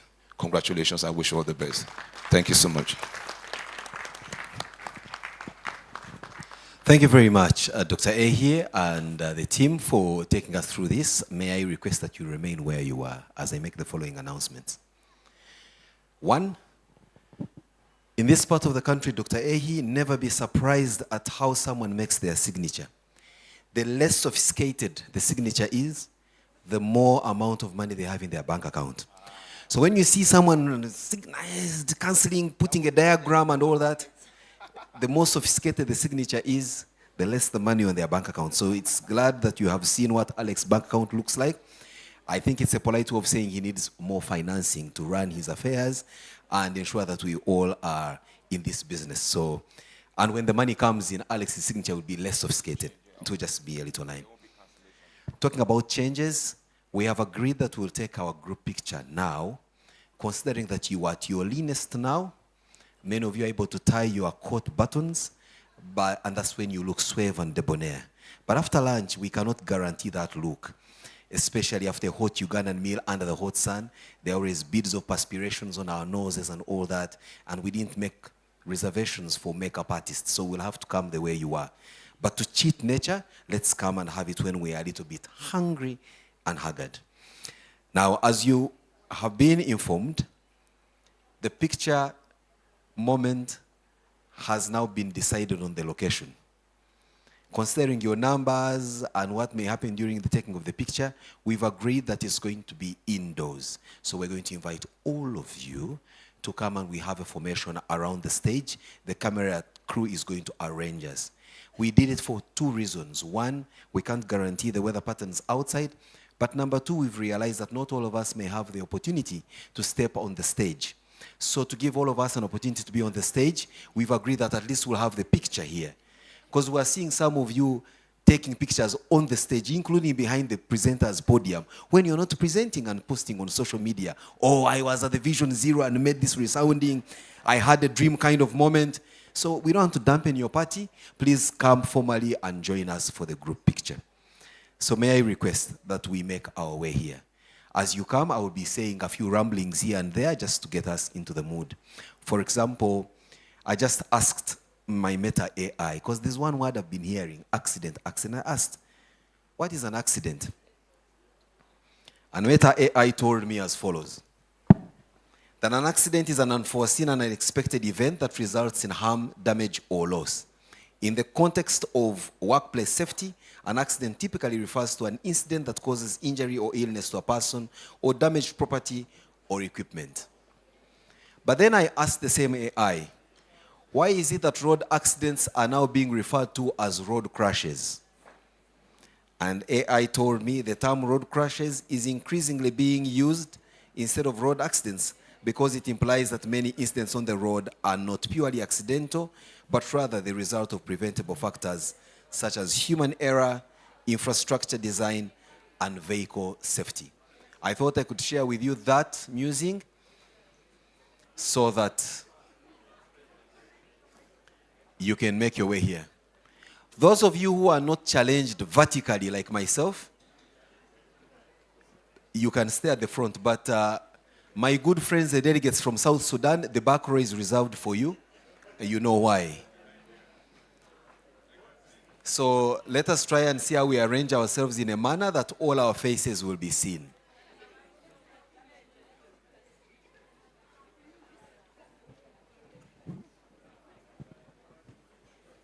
Oh, it's a terrible slide up here. You didn't realize that, I'm sorry.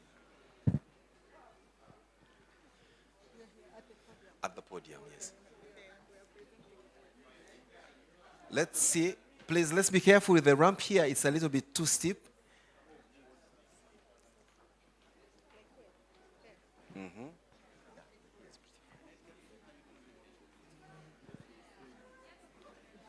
This picture will be in the magazine for the event, so let's make sure we're all there.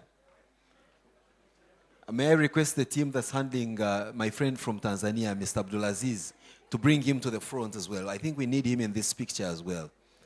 This business of safety also comes with a tag of non-discrimination. So can someone please wheel my friend Abdulaziz to the picture here so that he is part of our arrangement.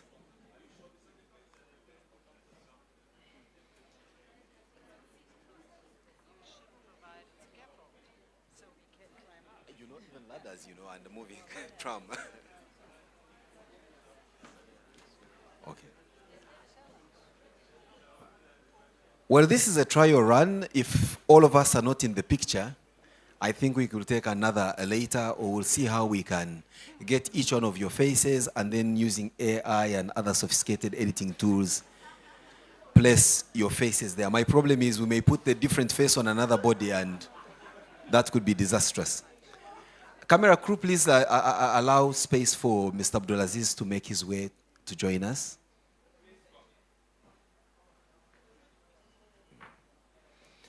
Please, the chairs that are being brought to the front are strictly for sitting on. Let's not stand on them.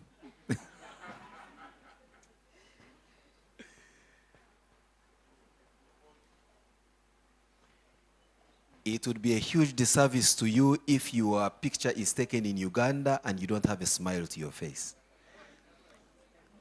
In fact, it's for your safety that you should wear a smile all the time. Our immigration teams normally look at the smile on your pictures, especially taken from conferences, to determine whether you have enjoyed and so you can exit, or you haven't enjoyed Uganda, you may wish to stay. And usually that's at your own cost and inconvenience. So let's smile.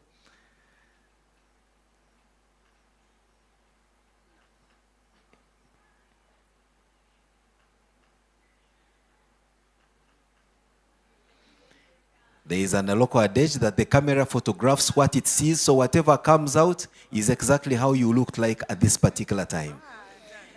No filters, nothing. Yes.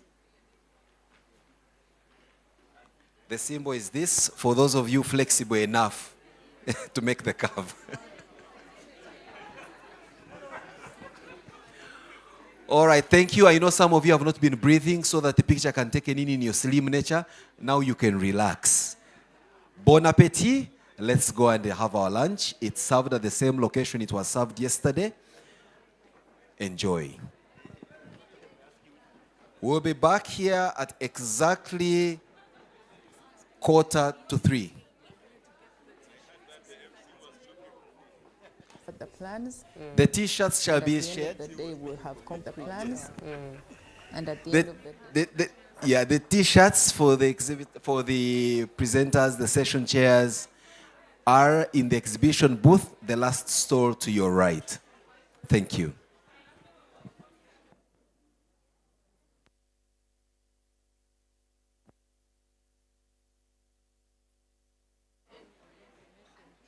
the plans. And at the end of the day, we'll Very have good. concrete outcomes. Please be reminded we're that we going have to a take. gala But also evening appreciating that this evening, it's where not we'll that have a nothing has cocktail, been done to this point. I think a we must band, we must see the serenadas, progression. some interesting Because this Ugandan Vision bites. Zero started Again, in there is no conference without 2017. that level of hospitality in Uganda. If you miss as a tonight's road event, safety you'll have missed a campaign. very major They milestone spread to the of this workplace conference. So 2017 let's in not exit Singapore. after the formal And in workings. Africa, Uganda We is have the an third informal host. evening The first was starting at Nigeria, exactly 7 p.m. 2021. Then Zambia 2023 and Uganda is hosting. And we're hoping to use the plans. And at the end of the day, we'll have concrete outcomes that we're going to take. But also appreciating that it's not that nothing has been done to this point. I think we must see the progression Was this Vision Zero started in 2017, actually in 1997 as a road safety campaign, then spread to the workplace 2017 in Singapore. And in Africa, Uganda is the third host. The first was Nigeria, 2021, then Zambia, 2023, and Uganda is hosting. And we're hoping to use the opportunity of this conference to raise a strong voice, not just here, but regionally and internationally. Right, and what opportunities stand out for Uganda as the fact that it's the host this year? So we get an international profile and therefore attract funding. There's a lot of funding in safety and health globally. Funding that can come and train our workers, train our employers, raise awareness, demand accountability, have those safety audits that we're talking about, and enforcement. But also help us to promote Uganda at international level. Right. Because there will be international Vision Zero conferences. Uganda should be able to stand on that stage and say, this is what Uganda has done. This is the infrastructure in place. These are the policies in place. And these are the results we are proud to demonstrate. Right. Right.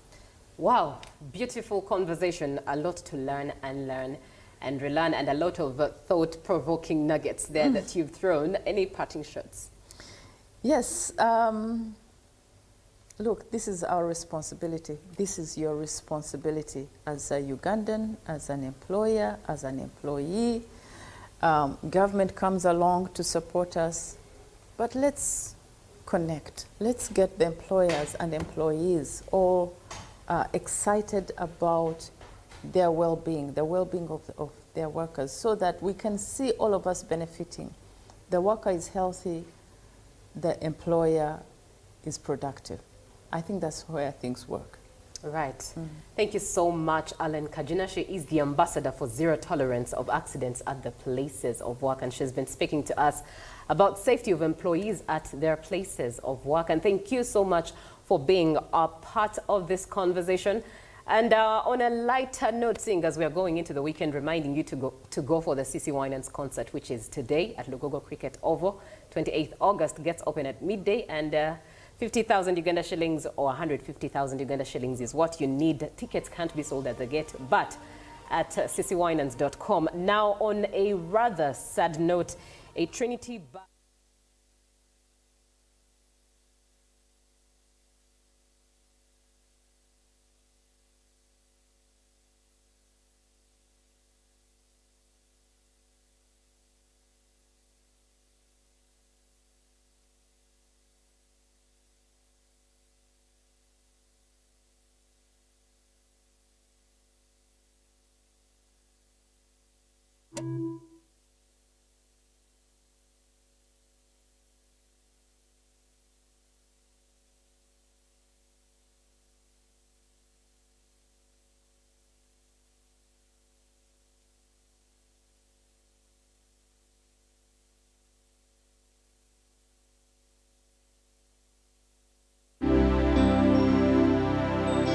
As Workers' Conversation, we've launched the Vision Zero, believing that all accidents, diseases, and harm at work are preventable.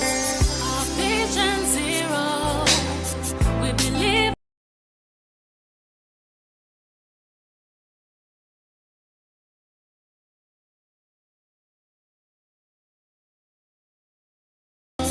We believe all accidents and diseases are preventable, and they can come to zero.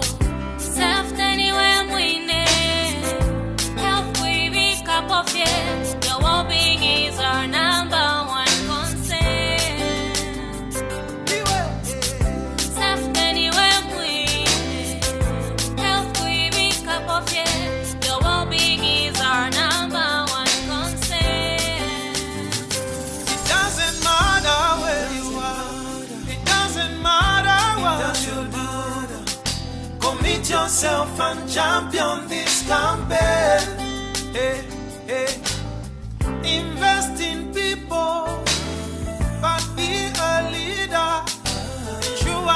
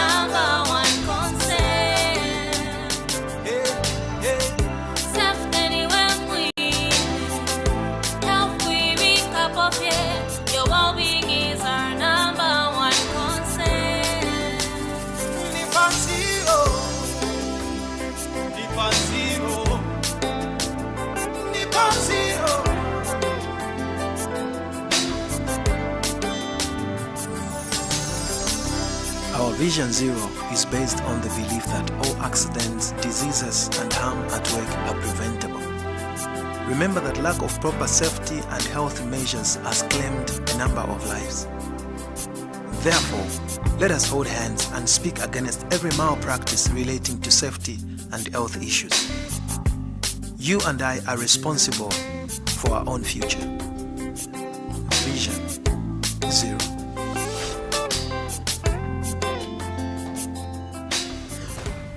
Workers' Compensation Fund.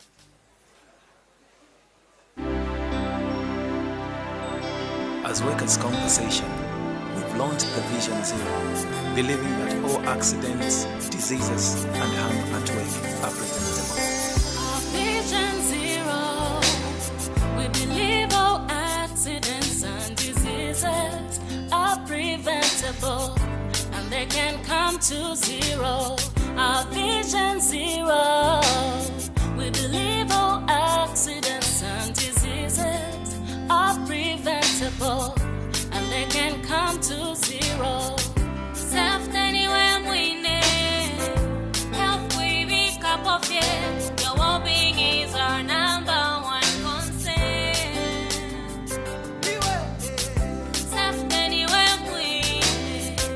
Health we be cup of it. Your well-being is our number one concern. It doesn't matter where you are. It doesn't matter what you do. Commit yourself and champion this campaign. Hey, hey. Invest in people, but be a leader. Ensure yourself and health in what you do. Yonse ni pa zero. Yonse ni pa zero. Ni pa zero. Yonse ni pa zero. Yonse ni pa zero. Ayo wandi, we mubomsi wandi. Yonse ni pa zero. Yonse ni pa zero. Yonse ni pa zero. Tata wandi, we mubomsi wandi. Anywhere we need, health we be cup of it. Your well-being is our number one concern. Safety anywhere we need, health we be cup of it. Your well-being is our number one concern. Ni pa zero. Ni pa zero. Ni pa zero.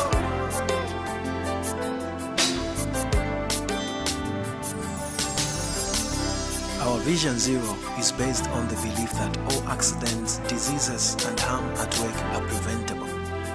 Remember that lack of proper safety and health measures has claimed a number of lives. Therefore, let us hold hands and speak against every malpractice relating to safety and health issues. You and I are responsible for our own future. Vision Zero.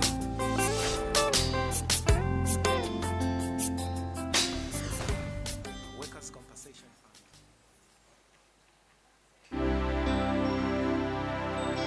As Workers' Compensation, we've launched the Vision Zero, believing that all accidents, diseases, and harm at work are preventable. Vision Zero. We believe all accidents and diseases are preventable, and they can come to zero. Our Vision Zero. We believe all accidents and diseases are preventable, and they can come to zero. Safety anywhere we need. Health we be cup of it. Your well-being is our number one concern. Safety anywhere we need. Health we be cup of it. Your well-being is our number one concern. It doesn't matter where you are. It doesn't matter what you do. Commit yourself and champion this campaign. Hey, hey. Invest in people, but be a leader. Ensure yourself and health in what you do. Yonse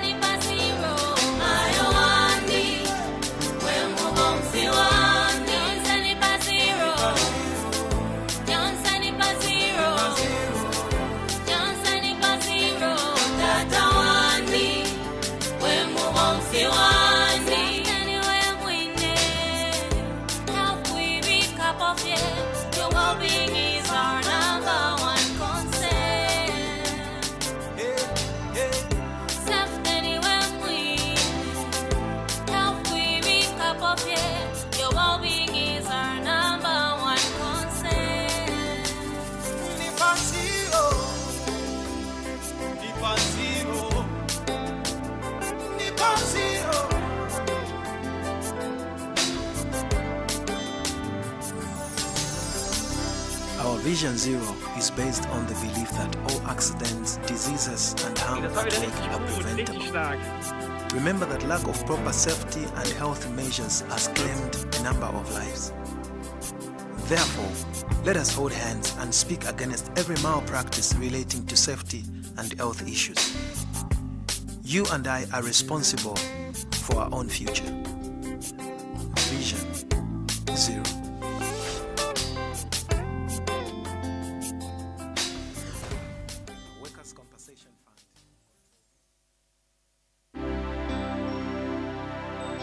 As Workers' Compensation, we've launched the Vision Zero, believing that all accidents, diseases, and harm at work are preventable. Vision Zero. We believe all accidents and diseases are preventable, and they can come to zero. Our Vision Zero. We believe all accidents and diseases are preventable, and they can come to zero. Safe anywhere we need. Health we wake up of it. Your well-being is our number one concern. Safe anywhere we need. Health we wake up of it. Your well-being is our number one concern. It doesn't matter where you are. It doesn't matter what you do. Commit yourself and champion this campaign. Hey, hey. Invest in people, but be a leader. Ensure yourself and health in what you do. Yonse ni pa zero. Yonse ni pa zero. Ni pa zero. Yonse ni pa zero. Yonse ni pa zero. Ayo wandi, we mubomfi wandi. Yonse ni pa zero. Yonse ni pa zero. Yonse ni pa zero. Tata wandi, we mubomfi wandi. Anywhere we need, help we pick up of it. Your well-being is our number one concern. Safe anywhere we help we pick up of it. Your well-being is our number one concern. Ni pa zero. Ni pa zero. Ni pa zero.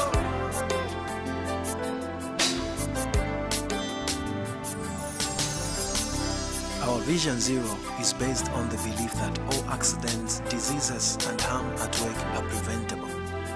Remember that lack of proper safety and health measures has claimed a number of lives. Therefore, let us hold hands and speak against every malpractice relating to safety and health issues.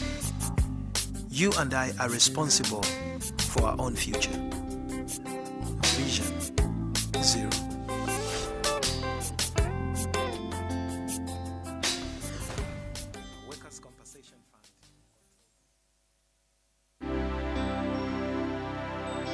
As Workers' Compensation, we've launched the Vision Zero, believing that all accidents, diseases, and harm at work are preventable. Vision Zero. We believe all accidents and diseases are preventable, and they can come to zero. Our Vision Zero. We believe all accidents and diseases are preventable, and they can come to zero. Safe anywhere we need. Health we wake up of it. Your well-being is our number one concern. Safe anywhere we need. Health we wake up of it. Your well-being is our number one concern. It doesn't matter where you are. It doesn't matter what you do. Commit yourself and champion this campaign. Hey, hey. Invest in people, but be a leader. Ensure yourself and health in what you do. Beyonce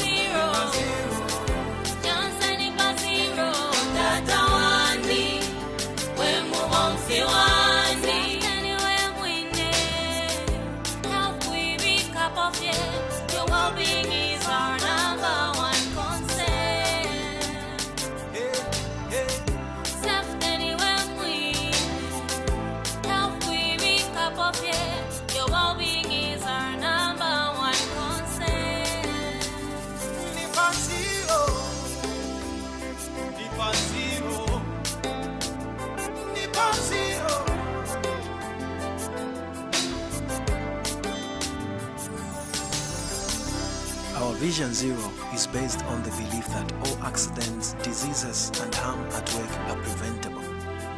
Remember that lack of proper safety and health measures has claimed a number of lives.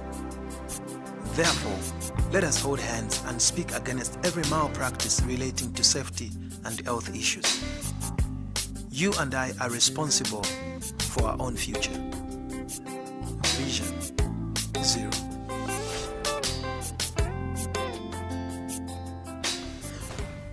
Workers' Compensation Fund.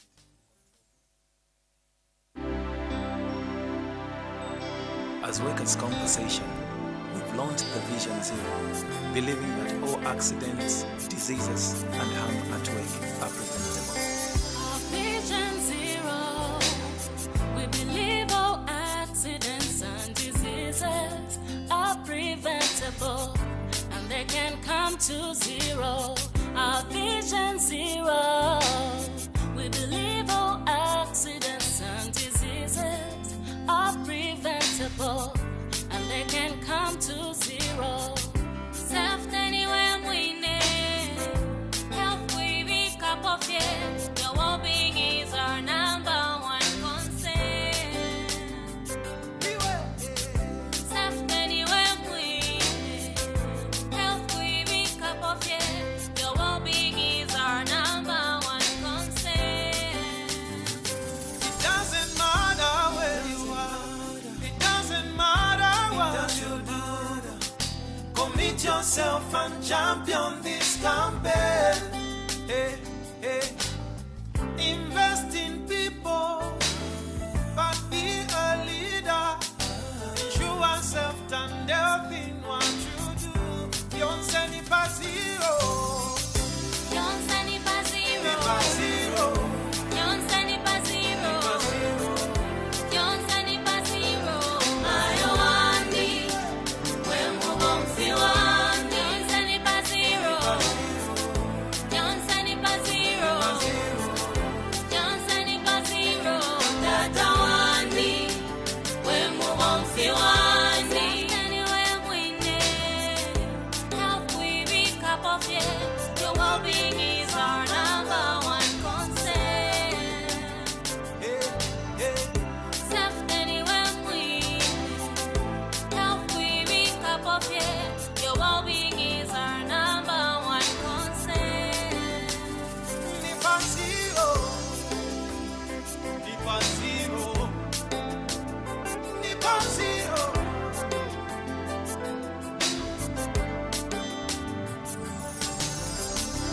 Our Vision Zero is based on the belief that all accidents, diseases, and harm at work are preventable.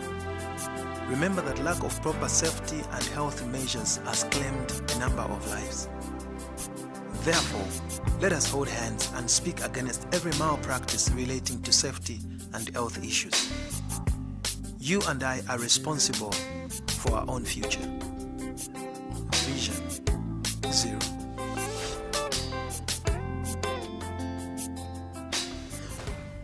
Workers' Compensation Fund.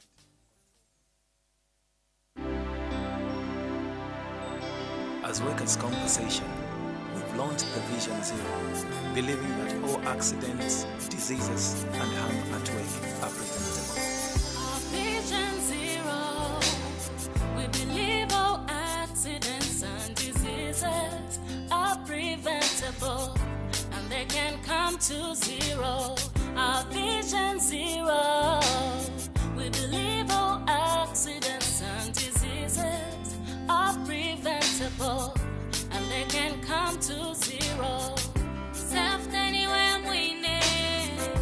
Health we be cup of your well-being is our number one concern. Safety anywhere we need. Health we be cup of your well-being is our number one concern. It doesn't matter where you are. It doesn't matter what you do. Commit yourself and champion this campaign. Hey, hey. Invest in people, but be a leader. Ensure yourself and health in what you do. Don't say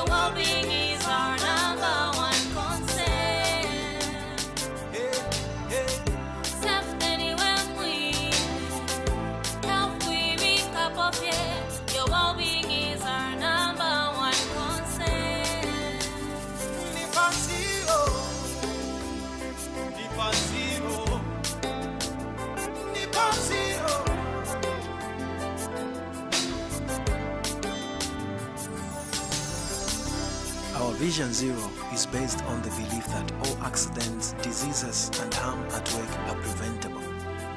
Remember that lack of proper safety and health measures has claimed a number of lives. Therefore, let us hold hands and speak against every malpractice relating to safety and health issues. You and I are responsible for our own future. Vision Zero.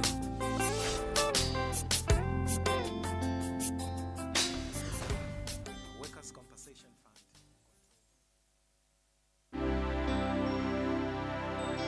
As Workers' Compensation, we've launched the Vision Zero, believing that all accidents, diseases, and harm at work are preventable.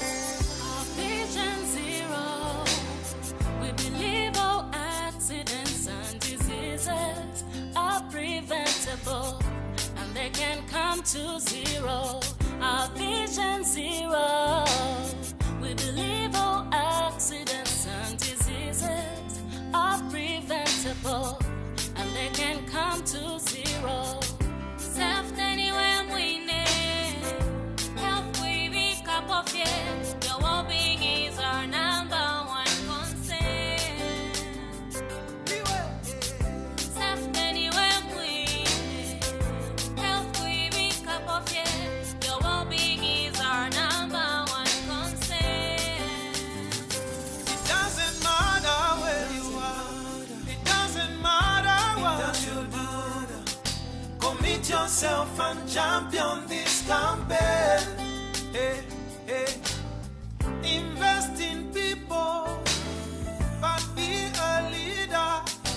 Ensure self and health in what you do. Don't send it by zero.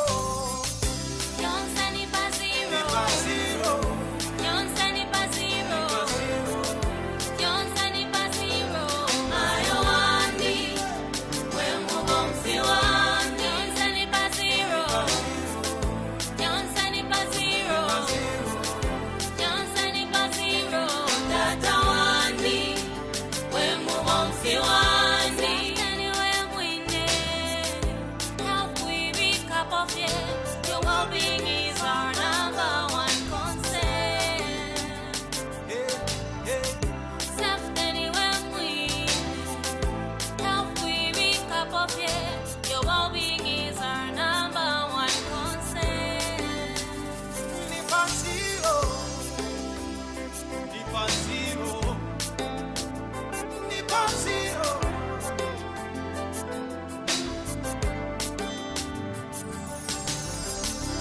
Our Vision Zero is based on the belief that all accidents, diseases, and harm at work are preventable. Remember that lack of proper safety and health measures has claimed a number of lives.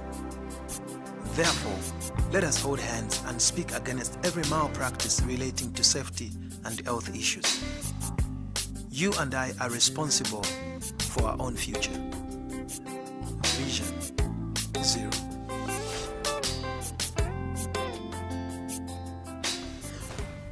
Workers' Compensation Fund.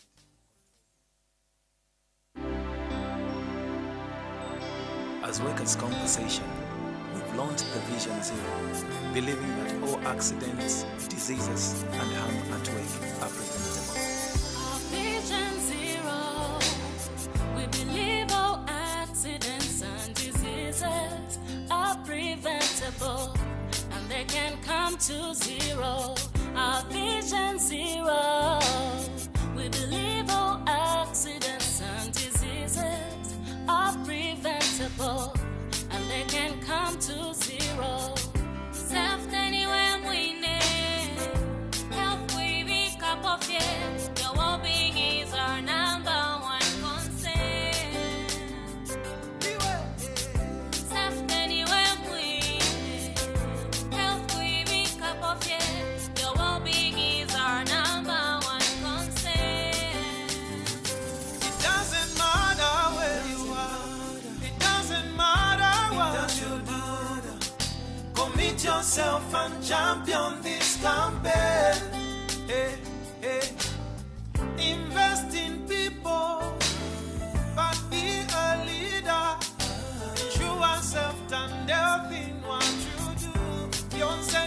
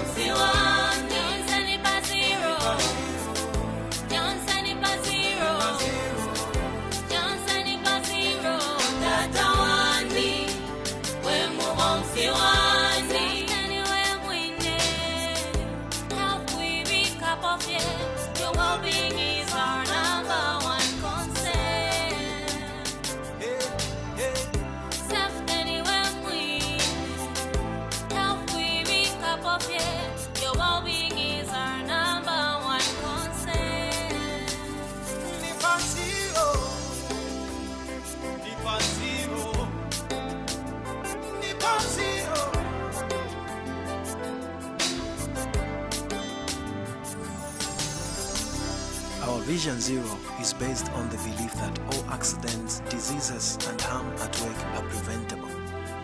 Remember that lack of proper safety and health measures has claimed a number of lives. Therefore, let us hold hands and speak against every malpractice relating to safety and health issues. You and I are responsible for our own future. Vision Zero.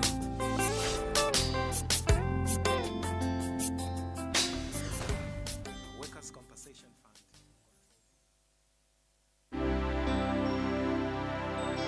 As Workers' Compensation, we've launched the Vision Zero, believing that all accidents, diseases, and harm at work are preventable. Vision Zero.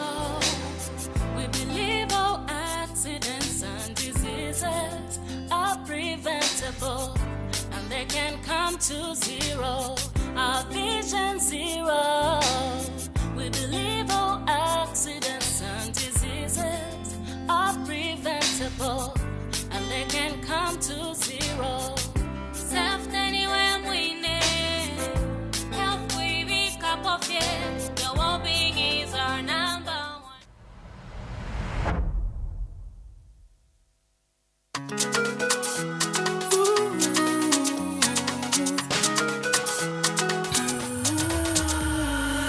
Construction safety is our priority.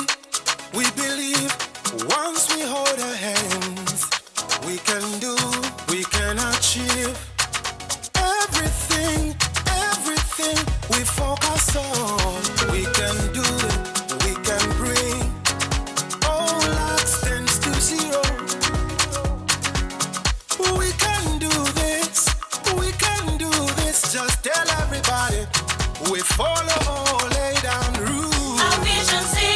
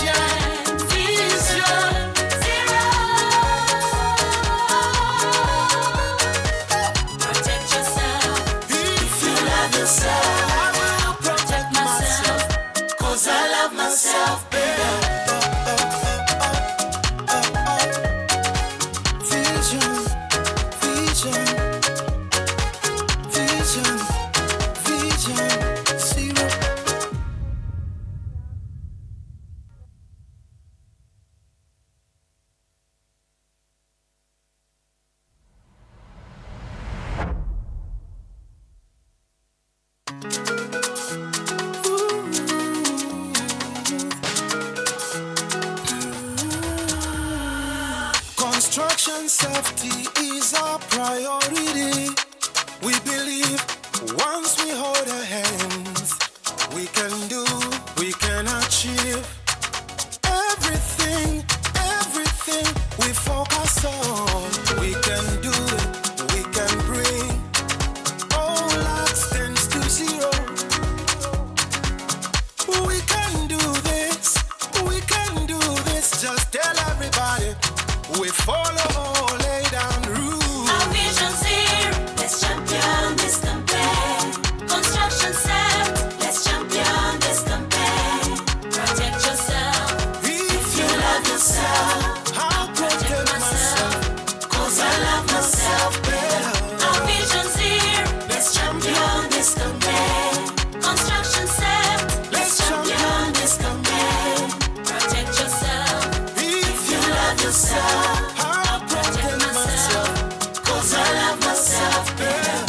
Injuries and accidents can be avoided if you work on heights. Ensure you are safe by having the right PPE. Your safetyness should be good. Ensure your scaffolds are strong. We can do this. Just do your part, and I will do my part. I know we can do it. Our vision's here, let's champion this campaign. Construction safe, let's champion this campaign. Protect yourself, if you love yourself. I'll protect myself, 'cause I love myself better. Our vision's here, let's champion this campaign. Construction safe, let's champion this campaign. Protect yourself, if you love yourself. I'll protect myself, 'cause I love myself better. Vision, vision, zero. Vision, vision, zero. Protect yourself, if you love yourself. I'll protect myself, 'cause I love myself better. Vision, vision, zero. Vision, vision, zero. Protect yourself, if you love yourself. I'll protect myself, 'cause I love myself better. Vision, vision, zero. Vision, vision, zero. Protect yourself, if you love yourself. I'll protect myself, 'cause I love myself better. Vision, vision, vision, vision, zero.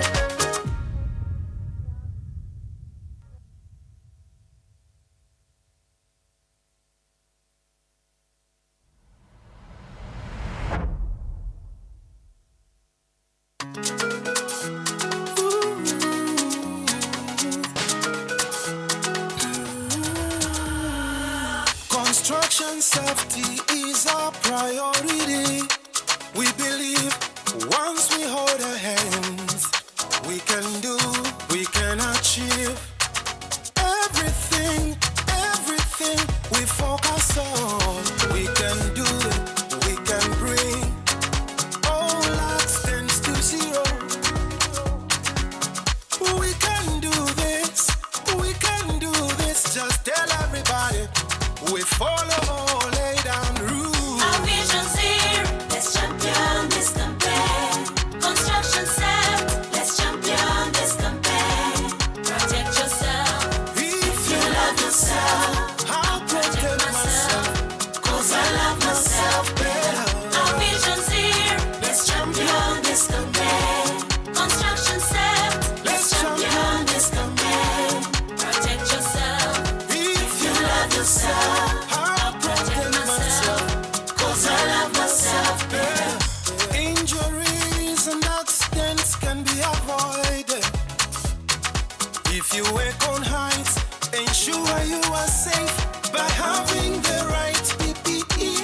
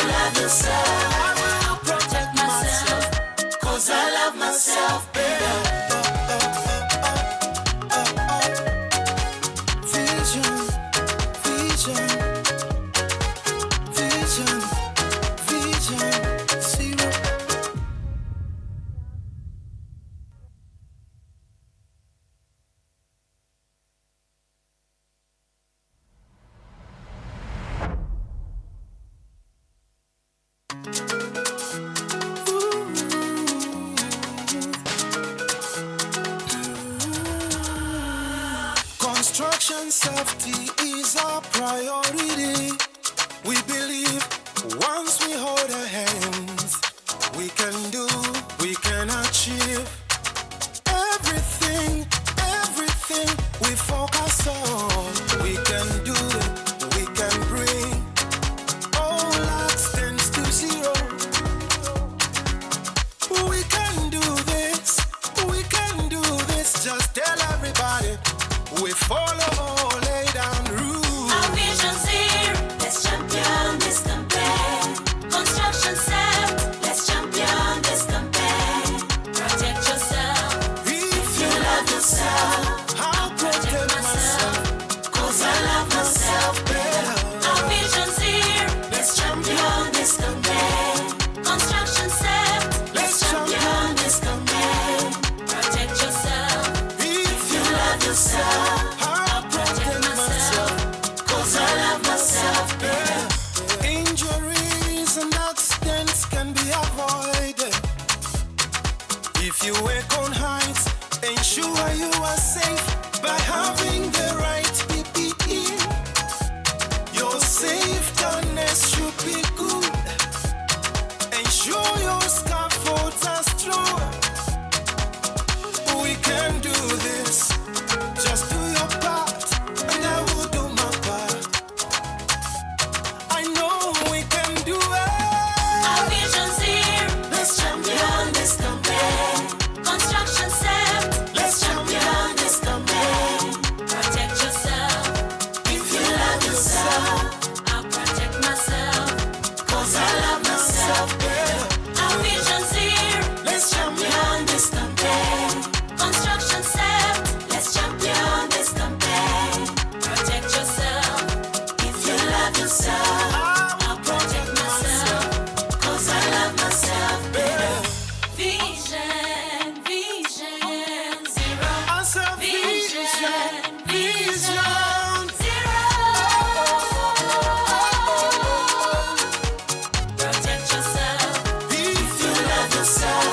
I'll protect myself, 'cause I love myself better. Vision, vision, zero. Vision, vision, zero.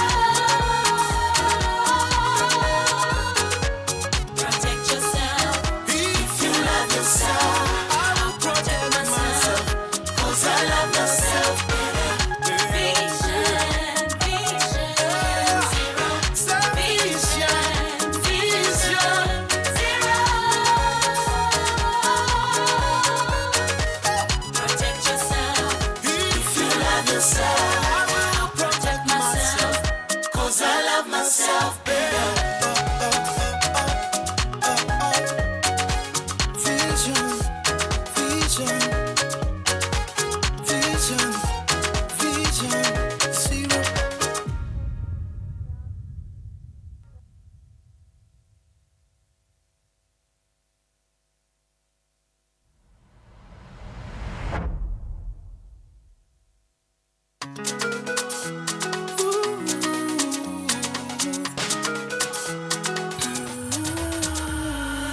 Construction safety is our priority. We believe once we hold our hands, we can do, we can achieve everything, everything we focus on. We can do it, we can bring all accidents to zero.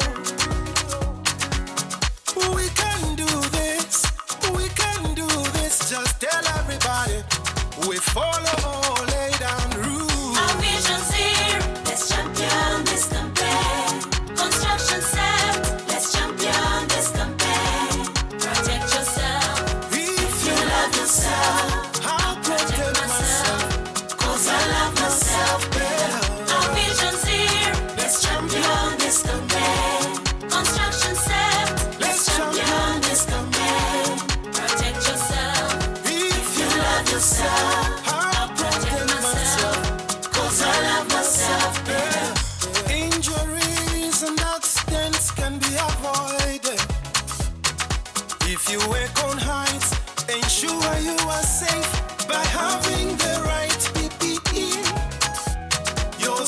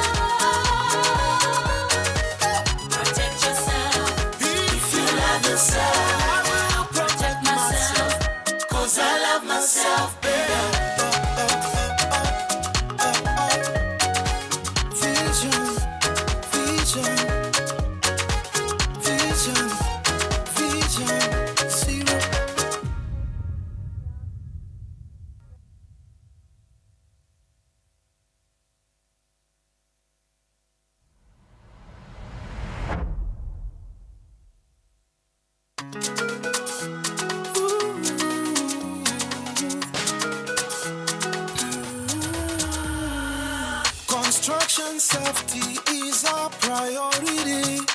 We believe once we hold our hands, we can do, we can achieve everything, everything we focus on. We can do it, we can bring all accidents to zero. We can do this, we can do this. Just tell everybody we follow all laid down rules. Our vision's here, let's champion this campaign. Construction set, let's champion this campaign. Protect yourself, if you love yourself. I'll protect myself, 'cause I love myself better. Our vision's here, let's champion this campaign. Construction set, let's champion this campaign. Protect yourself, if you love yourself. I'll protect myself, 'cause I love myself better. Injuries and accidents can be avoided if you work on heights. Ensure you are safe by having the right PPE. Your safetyness should be good. Ensure your scaffolds are strong. We can do this. Just do your part, and I will do my part. I know we can do it. Our vision's here, let's champion this campaign. Construction set, let's champion this campaign.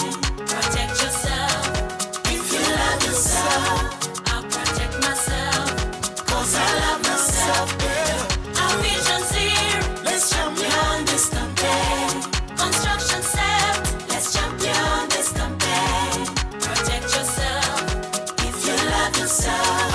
I'll protect myself, 'cause I love myself better. Vision, vision, zero. Vision, vision, zero.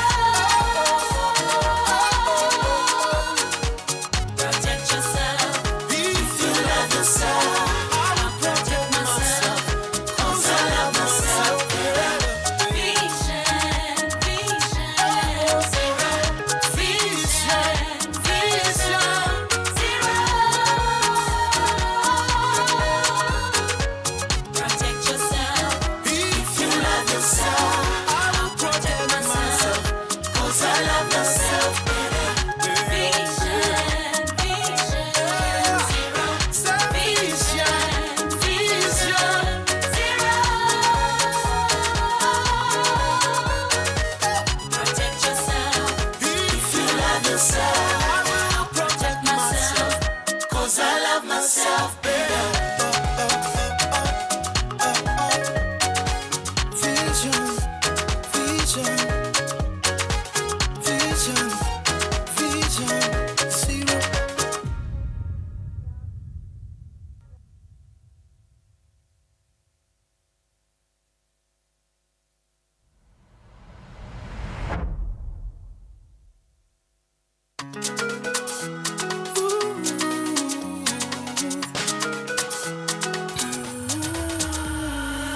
Construction safety is our priority.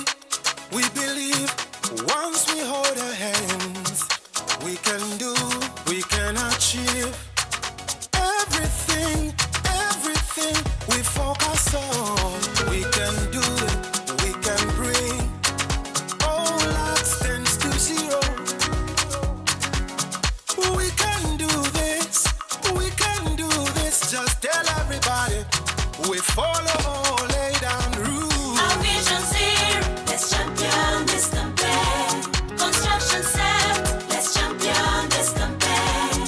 Protect yourself, if you love yourself. I'll protect myself, 'cause I love myself better. Our vision's here, let's champion this campaign. Construction set, let's champion this campaign. Protect yourself, if you love yourself. I'll protect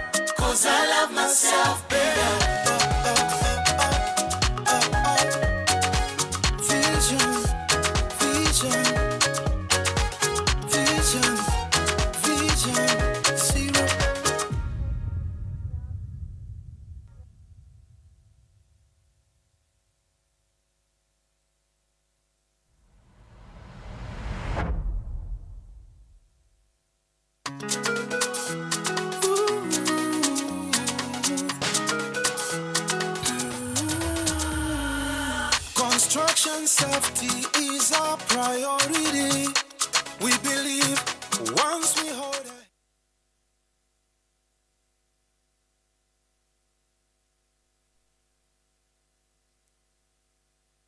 our All right, time check is exactly 15 minutes to the top of the hour, 3 o'clock. And I believe that's the hour we agreed we will begin our afternoon session. So welcome back from the sumptuous lunch break. Again, I believe that the Ugandan cuisine has not disappointed. Excuse me, are there any people in this room? How was your lunch? How was your lunch? How was your lunch? Now I know the lunch was great, and believe you me, it's going to even get worse. You're going to get quieter, and that's when I know that the Ugandan cabs are working. So Ugandan lunch, in the heat of the afternoon, there is only one thing it exudes, which is sleep. But let's try and keep as awake as we can, because the next session is going to go through very quickly. And before we know it, it will be for the evening cultural gala, where we will network, where we'll now enjoy our engagements with our jackets off, hats off, and try to be normal human beings. You're aware that this has been put together not only by the Ministry of Gender, Labor, and Social Development, but also together with some partners from both the private sector and some government agencies.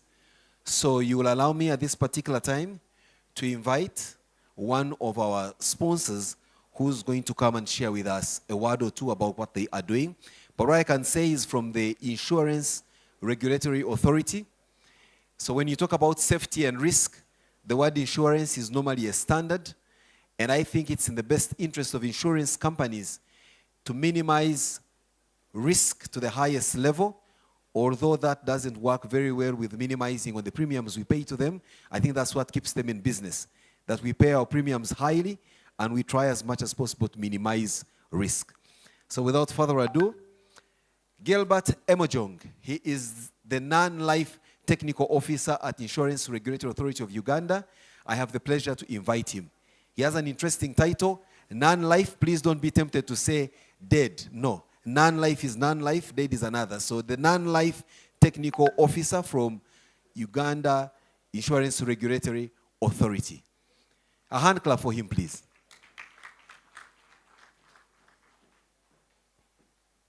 Yes, thank you very much, Master of Ceremonies. Good afternoon, delegates.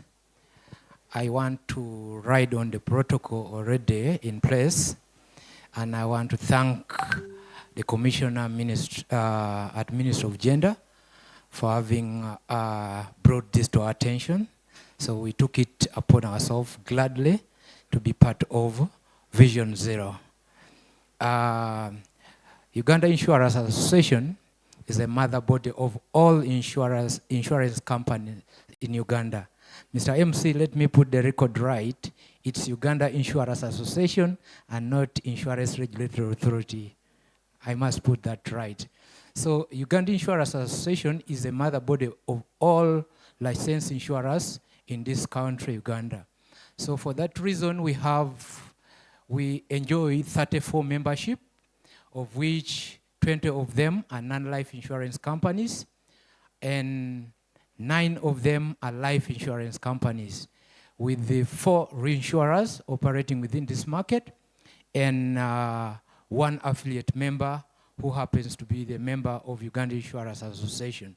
So when we talk about Vision Zero with insurance, as the MC had alluded to, we don't separate those two. We have been dealing with very many stakeholders in ensuring that we maximize safety, but because we have not been dealing with the ministry in charge of the commissioner in charge of safety, we were able to deal with other stakeholders like the one of industrial relations and labor, where we have been doing a lot of sensitization and awareness across the country in regards to workers' compensation. You know, it's one of the acts that is there that every person who employs or any employer must be in position to do what? To offer a workers' compensation policy for their employees, that in case they get injured coming to work or going back home, that the insurance company will be able to do what? To compensate. Above all, to bring other things that we have been doing with other stakeholders, I want to quote what Dr. Omar yesterday talked of from Tanzania, that in most cases, when we talk about Vision Zero, we are talking about injuries at workplaces. What about after work, when they are going home? What happens? So in that regard, we have been partnering with very many NGOs who have been advocating for road safety in that region, in Uganda here. So we have been partnering with them in the area of doing what? Of sensitization, awareness, and so on. When it comes to the area of the informal sector, we have tried to partner with border associations like the Safe Borders, for us in Uganda here, who are at least trying to organize those border riders. So we have been doing some engagement with them to make sure that they take a minimum insurance policy, they ride safely on the road so that they be able to do what? To be safe on the road and be able to live the next day. So now with the OSH Act in place, I think it's a new beginning for us, the insurance sector, to come together and pattern furthermore with the Ministry of Gender in this aspect here. So because, you know, without life, you cannot live this next day. And as an employer, one of the things you take care of is your profitability. So if you keep on paying premiums and then a whole claims eat up your premiums, the next time you want to get the same policy, we must up the rate so that you do what? You pay more premiums, hence affecting what? Your profitability element, of which we do not want to do that. So by the coming in of the OSH Act and Vision Zero, that sensitizes people on reducing workplace injuries, and also, of course, including the roads, we may be able to reduce that aspect there and be able to reduce the premiums we pay to the insurance companies. Even the insurance companies will be able to benefit in that aspect. So with those very few remarks, Mr. Moderator, I don't think whether I've utilized, I've gone beyond the time you had allocated me. I want to thank you very much for giving me this opportunity, and the Minister of Gender above all for giving the Uganda Insurance Association the opportunity to partner in this noble cause, which is a new norm for the entire world. Thank you very much. Remain Gilbert Emojong. Thank you. Thank you, Gilbert, for those reassuring words, and also telling us that you're going beyond workplace safety and looking at safety of workers in their commutes between work and their homes. Maybe what you didn't also, what you may need to consider is what about their safety at home?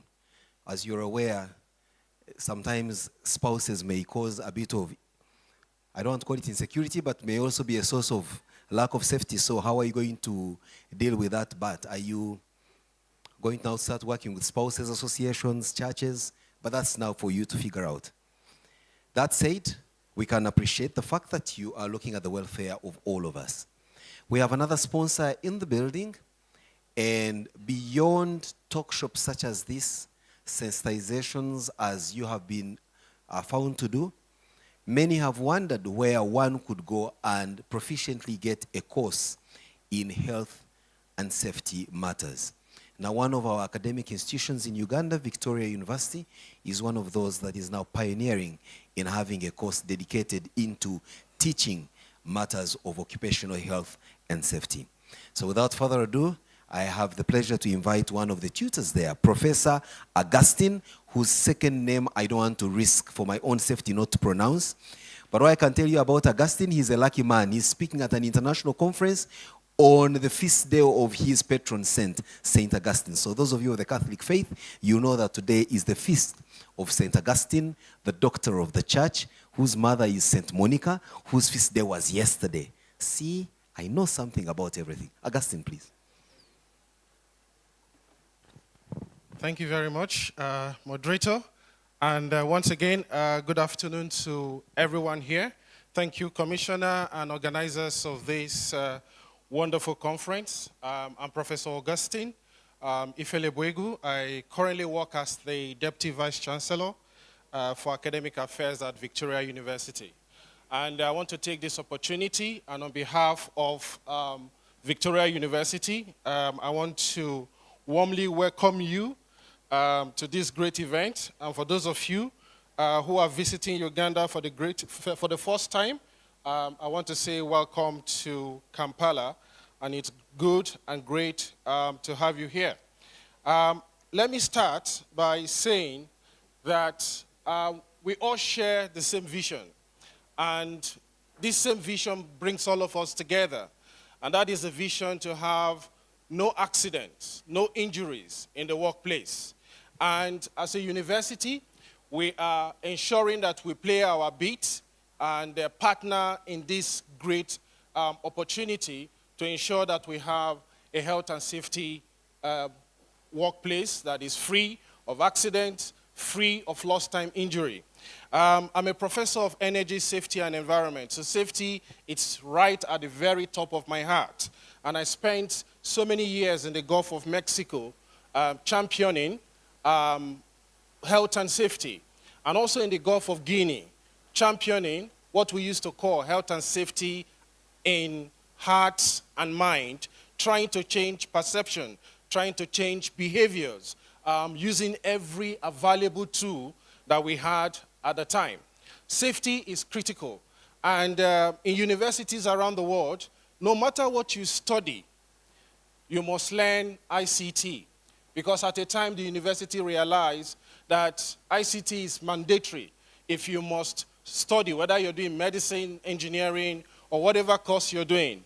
And in recent time, we have also seen a push by the climate change activists around the world that we integrate climate change into curriculum. And in my university, for example, it is mandatory that every undergraduate student must study a module called Business Responses to Climate Change. More recently, we have introduced a mandatory module for every program, regardless of what you study, whether health, engineering, business, social science. You must do Foundations of Artificial Intelligence and Introduction to Prompt Engineering. This is a challenge for us when it's health and safety going to become a compulsory module in every curriculum, whether you're doing medicine, whether you're doing engineering, whether you're doing social science. I think we have work to do. I think we have a lot to push. But let me say that we are one of those institutions that still offers a Master's of Science in Health, Safety, and Environment that is accredited by the UK Institute of Occupational Safety and Health. It is available face-to-face. It's also available online. Wherever you are in the world, you can study with us. We are a front-running university when it comes to technology and technology adaptation. So we invite you to come with us. And if you have people, staff members you want to train, please send them to us. And we have the facilities, we have the expertise, we have the manpower, as well as links with several industries where we can train your people, whether they are for short courses or they are for a master's program or for even a bachelor's program, we can support you. And I want to take this opportunity to thank the organizers of this conference, and I want to say we are happy that this is taking place, and we are willing to partner with you to see and ensure that we have an accident walk-free place at the end of the day. Once again, I want to say thank you very much, and if this is your first time in Kampala, welcome to Kampala.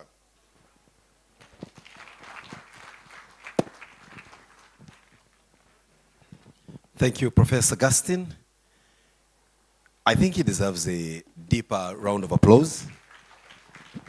I now feel like going to school to study that front-facing course, Master of Science in Occupational Health and Safety. I didn't know that that course was available. Matter of fact, I must take a swipe at my former boss in this room, the Chief of Human Resource at Uganda Electricity Generation Company Limited, Jackie over here. For the last 2 days, I've been asking myself what Jackie is doing in this conference. You are head of HR. What are you doing at the health and safety event? Until Professor Gustin marketed the need to take our employees to take up some of these courses, did I realize how very important your presence is. And I believe that Professor Gustin, if you are looking for any new recruits for your course, Jackie here has a manpower of not less than 500 doing some of the most risky work in this country, which is generating electricity. Their product is a shocking product, and therefore they must be at the forefront of personal, occupational health and safety. They're also operating the biggest installations by size and grandeur in this country, hydropower dams scattered across the River Nile. So to them, safety is not even personal. Safety could in fact be an issue of global security. Can you imagine if they blew up one of our dams? What would happen downstream to our neighbors in Sudan, and most especially the Egyptians, who for the most part rely their existence on the River Nile. So she's very important. You need to get her staff to register for your course. That said, now Jackie, Augustine, 10% for every student that enrolls, right? Good. We're now going in for our first series session that's coming on right about now. And again, it is going to be chaired and co-chaired by the epitome of German efficiency, which is time consciousness, concise and precise presentations. Please join me in welcoming Roland Kramer, the Director Board, BGHW Germany, and his chairperson for this session, Klaus Schaffer, who's the head of prevention at the same institute in Germany. As you make your way here, please give them a hand clap.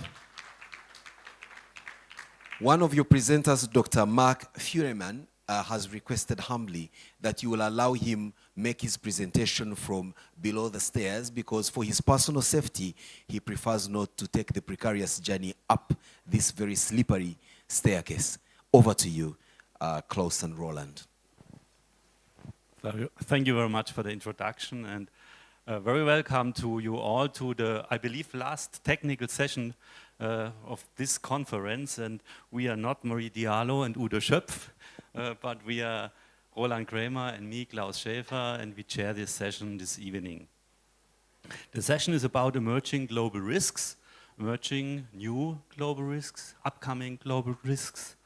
And my colleague will introduce this session for you in a few words, and then we'll start with the first speaker. Yeah, thank you, Klaus. And as we have seen and heard, the further development of safety and health is a global issue. There are many different challenges, and as we have learned also, the Vision Zero strategy can be a good way to place successful solutions in a wide variety of countries, of systems, and different sectors. So we look forward to hear some examples of experiences of successful implementations in the following session. And I'm proud to start with Mr. Michael Kirsch. He's the CEO from the BG Bau, the German accidents insurance for construction, and he's the Chief Executive Officer since 2023, and has before held different positions since the last 25 years at the BG Bau. And today he will introduce us in the effects of global environment changes, especially global warming and the weather patterns. So Michael, it's at you.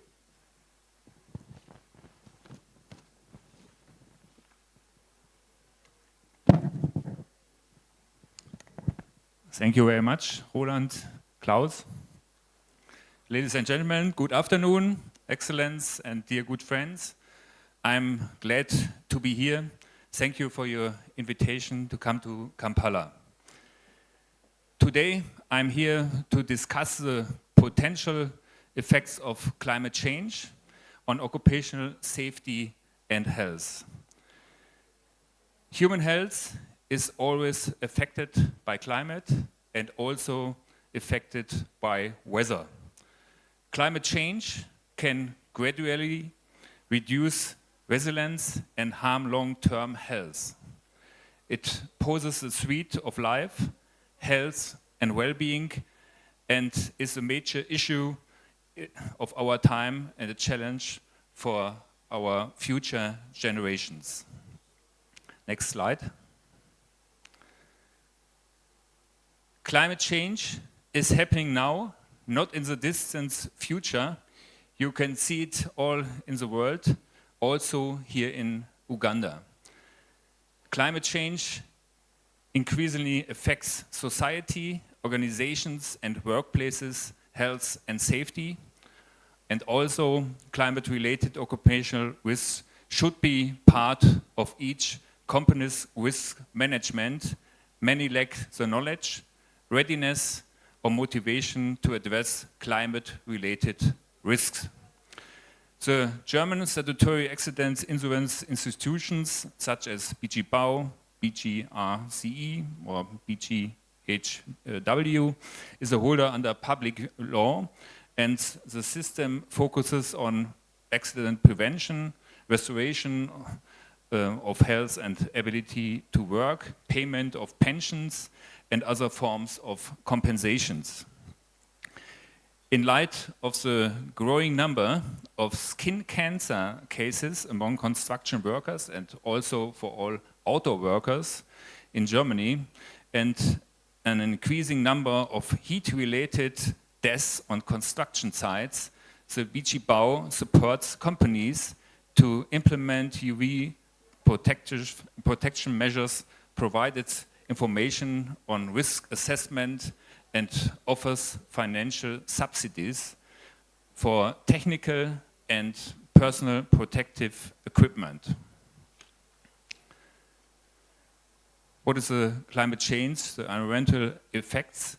Climate change is leading to an increase in extreme weather events such as heat, droughts, flooding, and natural disasters like wildfires in Spain and today in Portugal.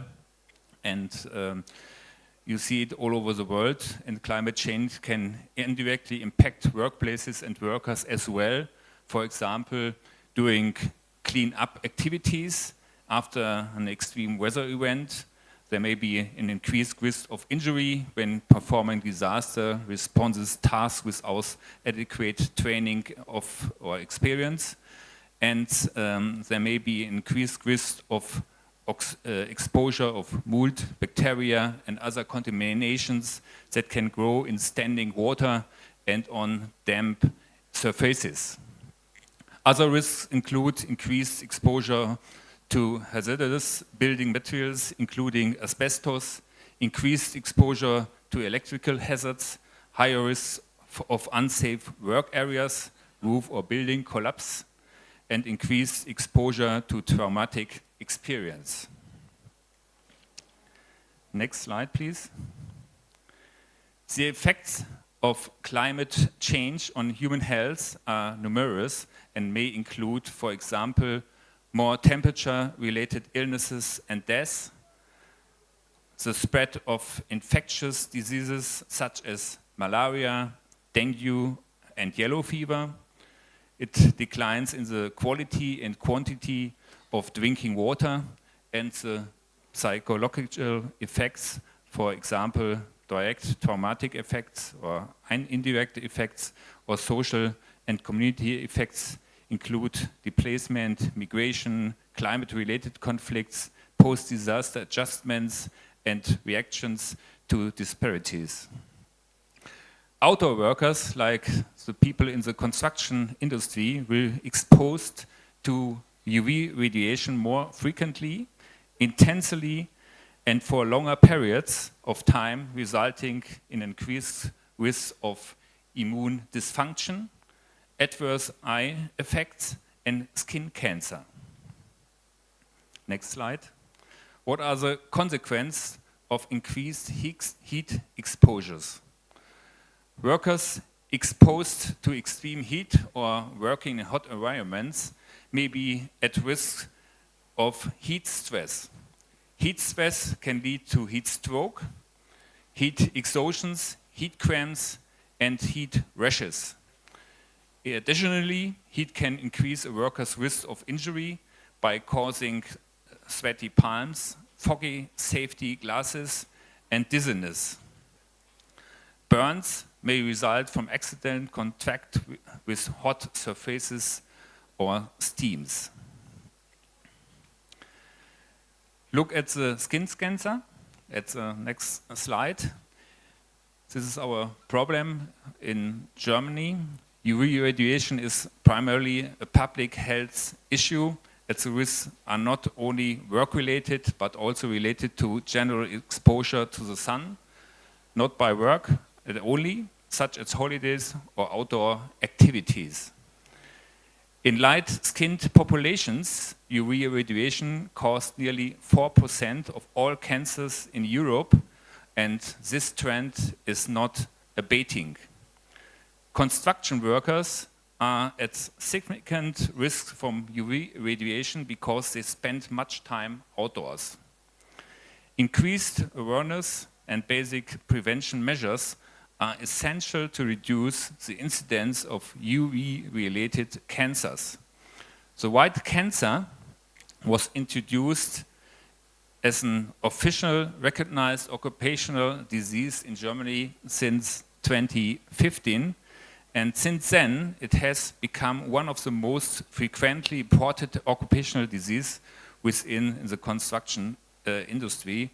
And now, by the BG Bau, we have more than 3,000 reported diseases, occupational diseases in Germany. Next slide, please. The intensity of the radiation is indicated by the UV index, which can be found in weather apps and reports.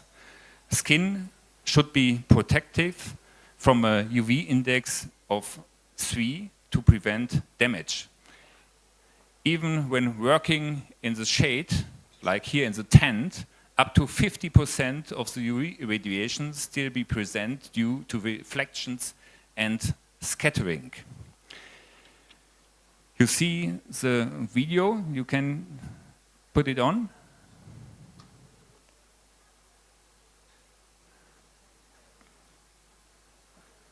Please, we hear nothing.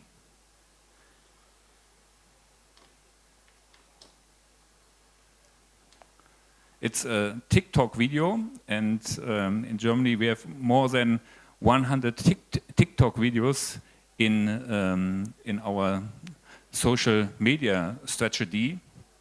And social networks are used by all groups, most of all, of course, among the younger ones, and often constitute the most important information channels. So try it again, please. And the BG Bau has been adapting its communication strategy to this situation, and we use social media to address occupational safety topics. It's not in function. Okay, I told you something about our media strategy, and that Facebook and Instagram are increasingly becoming tools for customers' relationship management. And this is especially the case on TikTok, our most successful social media channel. And this is where we can present and discuss occupational safety topics at eye level with our companies and insured individuals. And that's eigentlich a successful story, because the statistics says over 35,000 followers, over 12 million views, and over 12,000 comments in 1 year. Next slide, please. How can workers protect it? Employers are responsible for occupational health and safety, and must carry out a risk assessment. To protect employees from UV radiation and heat, measures should follow the top principle: technical, organizational, and personnel. The technical measures include shedding, like here in the tent, options like sun sails to avoid direct solar radiation. Organizational measures involve adjusting working hours, job rotation, clear safety procedures, training, limited exposure time, and assigning safety responsibilities. Personal measures include wearing cooling, UV protective clothing, and applying sunscreen on uncovered skin areas like hands and face. The BG Bau supports companies by providing guidance, training, equipment, and subsidies to help implement these protective measures effectively. What are our services at the BG Bau? It's the next slide. We at the BG Bau actively support our member companies in implementing effective measures to protect employees from heat and UV radiation. We provide practical heat action plans tailored for both outdoor and indoor construction sites. And these plans help companies identify risks and apply targeted safety measures. In cooperation with our occupational medical services, they scan perhaps your skin, we offer preventive medical checkups, and these are especially important for employees regularly exposed to intense natural UV radiation. Through financial incentives called Arbeitsschutzprämien in Germany, we encourage companies to invest in protective equipment such as cooling clothing, shedding solutions, and ergonomic workstations. And we heard yesterday Helmut told about the return on prevention 2.2, and this is our strategy. Additionally, companies can order UV protective packages, you see it on the slide, from us for their workers. 600,000 packages in 2025 and 600,000 packages in 2026. And these packages included sunscreen, UV protective clothing, and accessories to ensure personal safety on site. Overall, we offer valuable guidance, resources, and financial supports to help construction companies safeguard their workplace against the hazards of heat and UV exposure. What are in the case of emergency? Next slide, please. In extreme cases, heat can lead to life-threatening heat stroke, and the number of heat-related deaths on construction sites is rising. In Germany, there have also been repeated heat-related deaths on construction sites in recent years. And in order to provide prompt assistance in an emergency, it is crucial to recognize the signs of heat-related illnesses in yourselves and your colleagues. There's another TikTok video, but it doesn't. You can try. Das war wieder richtig gut, richtig stark. Was denn jetzt? Jan, was ist denn los? Was machen wir denn jetzt? Keine Ahnung. Was tun bei Hitzschlag? In den Schatten bringen, Beine hochlegen, Rettungsdienst rufen, Tücher mit Wasser tränken und den Körper kühlen. Bleib gesund. Thank you. Short videos like TikTok, and the information for the employees. Employers must ensure that they and their employees are prepared to provide first aid in an emergency. Overall, this is a matter of life and death. Next slide concludes. Climate change poses a significant challenge of occupational safety and health. Exposure to extreme weather conditions can have a negative impact on the well-being and productivity of outdoor workers. And one of the goals of the ISA International Section for Prevention in the Construction is Vision Zero, and that's why we are here. On our top priority is to prevent fatal and serious accidents and diseases, and this includes a new challenge such as climate change. By working together across borders, across countries, we can share our knowledge, develop unified safety standards, and invest in innovative solutions to protect workers worldwide in the face of a changing climate. I look forward to exchanging ideas and have further discussions. Thank you very much for your attention.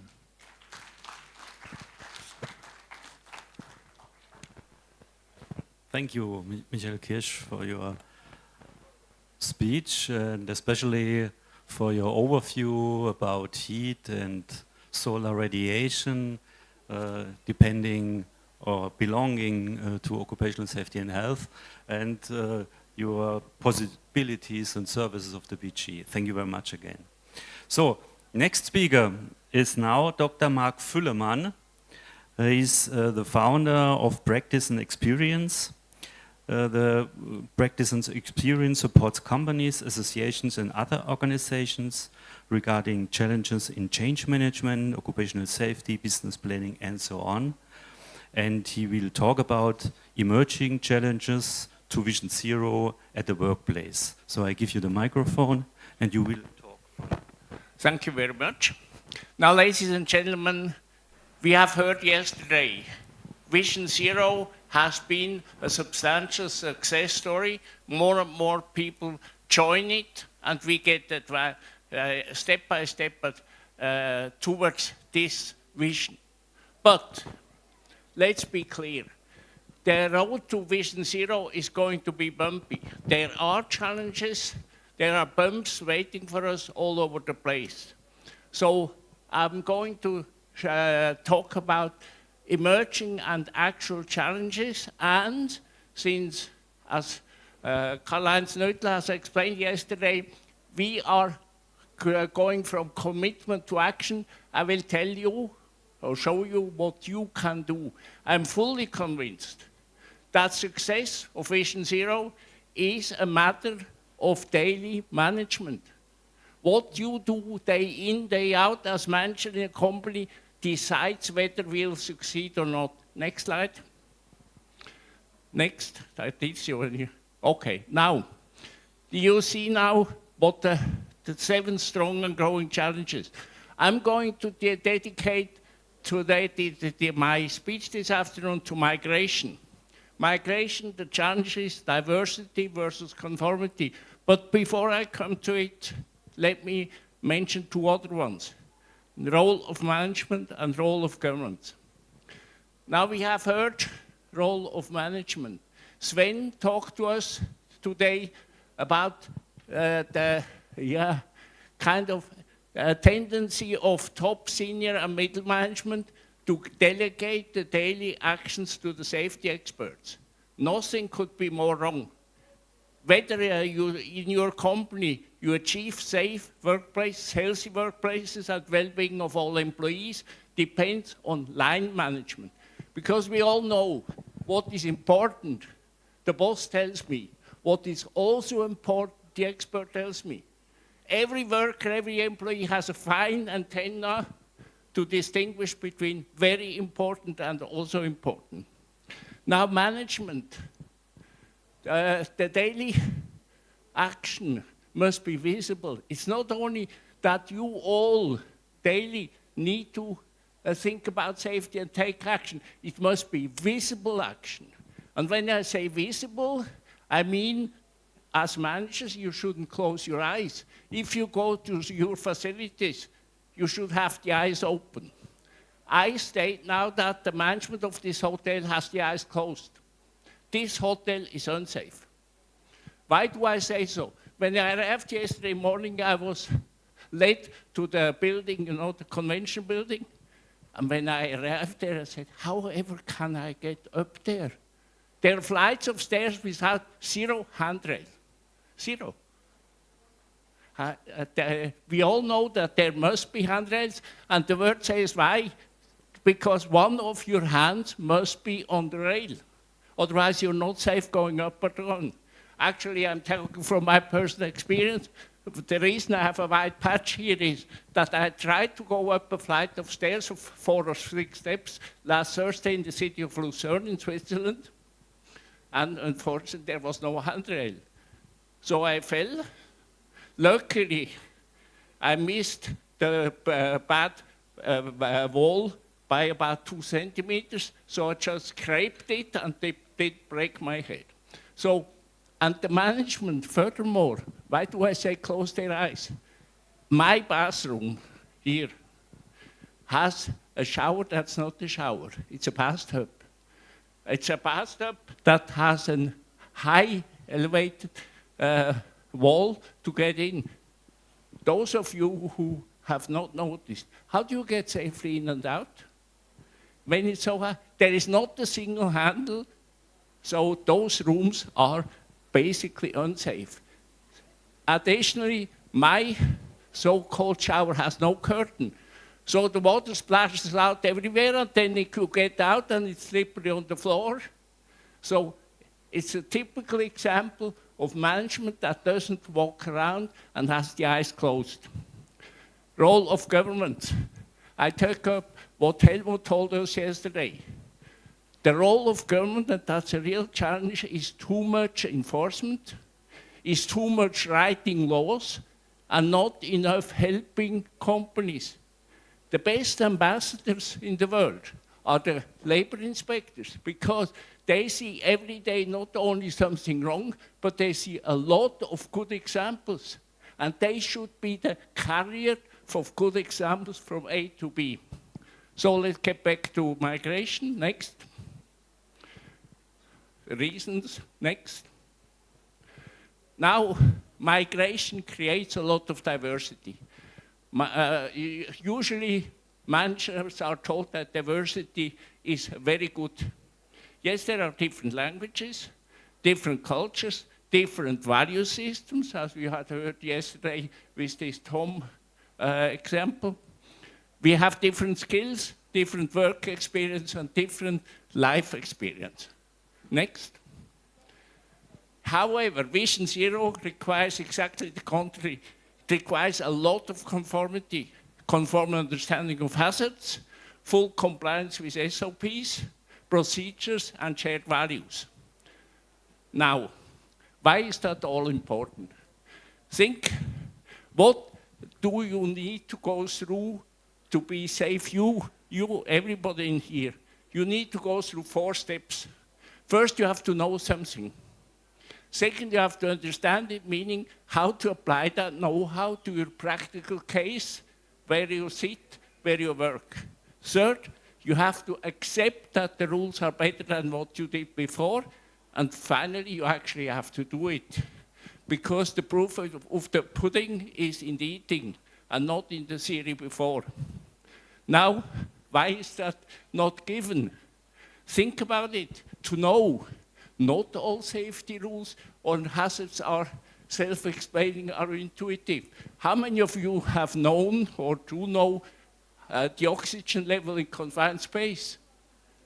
Actually, I had to look it up this morning again because I didn't remember. It's 23.5%. So it's not intuitive. You have to be taught, understanding. You have probably all learned about how to erect the scaffold once in your life.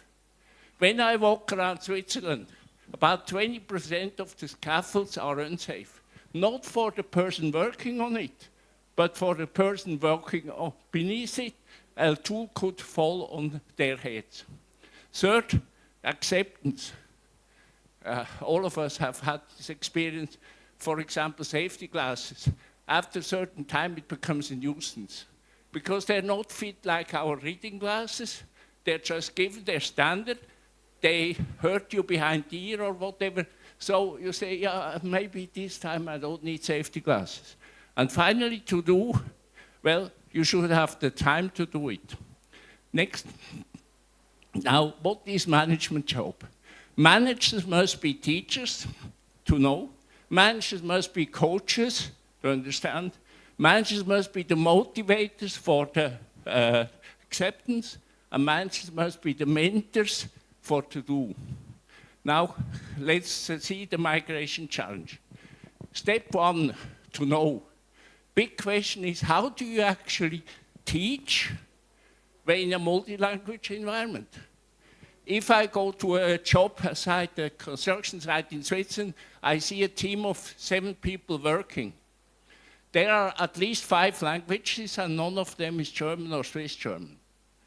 How does the foreman actually teach his crew when nobody speaks his language and among themselves they cannot communicate properly?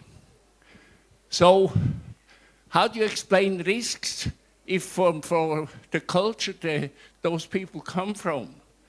Risk perception is entirely different.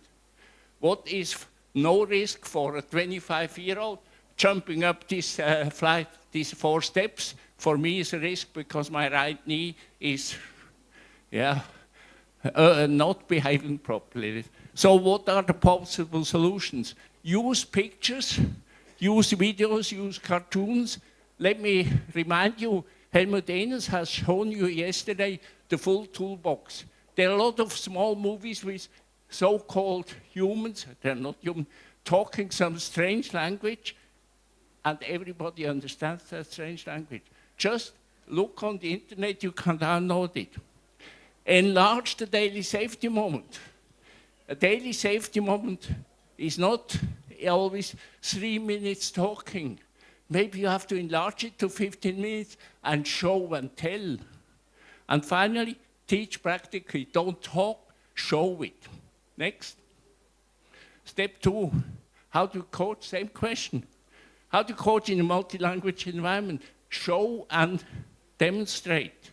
And then let the people repeat practically, because then you can see whether those people who cannot communicate by language have understood what you meant. And test. And then, in a group of 10 workers, you have always somebody who looks fresh, bright, and intelligent. Take that person and assign him the job of being an assistant teacher, an assistant coach. First of all, you naturally raise his self-esteem. You're more believable for the rest of the people because they hear somebody in their own language afterwards. Next. Step 3. How do we make people with quite different risk perceptions accept rules? And how do you actually get the result that their value system is changing to the Vision Zero value system? Possible solutions: engage families. I had an experience in Ecuador. In Ecuador, we decided in the cement plant there to have a family day. So the whole Saturday, the families, or at least the kids, came, and they went through 10 stations with practical examples. When I arrived there a month later, the maintenance manager looked at me with he yelled at me, but he was actually smiling, and said, "It's real bad, you shouldn't have done that." I said, "What has happened?" "Now my daughter bosses me around. I wanted to climb on put a chair on the table to change a light bulb in the ceiling. So my daughter runs in and said, 'Dad, don't you ever listen in your company? You shouldn't do that.'" So his daughter started to change his own behavior. That's what I mean by engage families. Engage hard workers. We have had this example here with the person who was coming in the wheelchair. Get them to show their experience, to tell, because it makes much more an impact if somebody who has survived it actually tells his colleagues what has happened. And be a visible manager. Go and do safety observation tours. Leave your office, walk the talk. Next. Now step 4. What stops people from doing what should be done? First question is, do they actually earn enough with one shift? Time and again we had contractors in the most cement plants of the world. I realized that some of people were dead tired. And you all know when you're tired, your reaction slows down. Why? Because to make ends meet, they worked a shift and a half. They did moonlight work in a restaurant, whatever. So ask yourself, do workers earn enough? Are they given the time to work safely? I remember a case of a colleague from primary school. His name is Felix. When we were 60 some years ago, we had a big dinner, get together. He sat across from me. He had learned the trade of roofmaker, as I said. And I asked him, Felix, what do you do to work safely on the roofs? Boy, I was surprised. Within 3 minutes, he nearly gave all the rules that existed. So I just want to congratulate him. Then came his last sentence. But don't you believe that we ever use those rules? Because doing so, we would slow ourselves so much that we would never finish a roof in the offered time. So ask yourself, are they given the time? And naturally, are they given the right equipment? Next. Now, I've talked about the easy part, that's safety. Health at work, as we all know, is much more difficult because hazards are seldom visible. You don't see asbestos fibers. Harms slowly. It's not like an accident. You're hitting something like my knee in Munich 4 years ago, and then 10 seconds later the kneecap is broken. So cause effect is immediate. Health, that takes a long time to harm you. Sometimes.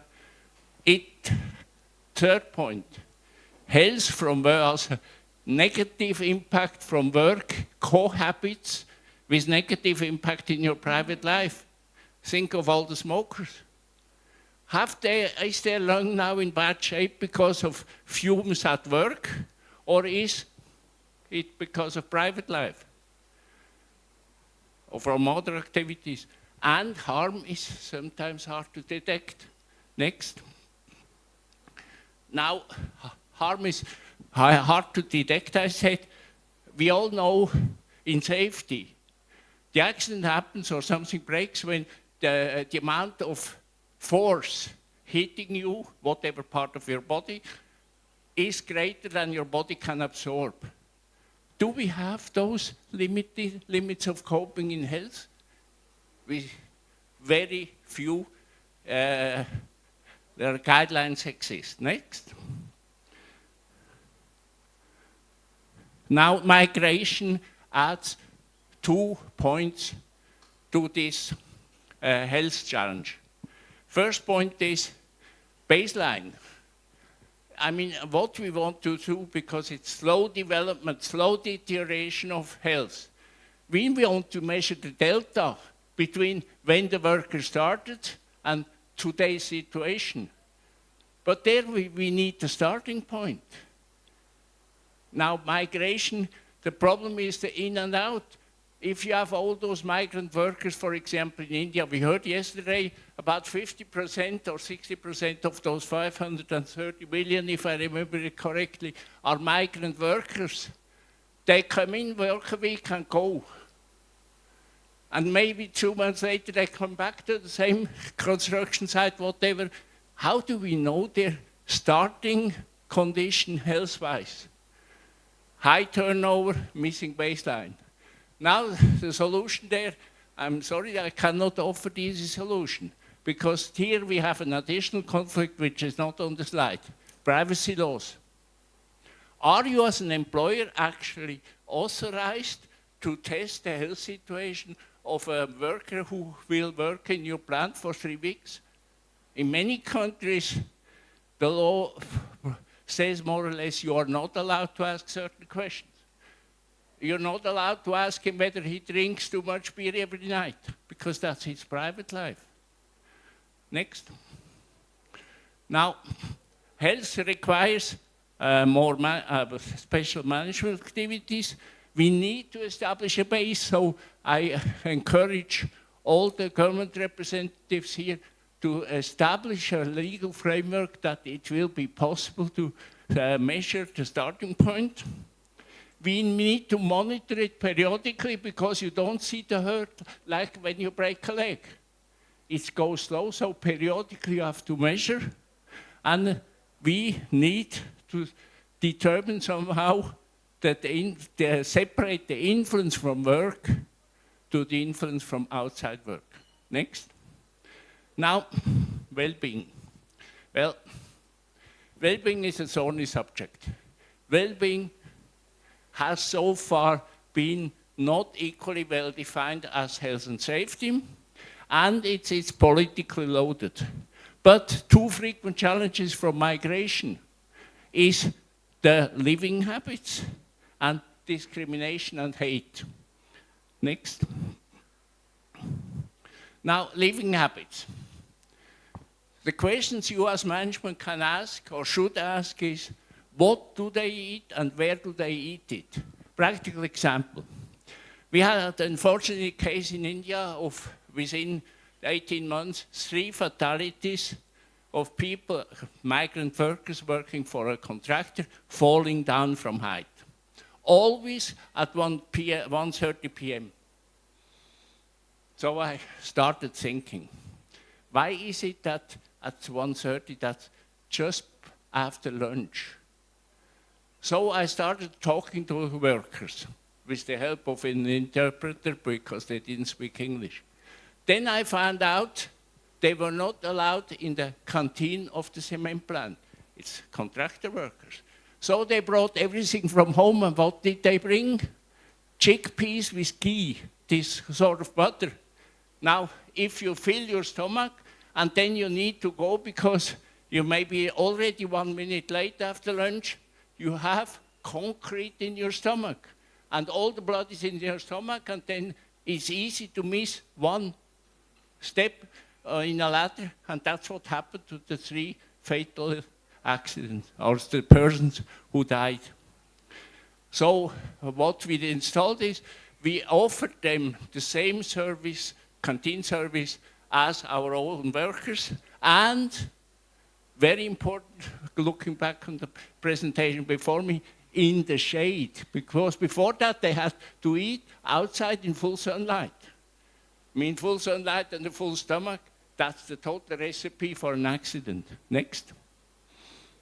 Now, yeah, discrimination and hate. Let's face it, the world is not peaceful. Now, the case I have here is not from cement. I have a friend from the army. He was, after the army service, head of logistics of Migros. Migros is a supermarket chain, the biggest supermarket chain in Switzerland.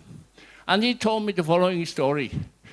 All of a sudden they discovered that the pallets that were put together from midnight to 5 o'clock in the morning, store by store exactly, for the layout of the store, when the next shift came in for loading it onto the trucks, everything fell down. You know what was the reason? The first team was from one country of former Yugoslavia and the second team from another. And they did it on purpose to harm each other. When he did interviews, he discovered that the roots went back hundreds of years. Because one ancestor at the Battle of Amstelfield, 1200 something, had killed members of the other family. such hurts sit in the mentality. Now we have more than enough war, recent wars and actual wars going on in Europe. I'm not meddling with Africa. I just looked on the map today and saw where Sudan is. So if you have migrant workers from there meeting some from the north and some from the south, don't you ever think they will get along. They will deliberately hate each other and damage each other. So the management thing is, you as managers, if you have such migrant workers, first you have to know where they come from. Secondly, if they come from non-compatible countries, teach them respect, or even better, separate the groups so their physical distance between the two groups who hate each other. Okay, next. Now, an afterthought. It has been said many times that we ourselves are responsible for our own safety. Well, don't believe it. I don't believe it. Responsibility, certainly, but we're not able. Why are we not able? Look at yourself. While you listen to me, how many other thoughts went through your head? Maybe one thought is he talks too loud or he talks too long. And other thoughts, the human mind is always parallel processing several lines of thought, several trains. And all of us, during those 2 days, had a moment of lapse where they missed the last 10 minutes, couldn't remember what the person speaking has said. What we are very good at is watching the others. We like to watch the other and say, oh, he is too fat, or how can he wear such a shirt, etc.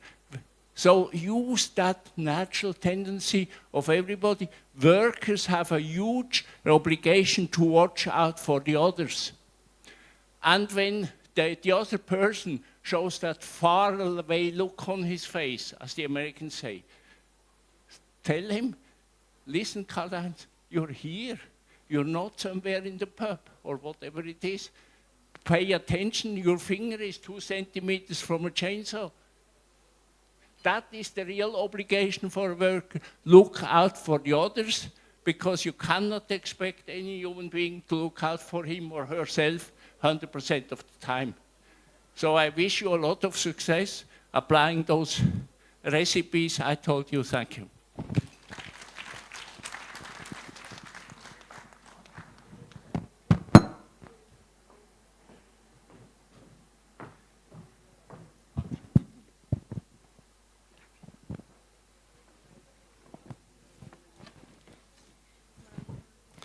Thank you, Mr. Fullerman. Thank you for sharing your experiences of the growing or the strong challenges threaten the progress of Vision Zero. I think there's much to do for companies, for the society, and for the whole world. And for me, it was again a very impressive speech. And it's true, I always have to reflect myself in my habits. So thank you for your experiences.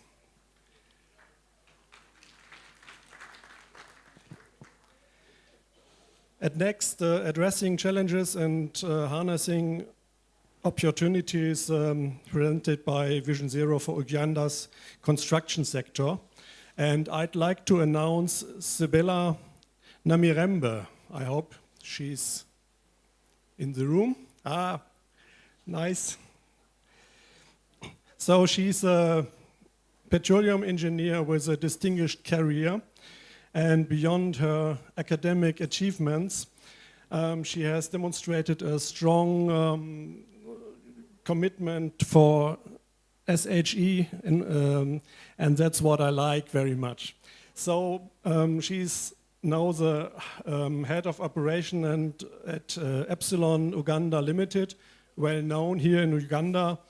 A multidisciplinary company with gas, for oil, for health and manufacturing. And at last, she's also serving the board of directors of Uganda's National Association for Builders, Suppliers and Construction. And I'm glad to have you here, so it's yours. Thank you, thank you. Good afternoon, ladies and gentlemen. Good afternoon. We had lunch, right? Good lunch. Okay, thank you so much for this opportunity. My name is Sibella Namirembe, as I was introduced, and I'm here to speak on behalf of UNAPSEC, which I will introduce along the way. I will speak more towards the construction sector, which we represent. We all understand that the construction sector is a critical driver of Uganda's socio-economic development. In Uganda, actually, it's the second biggest employer after agriculture, contributing over 12% of our GDP. The World Bank alone projected a GDP growth of 6.2%, of which this is mostly attributed to infrastructure and the oil and gas projects that are coming up. Despite its economic contribution, the sector is amongst the highest risk industries in terms of occupational safety and health. Vital to note that many of these construction businesses operate in an informal setting, creating a challenge in monitoring them. I understand we have talked about the informal sector in plenty, and we can honestly understand how much informality is in the construction sector. Studies alone in Kampala City reveal that 32.4% of building construction workers experience occupational injuries, with nearly 70% of them happening during night shifts when supervision and lighting is really low. The Vision Zero campaign, launched by the International Social Security Association, advocates for a transformative approach to OSH based on the belief that all accidents and occupational diseases are preventable if risks are proactively managed. Allow me to give you a brief about UNAPSEC, which is an acronym for the Uganda National Association of Builders, Suppliers and Engineering Contractors. It is a 32-year-old non-profit, non-political, member-driven association that unites reputable contractors, suppliers, manufacturers and other players in the Ugandan construction contracting sector. Our core purpose is a commitment to improving performance in the construction industry by championing better regulation and enhancing operational integrity. Our mission as UNAPSEC is to promote and protect the shared interests of our members and the wider construction industry, and advise the government and development partners on policy reforms and regulations through advocacy, networking events such as these, and good industrial practices and innovative service provision. With over 470 member companies, UNAPSEC has made great strides in improving performance in the construction sector and Africa by inspiring suitable incubation, championing better regulation, promoting compliance amongst our members, and enhancing operational integrity within the construction industry. We are proud to say that OSH is going to be even a stronger thing that we are pushing for in our mandate, starting now and going forward. As an association, thank you, please. A hand, yes. Because we push agendas in the ministry, so we want to believe that we should push even more when it comes to OSH, to put up policies that encourage our members to be compliant in what they do. As an association, we commend the Ministry of Gender, Labor and Social Development for organizing this event. As UNAPSEC, we upload such initiatives that promote safer and healthier workplaces across the continent. UNAPSEC has a pivotal role to play in championing the adoption of Vision Zero principles within its members and across Uganda's construction sector. For Uganda, embracing Vision Zero presents both challenges and opportunities, which I seek to explore a little more. What some of the key challenges that we envision in this is the lack of safety awareness amongst most of our members. Many contractors, especially SMEs, have low awareness of safety standards. Occupational safety is often seen as a compliance burden, a cost burden, as opposed to an investment. Despite having occupational safety and health policies and the Occupational Safety and Health Act of 2006, which was recently amended, enforcement remains weak due to limited resources by the ministry and fragmented regulatory oversight of the entire construction sector. As we are all aware right now, UNRA has just merged, so we are now back into Ministry of Works, so regulation has been quite fragmented, but hopefully now things should probably be better. There's also high informality in our sector, as I previously mentioned. Over 65% of construction workers operate in informal settings without structured contracts, no insurance, no trainings, increasing vulnerability to accidents. Moreover, many firms lack financial capacity to invest in advanced safety equipment, training, and systems. Cost-cutting measures often undermine these safety provisions. We also have very limited data and reporting. Only about 30% of occupational accidents in construction are formally reported. This makes it difficult to design evidence-based interventions. Workers sometimes prioritize productivity over safety. A lack of empowerment to report unsafe practices further compounds risks. As contractors, we all understand that our major concerns usually in our projects are time, quality, and cost. Perhaps we should look into having safety amongst those key elements. Some of the opportunities that we do find despite all these many challenges is through this Vision Zero, we still get a chance to strengthen our safety culture. Vision Zero provides a framework to build awareness and instill a safety-first mindset across management, workers, and stakeholders. UNAPSEC pledges to spearhead campaigns to sensitize its members on the 7 golden rules of Vision Zero. Furthermore, the campaign offers an opportunity to align national OSH policies with global best practices, strengthening Uganda's regulatory framework. UNAPSEC, as a representative of contractors and suppliers, continues to advocate for best health and safety practices to be embedded in all procurement processes, where it all should begin. By leveraging Vision Zero's training tools, Uganda can enhance skills development for site supervisors, safety officers, and workers. This should start all the way from our vocational institutes, which UNAPSEC has proudly been a part of in terms of training. We've had numerous opportunities to train these vocational institutes under the EU funding. So through engagements such as these, Vision Zero encourages collaboration between government agencies, private associations like ours, the Safety and Health Association of Uganda, and other development partners to harmonize efforts towards a safer workspace.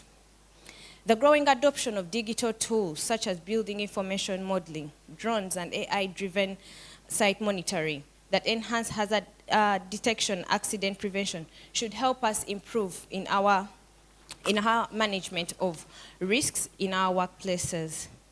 Furthermore, firms that adopt Vision Zero principles stand to gain a competitive advantage through improved reputation, reduced insurance premiums, and compliance with international procurement requirements. UNAPSEC members that prioritize safety will become more competitive in both local and regional tenders. Vision Zero also aligns with the Sustainable Development Goals of number 3 and 8, which focus on good health and well-being, decent work, and economic growth, providing Uganda with a platform to demonstrate commitment to global development priorities. So from all this, and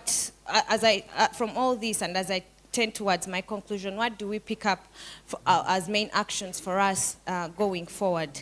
One is to mainstream safety in procurement. This is really pivotal, and we have seen that how much effect this has had, especially when we are pushing, let's say, for local content in the different aspects that we have had in local governments, in national tenders. So much as we push for that, the same should be done when it comes to safety. Public and private procurement policies should integrate safety performance as a key evaluation criteria. Regulators should be capacitated to enforce OSH compliance while also providing incentives such as a recognition awards for firms with strong safety records. In this regard, UNAPSEC has actually introduced the Uganda Construction Excellence Awards 2025 to honor excellence, sustainability, and responsible practices in the construction sector.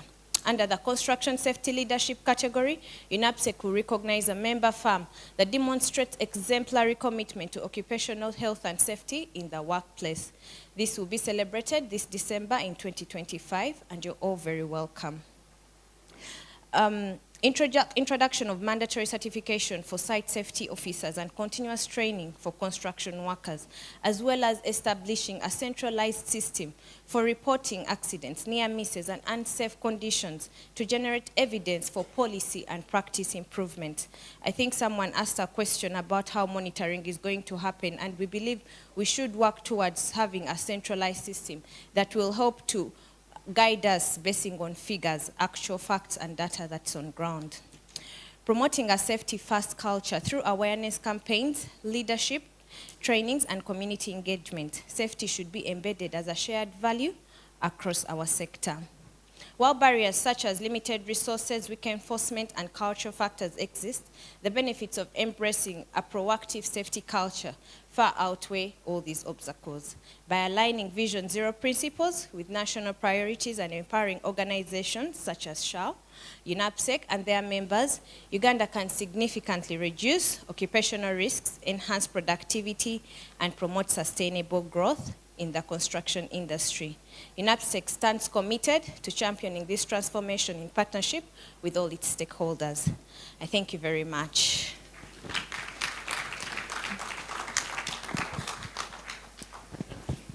Thank you very much for your deep insights in your Vision Zero efforts in the construction industry or the construction sector in Uganda. Thank you very much. Give her applause. So we come to the next speaker, Mr. Joydeep Mukherjee. Please come to the stage. Mr. Mukherjee is a technical secretary from the ISA section electricity from Germany again. And he will talk about, I have to look here. Oh, stop. Near misses. Near misses. Thank you very much. Floor is yours. Thank you, Klaus.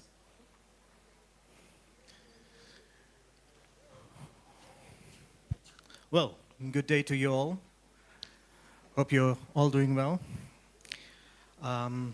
Thanks a lot to the people who are responsible for the organization of this conference here. It is a great pleasure. For me, it's the very first time I'm in Africa, and directly here, in the Pearl of Africa. This is great. And there were great lectures, especially today. It was very emotional. It was very shocking, especially the lecture of Professor Spool. And yeah, that was a very interesting thing for me to hear. Well, given that it has been an very interesting day, but also a long day so far, I'll try to keep my presentation as compact as possible. And I'm waiting for my presentation. I'm talking about near misses. It's something different, but if we compare that with the things we have discussed until now, we were discussing about Vision Zero to prevent accidents, that is to say, work-related accidents, occupational diseases, commuting accidents, and I'm talking about situations when no accident happened. We had that before lunch over there. That was a near miss, when the speaker fell on the table, but nobody was hurt, and that was good. And there it is, my presentation. And I'd like to start with a quote from Steve McQueen. Some of the older ones may know him. That was an American actor. And in his film, The Magnificent Seven, he was talking about, or there was a quite good quotation, just one click. And then 4 clicks. 4. A guy falls from the roof of this building here, and he thinks to himself as he passes each floor, so far everything has gone well. Okay, at last, click number 5, he will hit the floor. at some point, but that's not the thing. The thing is, everything has gone well so far. And this is a thing that we observe all over the world, each and every day, millions of times. And regularly, this happens, and it is not even addressed or spoken. And if you are honest, one click please, you all know these situations, of course, as well, namely that we all do things that simply worked well in this very situation, this particular situation, whether it's that we are driving too fast or that we are continuing to act dangerously or even recklessly. And that is the common thread that we regularly observe in near misses. Click, please. Thus, I'd like to give you an overview of how we at the ISSA electricity section came across with this topic, what prompted us to take a closer look at this issue, and what conclusions we have reached. You may remember April 26, 1986. You know this? This is a photo of Unit 4 reactor of Chernobyl nuclear power plant after it exploded on that day.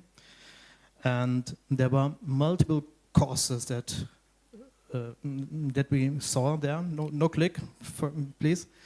There was a defect in the reactor design. We have roles and decisions taken by the plant leaders that were wrong.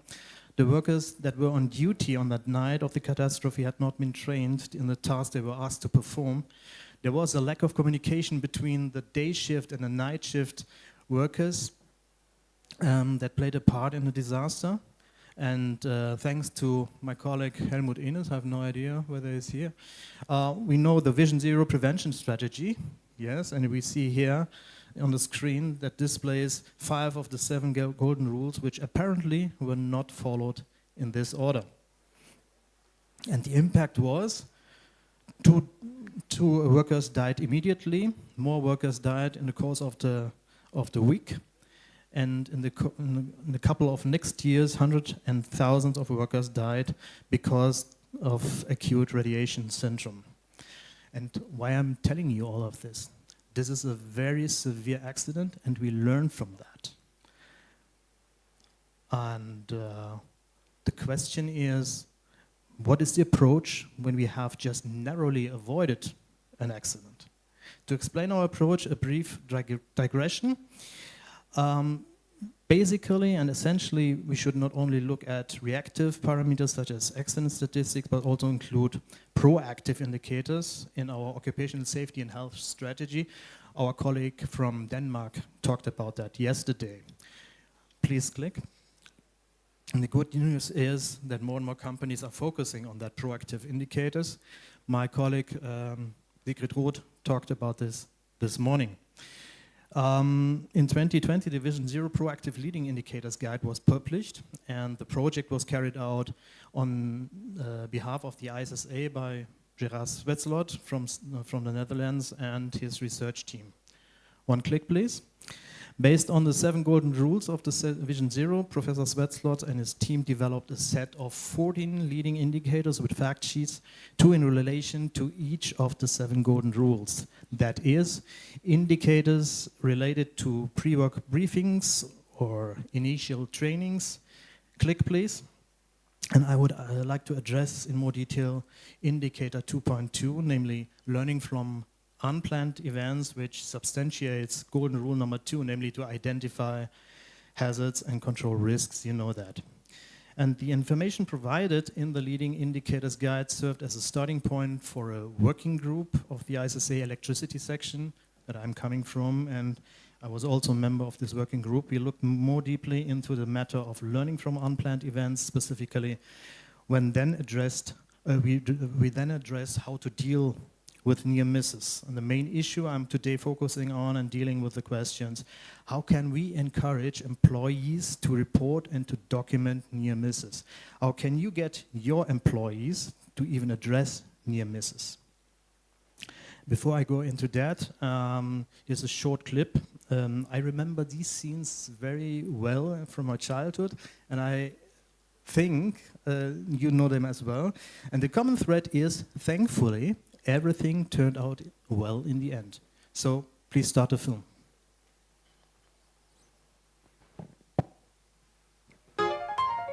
with sound, yeah.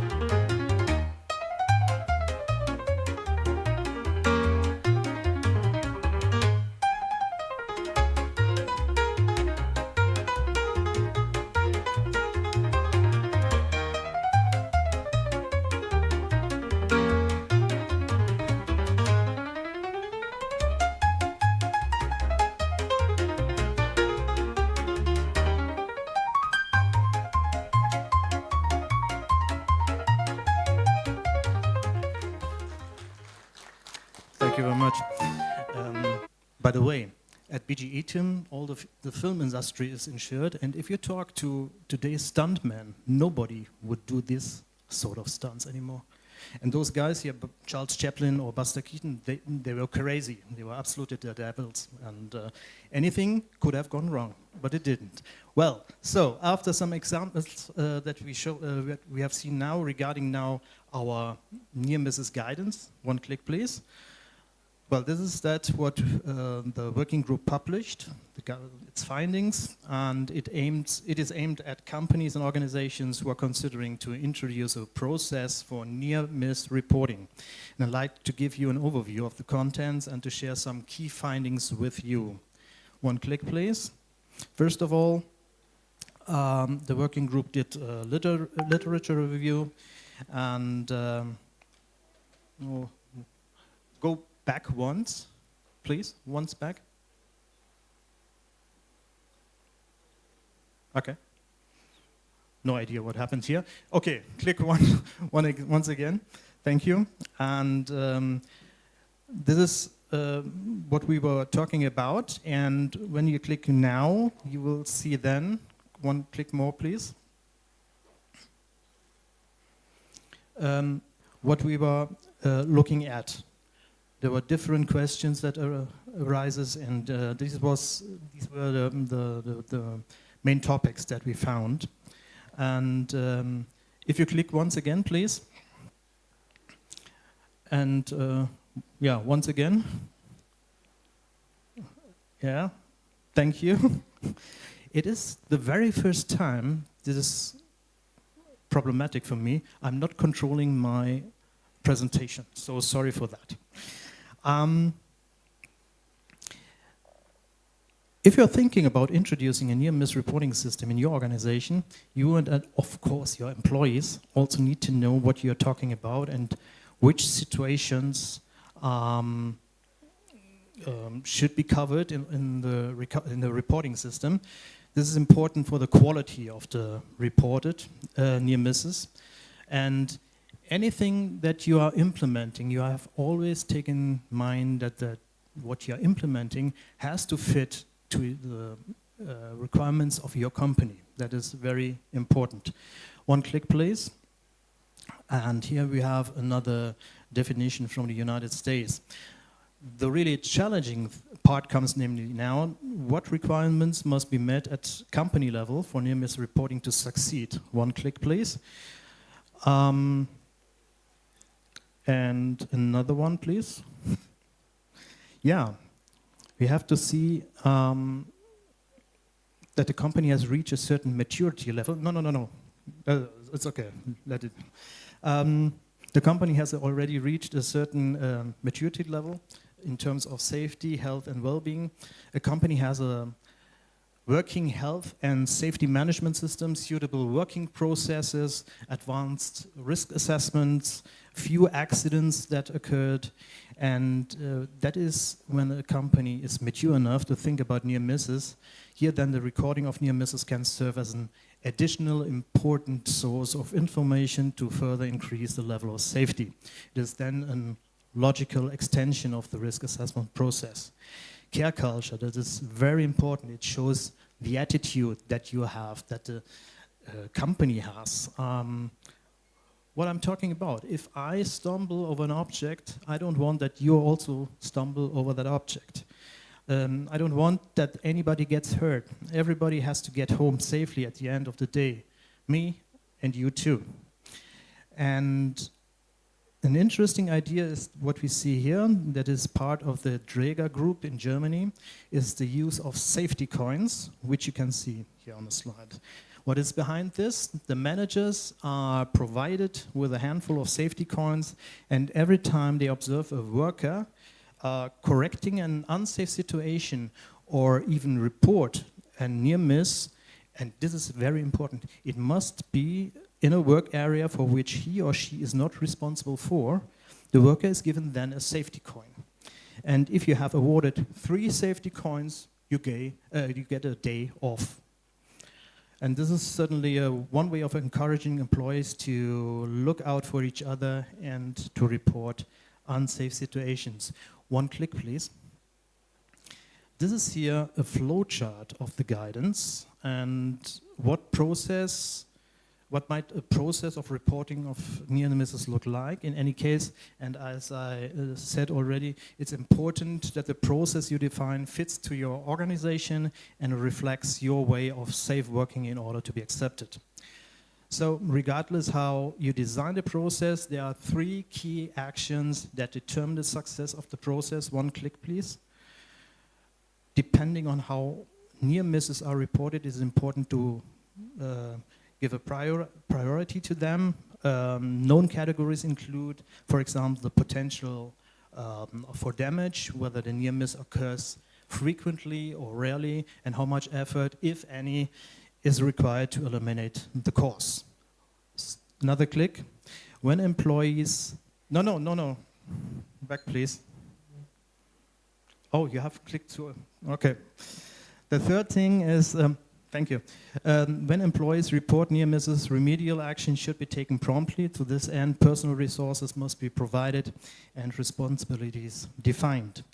And the third thing, and this is the most important thing, is the persons who reported any near miss must receive feedback on what has become of the report and what measures have been taken. And to exploit the full potential of learning cases can be derived from the reports and shared throughout the company. As, for example, by talking about measures derived in form of action days, team events, whatever. So communication is crucial to the success of the system. You can use posters to encourage reporting of near misses, train your employees and partners, partner companies in the system, and ask your employees for feedback to improve the given system. And the beauty of reporting near misses is that everybody can take a stake in it, not only we as OSH professionals. So it's an opportunity to involve the whole workforce. Next click, please. Yeah. Depending on the size of the company, there does not necessarily have to be a standardized process. It can also be anecdotal, everyday conversations, letterbox, specific office hours. This would be a first step towards care culture. And it's a specific German thing, always having in mind the data protection and the mobile phone reception. Next click, please.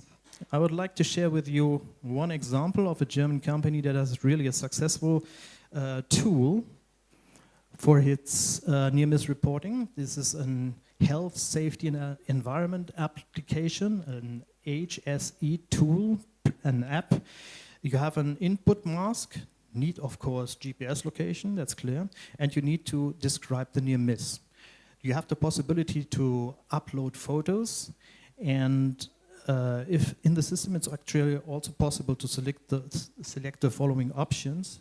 These are in German. I saw an unsafe situation, I heard about an unsafe situation or a near miss, and I was involved in an unsafe situation. Finally, you can send everything anonymously. The last step then is the confirmation of all the data that has been recorded. What are the success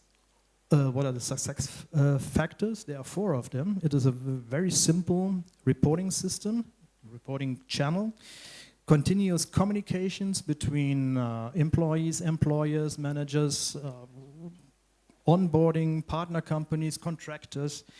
Third, local processing, namely the rapid elimination of the unsafe situations. And fourth, centralized evaluation, continuous analysis of reports and the integration of findings. All in all, a very holistic approach.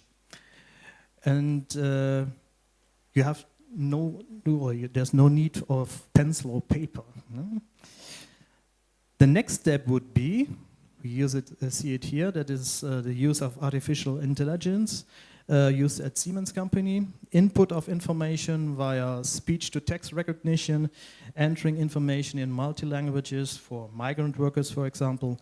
The whole thing is mobile and is available 24/7. With regard to the processing, it is based on buzzwords, for example, drilling machine, scaffold, whatever. In the text categorization, classification, plausibility, accuracy, completeness. And at last, the output is a consistency, data quality, reliability, actuality, and everything with regard to the data protection. So, near misses are gems that give us an insight into our organization's OSH maturity, an important source of information for further improving safety levels, logical extension to the current safety and health management. Finally, I would like to show you an animated film from the UK, some may be familiar with that, which illustrates a very special situation and addresses topics such as leadership, communication, special situation, ignorance, or the fact that you have to think about that sometimes it's better to stick to one's opinion and to be persistent, or simply the fact that you cannot always be lucky. Please start a film.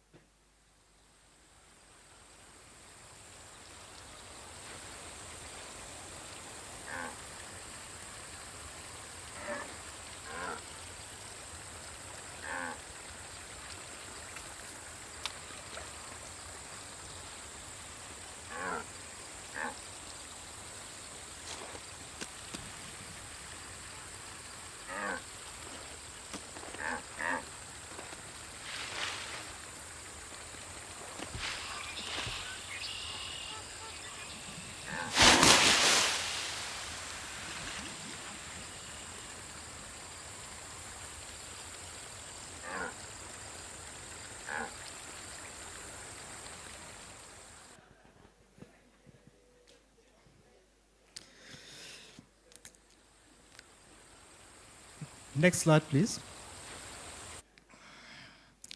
If you would like to have a printed copy in addition to this online version of the guidance, please come and see me at the table over there. I have some copies with me. Sven, maybe you can raise your hand so that we know which table. Yeah, there you can find it. And another thing I would like to recommend is the recording of the first edition of the web talk series organized by the Special Commission on Prevention of the ISSA with 2 OSH experts, namely Kirsten Kunz from Westfalen Shareholding Company, it's a petroleum company in Germany, and my colleague Mike Leppert from the Energy Networks Association from the UK and also a member of the working group, who sadly passed away last year after a short serious illness. So, stay healthy, take care, and always pay attention to your safety. Bye-bye.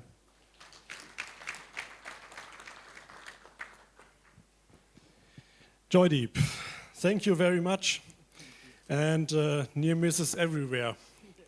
And what do you think? How many near misses did we have in the last 25 minutes? I didn't count them. But I think it's true, we always talk far too little about near misses, and as you have shown us, it's a good indicator for prevention measures. Thank you very much, and thank you for the surprising films. Last but not least, we have another technical secretary from the ISA section construction. And so let us welcome Mr. Bernd Merz.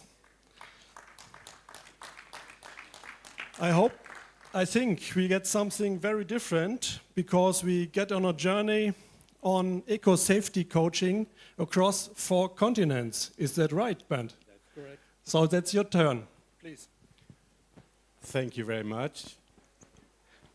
Good afternoon, ladies and gentlemen, dear colleagues and friends. For me, it's a real pleasure to be here in this wonderful country, and I will explain to you why it wasn't easy for me to come here. There's a reason. So I'm Technical Secretary of ISA Construction and advisor of the Head of Prevention Department of BG Bau. So my CEO is sitting over there. Before I start my presentation on eco-safety training, please allow me to say some few personal words. 4 weeks ago, I had a serious accident. I fell down the stairs in my building with the result that I have multiple fractures. After several hours of spending in the hospital with surgery, now I have a lot of screws made of metal and some metal plates in my left shoulder. This might explain why I'm not wearing a jacket today and no tie, because simply I cannot take it on by myself. I need third-party support. The interesting thing for me, I didn't know before, there are 2 main reasons for fatal accidents in the world: private life plus work life. Depending on the region in the world, it might be traffic accident, maybe the reason number 1 for fatal accidents, and the second one is falling down from stairs. I didn't know before. In Germany, we have more killed people every year than compared with traffic. I guess in Africa it's another way, but in Germany we not talk about it, falling down the stairs. And imagine this accident will cost at the end of the day maybe 20,000 euros. Just for the hospital, for medical care. My boss was so nice, or obliged to pay my salary, although I wasn't in the office 3.5 weeks long. So this simple, ordinary accident cost 20,000 euros. And when I listen to some colleagues today learning about the informal workforce in Uganda, just imagine I would be part of this informal work party. I think my life would end in an unhappy way. I mean, I'm able to come back to work, I'm pretty sure. Maybe I would still have some suffering from this accident, but I'm not depending on my family. Because as a blue-collar worker, I think my career would be at the end now. To work with this shoulder, like as a carpenter, I think it's impossible for the next half year up to 1 year. So we have to keep in mind that traffic accidents as well as falling down the stairs are the 2 main reasons for fatal accidents all over the world. As a prevention expert, I like to talk about falling down from the roof or from the ladder, but honestly, I have learned the main causes for fatal accidents are different. Driving in traffic is a high-risk situation, and just imagine working on a construction site every day. As a prevention expert, like to talk about the hazards and the risk on a construction site is nothing compared with going to the workplace and going back home. I think not everybody is aware of this fact, but traffic is a nightmare. And the same with my accident. For me, as well as for my employer, it doesn't matter if I have the accident in private life or during my job time. For me, the pain is the same. In my case, fee insurer have to pay for the hospital and so on. At work, only one insurer is paying, but at the end of the day, it costs the same amount of money, and it costs the same amount of money for my employer, because I cannot work for a certain lifetime. So today I'm talking about traffic accidents and how to avoid it. As an employer, I must be interested in safe behavior in traffic, because even if it's not my duty to take care of the private life, my worker will not work for me after an accident. And in Germany we have a real huge lack of skilled workers. So a skilled carpenter is really of value for a company. So the owner of such a company should be aware, trying to avoid accidents. So the main reasons are speeding, of course. People drive too fast, especially younger people like to speed up. Another thing is alcohol. I think that's an issue all over the world. In Germany, due to the police checks, the number of alcohol-related accidents is going down. But anyway, I know some people like to have some beers before driving home with the car. For me, it's nothing I can accept. Distraction, of course, and in some countries, people not like to use the seat belt. This is, of course, an unnecessary risk for a person. So next slide. Slide number 2, please. Yeah, now we're coming to Vision Zero in traffic. You may know that Vision Zero became popular because of a strategy of Sweden. Sweden decided for Vision Zero in road safety, saying you have to design the road and the cars in a way that no accident can happen. So human, mistakes do not play a role anymore. Of course, that's why it's a vision. You cannot make cars and roads safe 100%. There's always a human factor, but this is a good idea, I think. You have to start to think about make the workplace safe and make the technique safe. Then there might be no risk anymore for human beings. Of course, Vision Zero life is nothing to discuss. Humans like to make failures. Same with me. I fell down the stairs. I made no mistake, honestly. I used the handrail. You can see the damage up today. The handrail is more than 30 centimeters long because I tried to catch myself. But anyway, even if everything is perfect, there's always a risk that you fell down or harm yourself. But it's a human right to come back home safe from work. Doesn't matter if you have an accident at work or if you have an accident on the way to your job place or coming back. And not to forget, for society, bearing the costs of such accidents, is really impressive. I mean, maybe in Uganda the situation is different because you have so many informal workers, but we have to keep in mind these people have no insurance, they have no future, they have no chance for going into the hospital to have such a treatment. So as a society, as well as we, BG Bau, we are a kind of insurer for the construction sector.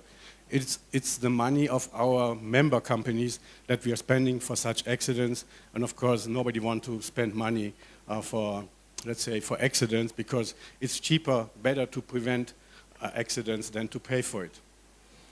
I just had a look at my house with the stairs. To have an update that make it more safe, it would cost several hundred euros because black stairs you do not see in the night with eco-saving lighting, so your eyes not register it, and that's one reason maybe why I fell down. So it costs only a few hundred euros to update this issue, and the cost, I mean, we talk about several thousand euros. Next slide, please. So how we do it with this eco-safety training. The goals, of course, we want that people live and learn more about skills for living, taking care of themselves, to understand the context of driving, mastering traffic situations, and of course you have to understand how vehicles are working. Next slide, please. So we talk about, we want to improve or change the social competence of driving, taking care of yourself and other people, and of course technical competence. It's nothing new, we know it from the airline industry. Of course, as a pilot, I also have to prove my social competence, and if it's not correct, I will be corrected by a trainer. Next slide, please. So in all these goals of this education, of course, they are linked to each other and combined. But one main thing, Mark talked about it is the cultural and social background. Of course, in Africa, people have a different approach to car driving than we have it in Berlin, where 4 million people are living, and of course, it's a different world. So taking into account the cultural background, it does not make sense. For example, I'm coming to Africa to train people how to drive a car. I think you would not take me serious because I simply have a different background. So next slide, please. So we have to find a way to change the behavior of people. And that's a problem. If I'm going to young people, 20 years old, I think they will not laugh about me, but they will not take me so serious. So if you want to change behavior, you have to find the better way to change the situations. That's why we use TikToks at BG Bau, as well as we use other brochures, for example. Older people as me, we like 3 minutes movies, and young people like 20 seconds maximum TikToks, simply different opinion about life. So we try to find a way forward to improve the behavior of people driving a car. Next slide, please. And we have to take into account that everybody is learning in a different way. As I said before, younger people prefer different ways learning something. Motivation, of course, young people like to drive car, but not like to drive safely. If you're getting older, you have family, you have kids, of course, you change your behavior by yourself. Especially experience is, of course, of importance. Next slide, please. And there is one way to be used to do it in a simple way, and as a training provider, I have to say cheap way. Coaching is nothing new. It's much better than I'm standing in front of you as and preach the subject. Coaching means something else. Coaching means to have a look of what people are doing. Afterwards, you have a kind of talking about what I have noticed. And then a second round, and again talk about what I have noticed as a teacher. Next slide, please. There you can see the coaching concept. The first ride is just observation. I'm sitting beside the driver, writing down what I see. Then we talk about it. And then the second ride, and again we talk about it. And this coaching concept just takes 1 hour for one driver. It's not so much, I think. We had been lucky to try it out with regard to normal health and safety training. We had a pilot project at BG Bau together with a colleague. I developed it. You can imagine in 5 hours' time, we had been able to train 150 young people in a training center. Just let them do scaffold work. They just showed us how they do it. Then we talked about it, that's wrong. Then we presented them the best solution, and afterwards they tried it again. There you can see that coaching is nothing really new or ineffective. It's a possible way to improve the situation very fast.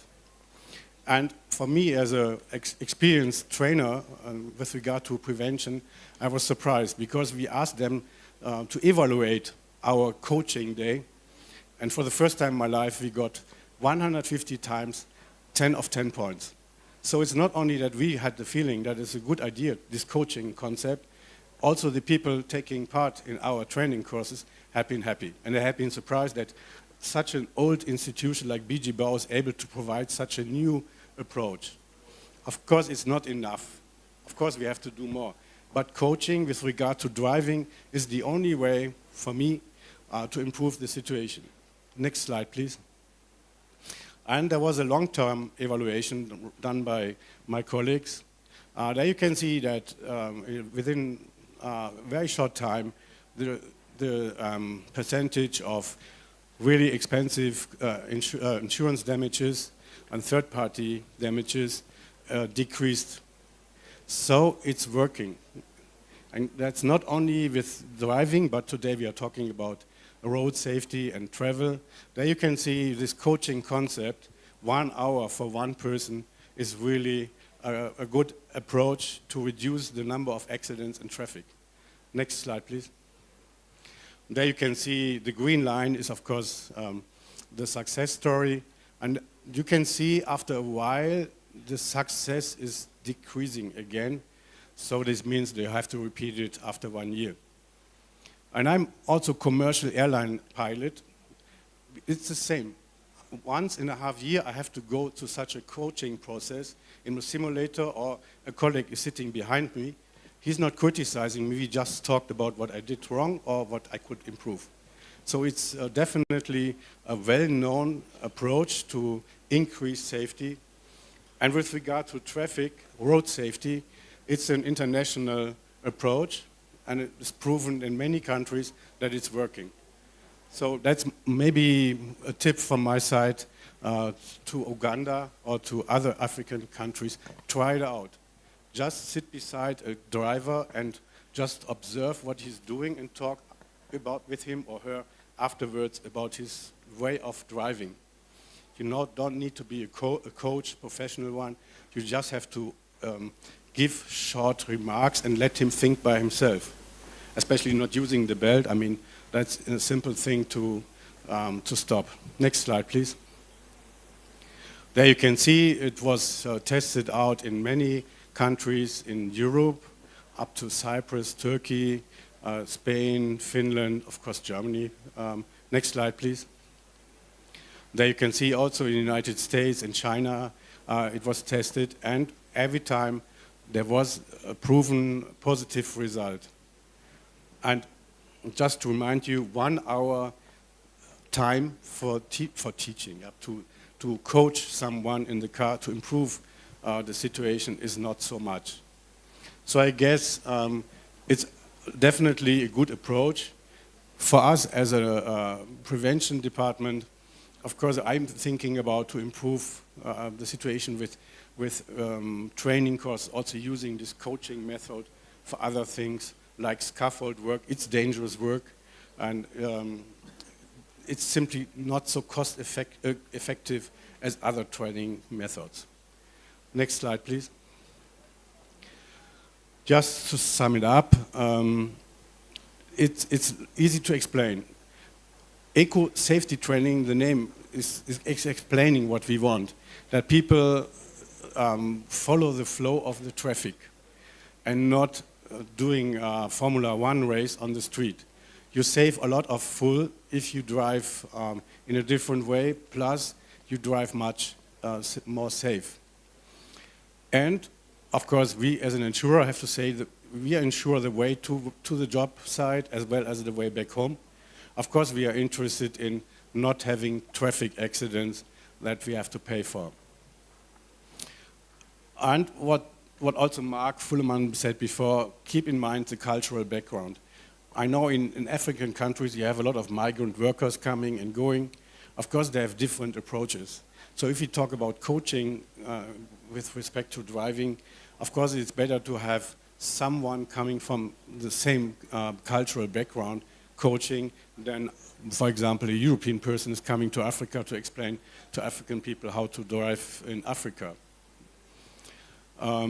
That's why the last line is saying it adapted training design together with locals and not coming there and preaching people how to drive a car or to drive a excavator loader. Of course, I can explain the technique to you, but my mentality is a little different. Next slide, please.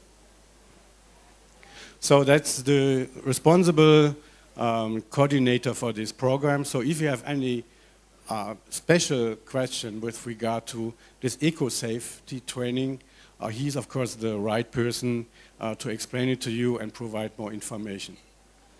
And that's one of my favorite things to say, because I've heard many times that in Africa you not have enough statistical data with regard to accidents. believe me, the statistical data with regard to construction or to transport is available all over the world. And the main reasons are the same. It doesn't matter if it's in India or if it's in Uganda. So if you need statistical data to carry out prevention work in Uganda, of course you can ask me, because I am, let's say, since 20 years I'm working on evaluate statistical data all over the world. I was even advisor to the Chinese government.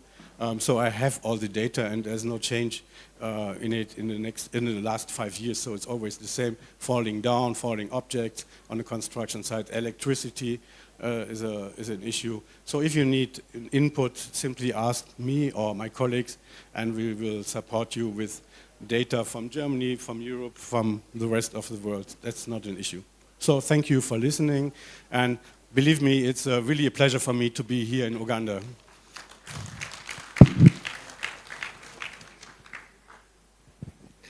Yeah, please sit down. Thank you very much for your speech and for the overview of the safety coaching for safe driving, and this works all over the world, we have seen, so thank you again very much. We are now at the end of the speeches, and I believe we had a very wide range of different types of occupational safety and health, and also of Vision Zero. So as I look at my watch, we have a couple of minutes left, so if there are any questions, 2 or 3, so we to the panelists. So now is time to ask questions. Are there any questions to the panelists? Until now, I see no hands. So if there are no questions, then I close this session and give the microphone back to the Master of Ceremony. He is outside. And thank you again for coming, for staying, and for hearing, and have a nice day.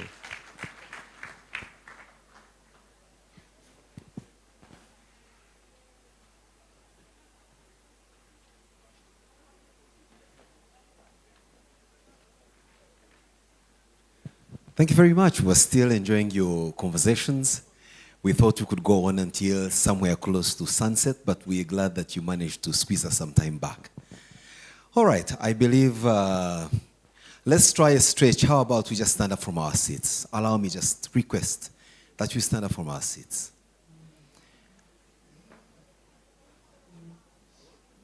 Yeah, I don't even need to tell you what to do when you stand. Just stretch in the best way you know how. Because from my material science, I can see some of you are already elastic enough. Others are already at your plastic point. Others are almost at the brittle point where you can break a bone or two. So I don't take responsibility for what happens to you after. But I am glad we're all standing and stretching in the best way we know how. All right, how about we take our seats?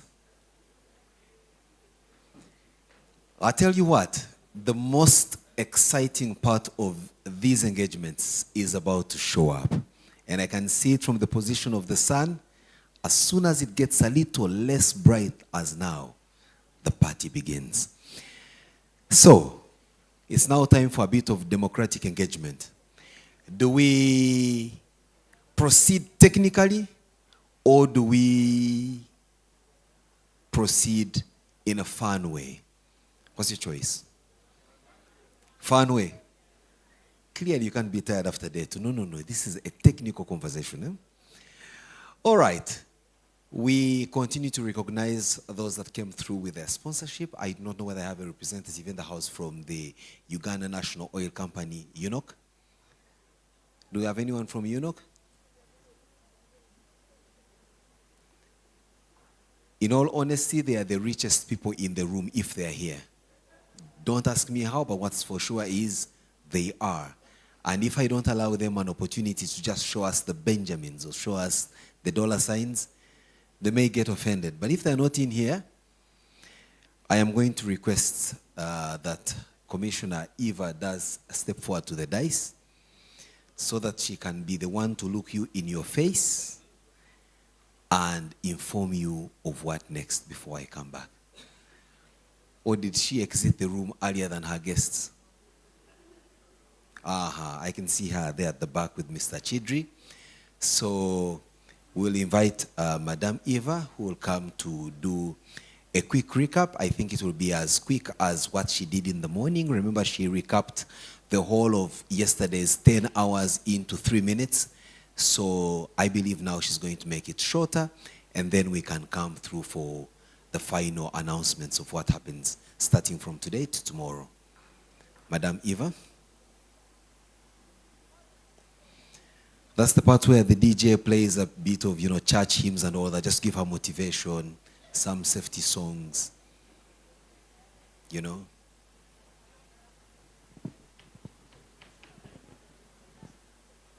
Do you also translate music in sign language, like if the song is playing? Okay. Hurry, please. We need to do this translation of music into sign language.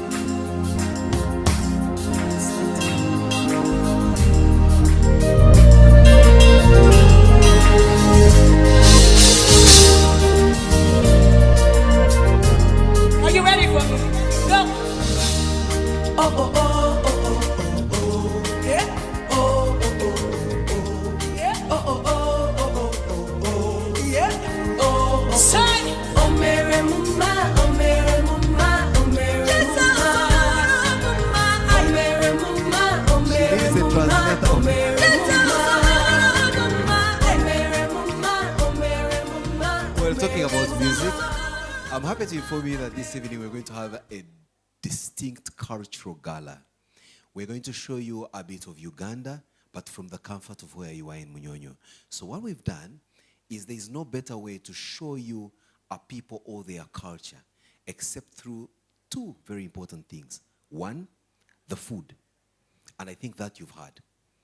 Okay, I know my German friends are saying the beer. That too. So the food, the beer, that we'll have. But more importantly, the music.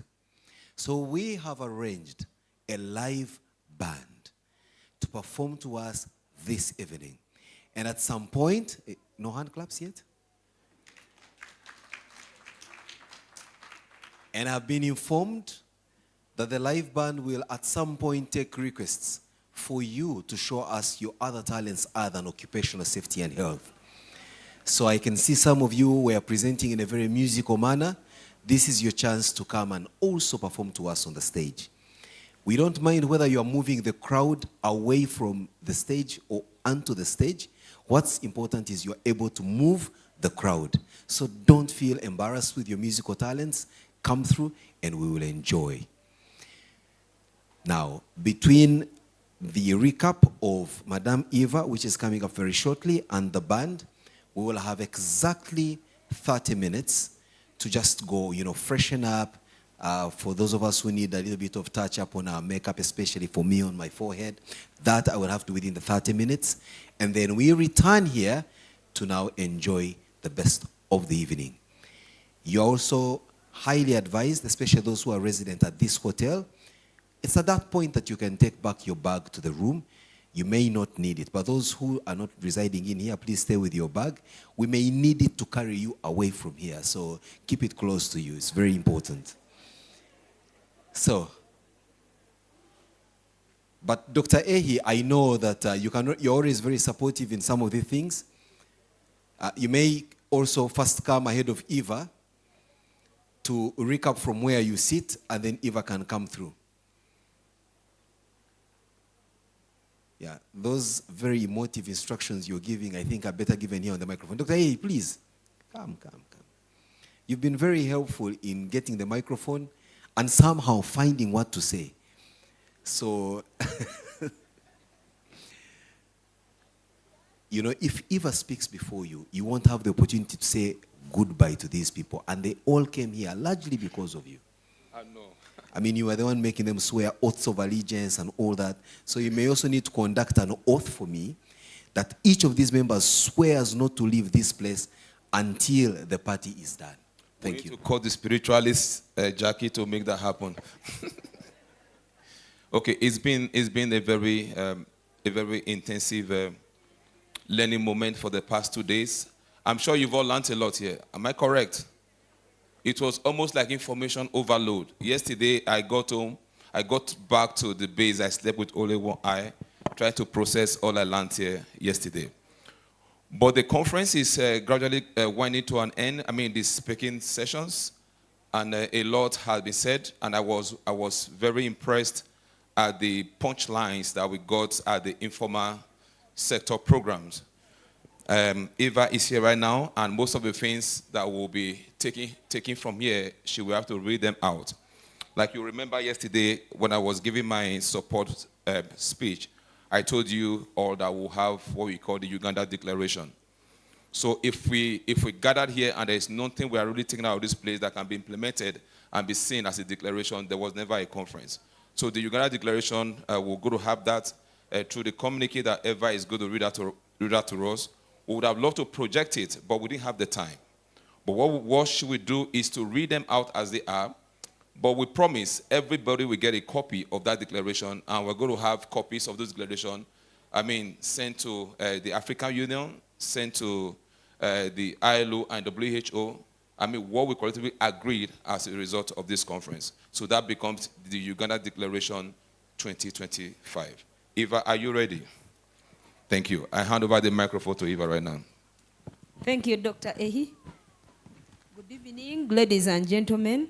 Like he has said, we would have loved to project so that you see the draft, but you'll have to trust me on what I am reading. And I'm not going to read it all because the communique, I don't know how you pronounce that word, communique or communique. So that document is, it has the preliminaries, like giving a bit of a background to this conference, the people that have attended it. Those will be attached, of course, registration. I was still waiting for the registration desk to give me the details of the countries that are present and the exact numbers. So I'm not able to say that now because I haven't yet confirmed with the registration desk. That is all part of the background. Then we talk about the preparation for this conference, the International Planning Committee, the members of that committee, and then the National Organizing Committee, the members of that committee also, we shall mention them. We give credit to our sponsors who gave us financial support. We give credit to our partners who helped us to send this message out through their networks. The exhibitors who added color to the event. And then we get into the next section that talks about the proceedings of the conference, the technical papers that we received. In brief, we shall mention the papers that were presented and the topics or subtopics under which they were presented. Of course, the golden rules have to come out because almost every speaker, like MC said, came up with some golden rules for something. So even in the recommendations, we have 7. Can we call them 7 golden recommendations? I don't know. So these are the recommendations, and these are open now for you to improve further. Recommendation number 1, ensure that the informal sector is uplifted, addressed, and intensively discussed to include it into strategic interventions for all future Vision Zero Okay, there's some English we need to work on, but it is about getting the informal sector to be actively involved in all Vision Zero interventions, including conferences. The second recommendation is that we need to promote the national Vision Zero strategies in all African countries using the good experiences already available in other countries. Social insurance institutions should be actively involved. That's the second recommendation. The third one, reach out to labor inspectors in order to train and inspire them to become change agents for Vision Zero. The fourth recommendation, intensify creating active and participating in Vision Zero networks in order to collaborate beyond companies, beyond sectors, beyond countries. So this one is emphasizing collaboration. The fifth recommendation is to involve chief executives of all industrial sectors to talk about the way they are successfully implementing Vision Zero. The sixth recommendation is to explore how to use artificial intelligence to implement Vision Zero successfully. Then the seventh and final recommendation I have is to include communication and marketing experts to sell the vision message to the target audience and the general public. Those are the recommendations that we're able to capture. If you feel that there is something that we need to put and agree upon going forward, please let me know.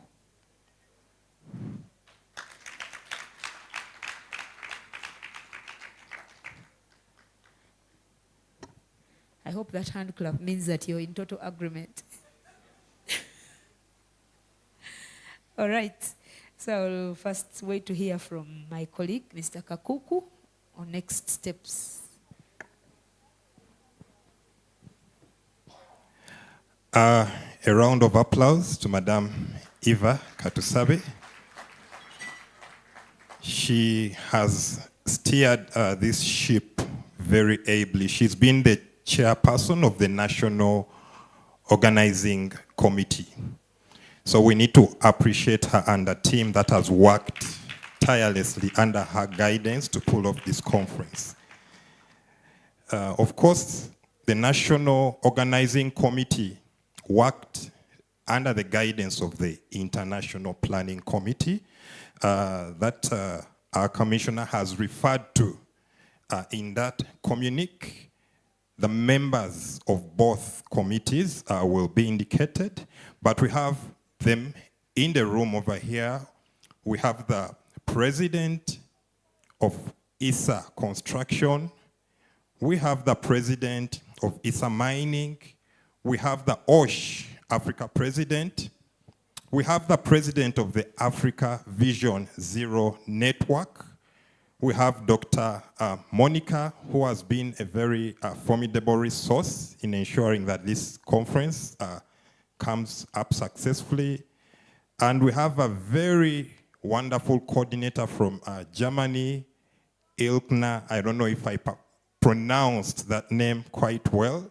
She's done a formidable job for us to pull off this conference.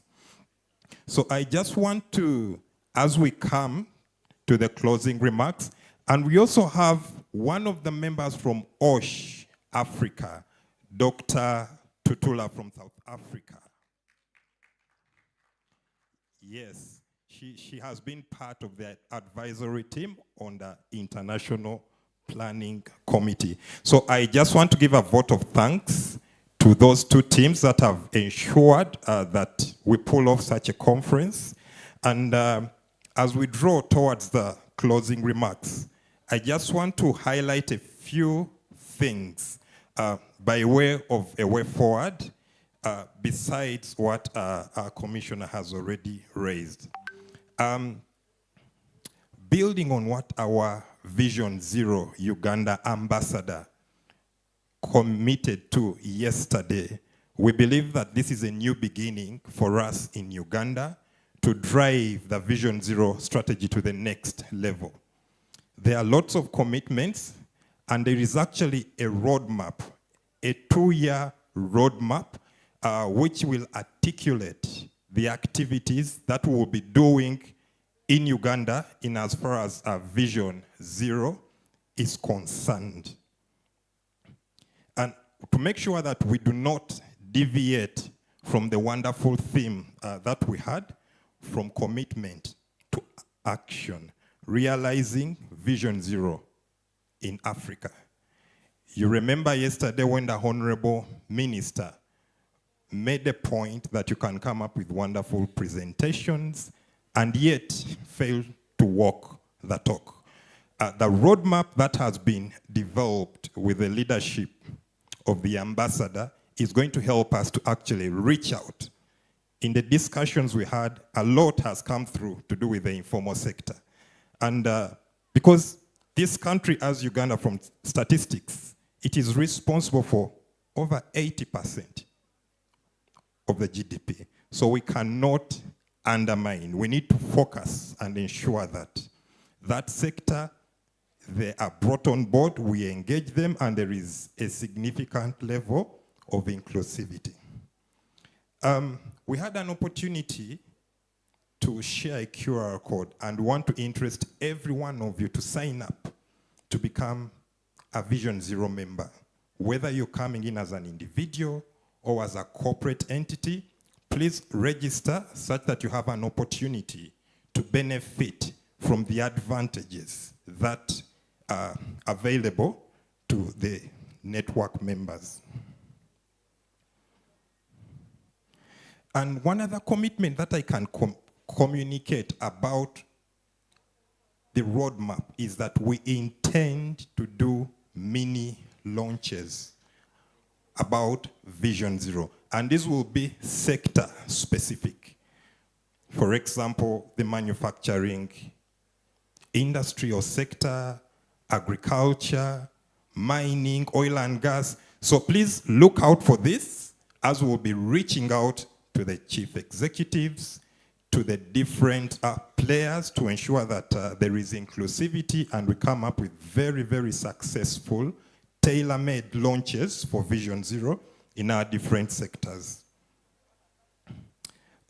Last but not least, let us harness the power of collaboration. In everything that we do, we can only go so far, but once we choose to leverage our strength in the different domains, be it the public service, be it government, who are the regulators, and the private sector, we have to find a way of working together. We harness the power of collaboration such that we're able to achieve and attain our Vision Zero commitments. Now, as I said this, usually when we have such conferences, it is important for us to get to know who the next host of this conference will be. And as our team from Pacific is getting ready, I would like to invite the members of the IPC to join me forward. Dr. Ehi, Dr. Nkumbula, Professor Carl from ISA. If we have Mr. Helmut as well in the room. And on the side of the ministry or Uganda, we do have our commissioner right here. And it's right about time that we get to know where we'll be convening. Who would like to guess? Do you have any idea where you think the next Vision Zero Africa conference will be holding in the next 2 years? Well, allow me hand over the microphone to Dr. Ehi to ensure that we get this right. Thank you. Thank you so much, Alex. We want you to guess. We're going somewhere in 2027. Dr. Tutula, why not? Is Dr. Tutula here? Please come up here. You did a great job. We need to see you here, okay? But I'm sure this woman, they didn't give her food, so she may be upset. See, we're going somewhere 2027.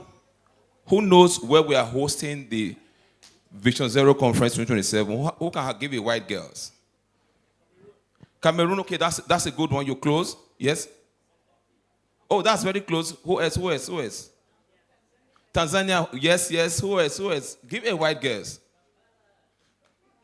Kampala just hosted. Come on.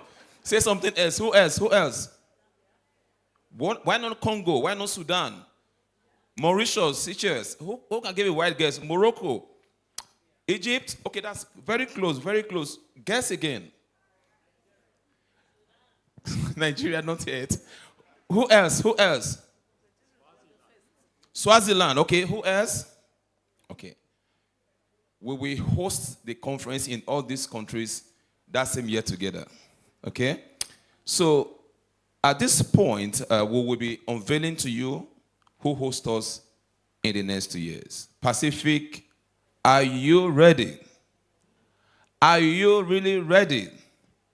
Ladies and gentlemen, we present to you, freeze everybody. We present to you the host of International Vision Zero Africa Conference 2027. Pacific, help us out. As workers' compensation, we've launched the Vision Zero, believing that all accidents, diseases, and harm at work are preventable. Vision Zero. We believe all accidents and diseases are preventable, and they can come to A round of applause for South Africa. Vision Zero.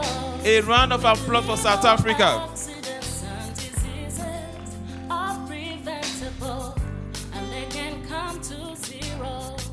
Are you guys ready for South Africa? If you are ready, say, I am ready. South Africa, here we come. So haven't done that. Haven't done that.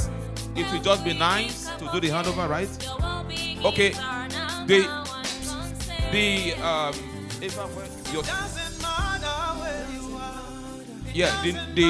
national National Organizing Committee, Uganda, please come forth. We need members of the National Organizing Committee to join us here. We need to do the handover ceremony right now.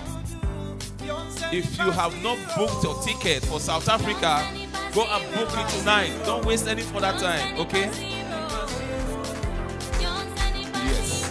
Please come forth. These are the men that were men and women behind the scene. Please come. Jerusalem,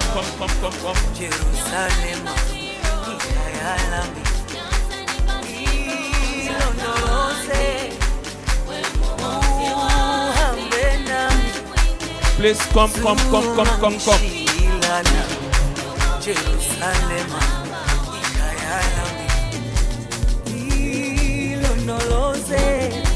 These are the men and women that work tirelessly behind the scene. Haven't said that, we have our brothers and sisters that will put up the next big show. Our brothers and sisters from South Africa, please, we welcome you here to take a party from us. So, Dr. Spo and your team, we need you up here, please. Professor Spo and your team, we need you all here, please.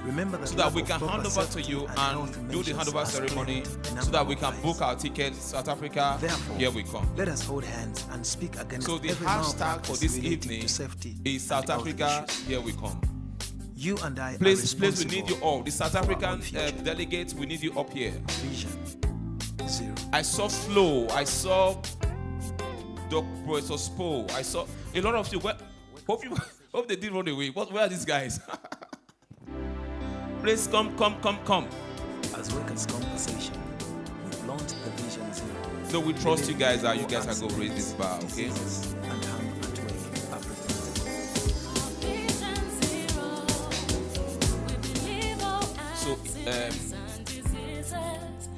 So, Eva, you were the one that led this event. Now you have your colleagues from South Africa that you're handing over to. So you need to support the lead.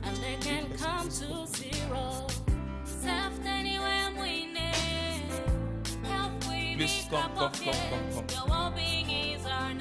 Okay, both come. So Eva has done a very good job with the gospel and all attest to without this.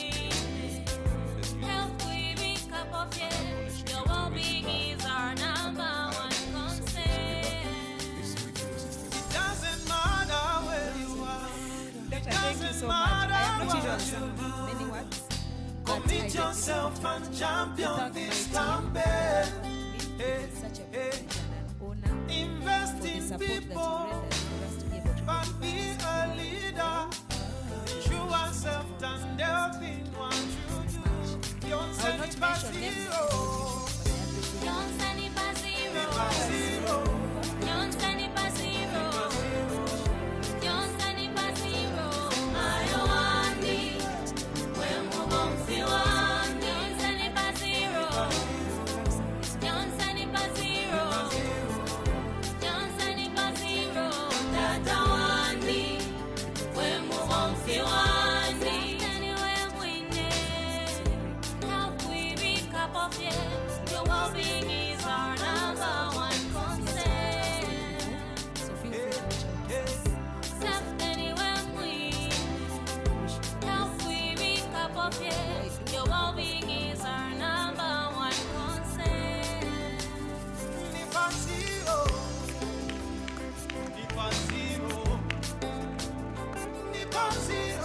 photo session should happen now. I mean, this is a big ceremony. Have you done that? Our Vision Okay, Zero is based on the belief that all accidents, diseases, and harm at work are preventable. Remember that lack of proper safety and health measures has claimed a number of lives. Therefore, let us hold hands and speak against every malpractice relating to safety and health issues. Thank you so much. You and I are responsible for our own future. Vision Zero. I will only lay the foundation for my senior here to speak. Ladies and gentlemen, I guess it is As workers' compensation, we've launched the Vision Zero, believing that all accidents, diseases, and harm at work are preventable. Vision Zero. We believe all accidents and diseases are preventable, and they can come to zero. Our Vision Zero. We believe all accidents and diseases are preventable, and they can come to zero. Safety anywhere we need. Help we be cup of it. Your well-being is our number one concern. Safety anywhere we need. Help we be cup of it. Your well-being is our number one concern. It doesn't matter where you are. It doesn't matter what you do. Commit yourself and champion this campaign. Hey, hey. Invest in people, but be a leader. Ensure self and health in what you do. Don't send it by zero. Don't send it by zero. By zero. Don't send it by zero. Don't send it by zero. I don't want it. When we won't feel one. Don't send it by zero. Don't send it by zero. Don't send it by zero. That I want it. When we won't feel one. Anywhere we need. Help we be cup of it. Your well-being is our number one concern. Thank you so much. Thank you so much. Thank you so much. Safety anywhere we help we be cup of it. Your well-being is our number one concern. Wow, what a way to end and what a way to look forward to a bigger promise of the next event. I think they deserve a huge hand clap, the team that has led us to this point. So very quickly, Our Vision South Zero Africa is based on the belief that all accidents, diseases, and harm at work are preventable. Remember that lack of proper safety and health measures has claimed a number of lives. Therefore, let us hold hands and speak against every malpractice relating to safety and health issues. You and I are responsible for our own future. Vision. It is very sad for us to miss out because of visa restrictions, but most importantly, we are looking forward to the hospitality of South Africa, which you have always had. So everyone is looking forward to that. Talking about hospitality, As workers' now, conversations, may I we request launched the that Vision Zero, Zero, believing that all accidents, diseases, so that you and can harm still at work are preventable. about to make my Vision Zero. In fact, here I'm going Believe to all ask the translator accidents to and say language for diseases you so that are preventable, and they can come to zero. Our Vision Zero. At this juncture, I would like to call the co-host, Mr. Samuel Achidri, Mr. Sunday Achidri, the president for the Safety and Health Association of Uganda, that has worked in collaboration with the ministry to come and give the final remarks and take the honor to close this conference officially and then usher us into the next. Thank you. It doesn't matter where you are. It doesn't matter what you do. Commit yourself and champion this campaign. Hey, hey. Invest in people, but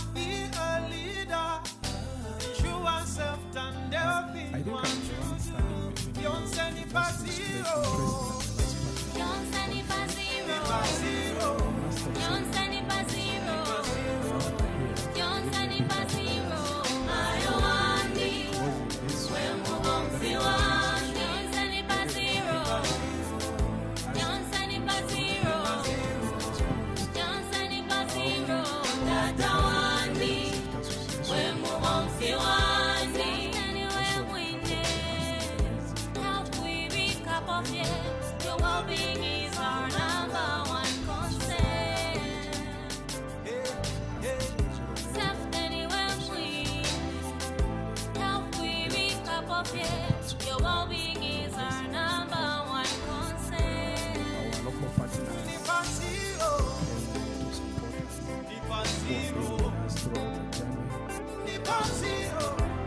Vision Zero Ambassador, she has already started her work. This morning Our Vision Zero is based on the belief that all accidents, diseases, and harm at work are preventable.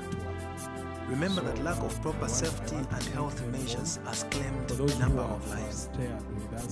Therefore, let us hold hands and speak against every malpractice relating to safety and health issues. You and I are responsible for our own future. Vision most Zero. importantly, you need to pick the message. It's part of learning, and it's an opportunity for the South African team to probably make it better next time. As workers' compensation, launched the Vision Zero, believing that all accidents, diseases, and harm at work are preventable. To the service providers who are preventable, and they can come to zero. Our Vision Zero. We believe all accidents and diseases are preventable, and they can come to zero. Self anywhere we need, help we reach up of it. Your well-being is our number one concern. if you feel there are areas Anywhere what we you need to help we reach up of it. Your well-being is our number one concern. It doesn't matter where you are. It doesn't matter what you do. Commit yourself and champion this campaign. like I said, please do not be on Invest leave in this place. people. The last part of the But be session a leader. much Show more interesting yourself than and this. delve in what you do. They, Don't send it we back have prepared a Bosch magazine. Don't send it by zero. Zero. Don't send it by zero. Don't send it by zero. I don't want it. When we won't see one. Don't send it by zero. Don't send it by zero. Don't send it by zero. That I want it. When we won't see one. Anywhere we need. Help we reach up of it. Your well-being is our number one concern. Self anywhere we help we reach up of it. Your well-being is our number one concern. All the other cities.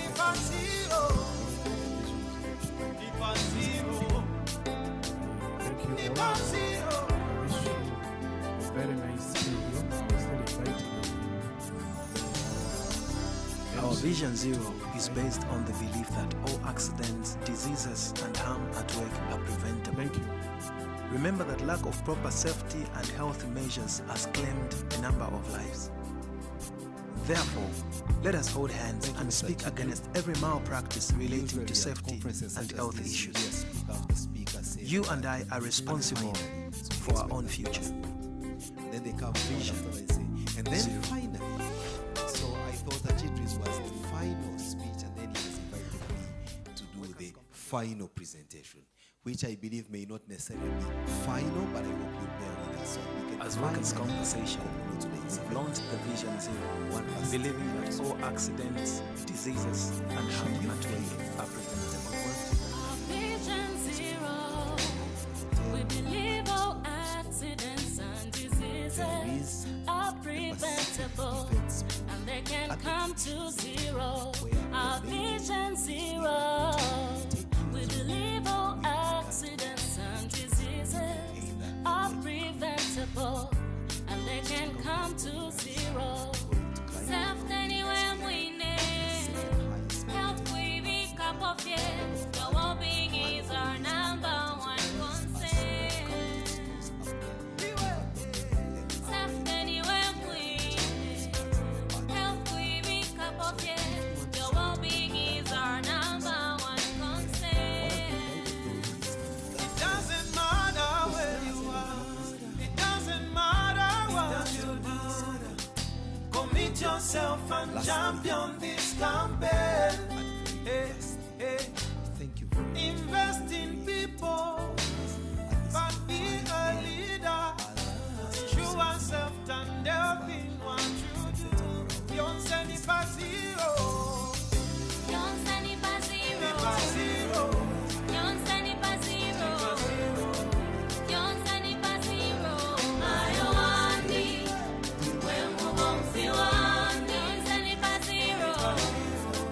Don't send it by zero.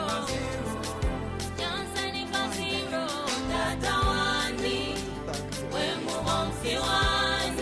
Anywhere we need. Help we be cup of yes. Your well-being is our number one concern. Self anywhere we need.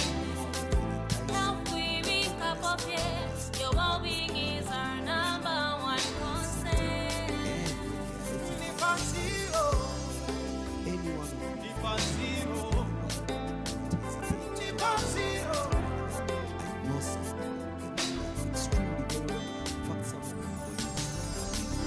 Our Vision Zero is based on the belief that all accidents, diseases, and harm at work are preventable. Remember that lack of proper safety and health measures has claimed a number of lives.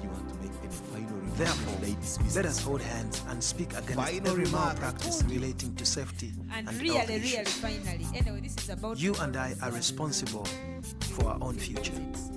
we Vision be picked Zero. as we have been picked before, and from our hotels at 7:30, and we expect to leave this place by around 8:30, between 8:30 and 9 o'clock, to go to the different destinations that we have chosen. As Workers' I Conversation, hope it was made we've clear launched that the Vision Uganda Zero, Breweries only believing wanted that all ratification accidents, because there is diseases, and harm at work ability are to preventable. more than that. Vision zero. We believe all accidents and diseases are preventable, and they can come to zero. Our vision zero. We believe all accidents and diseases are preventable, and they can come to zero. Self anywhere we need. Help we be cup of yes. Your well-being is our number one concern.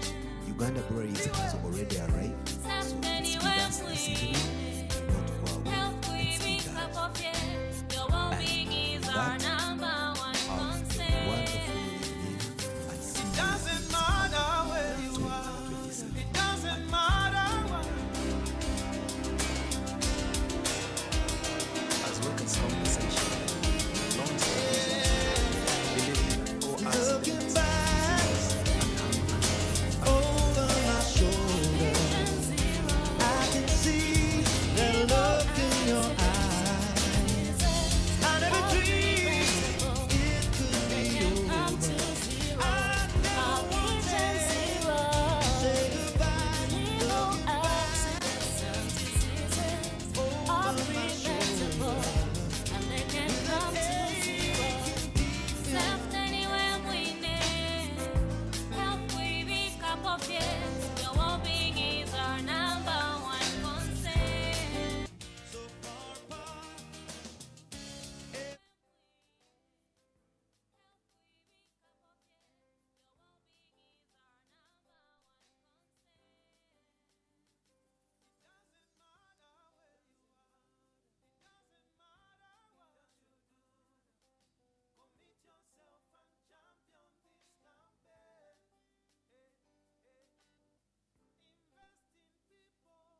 show.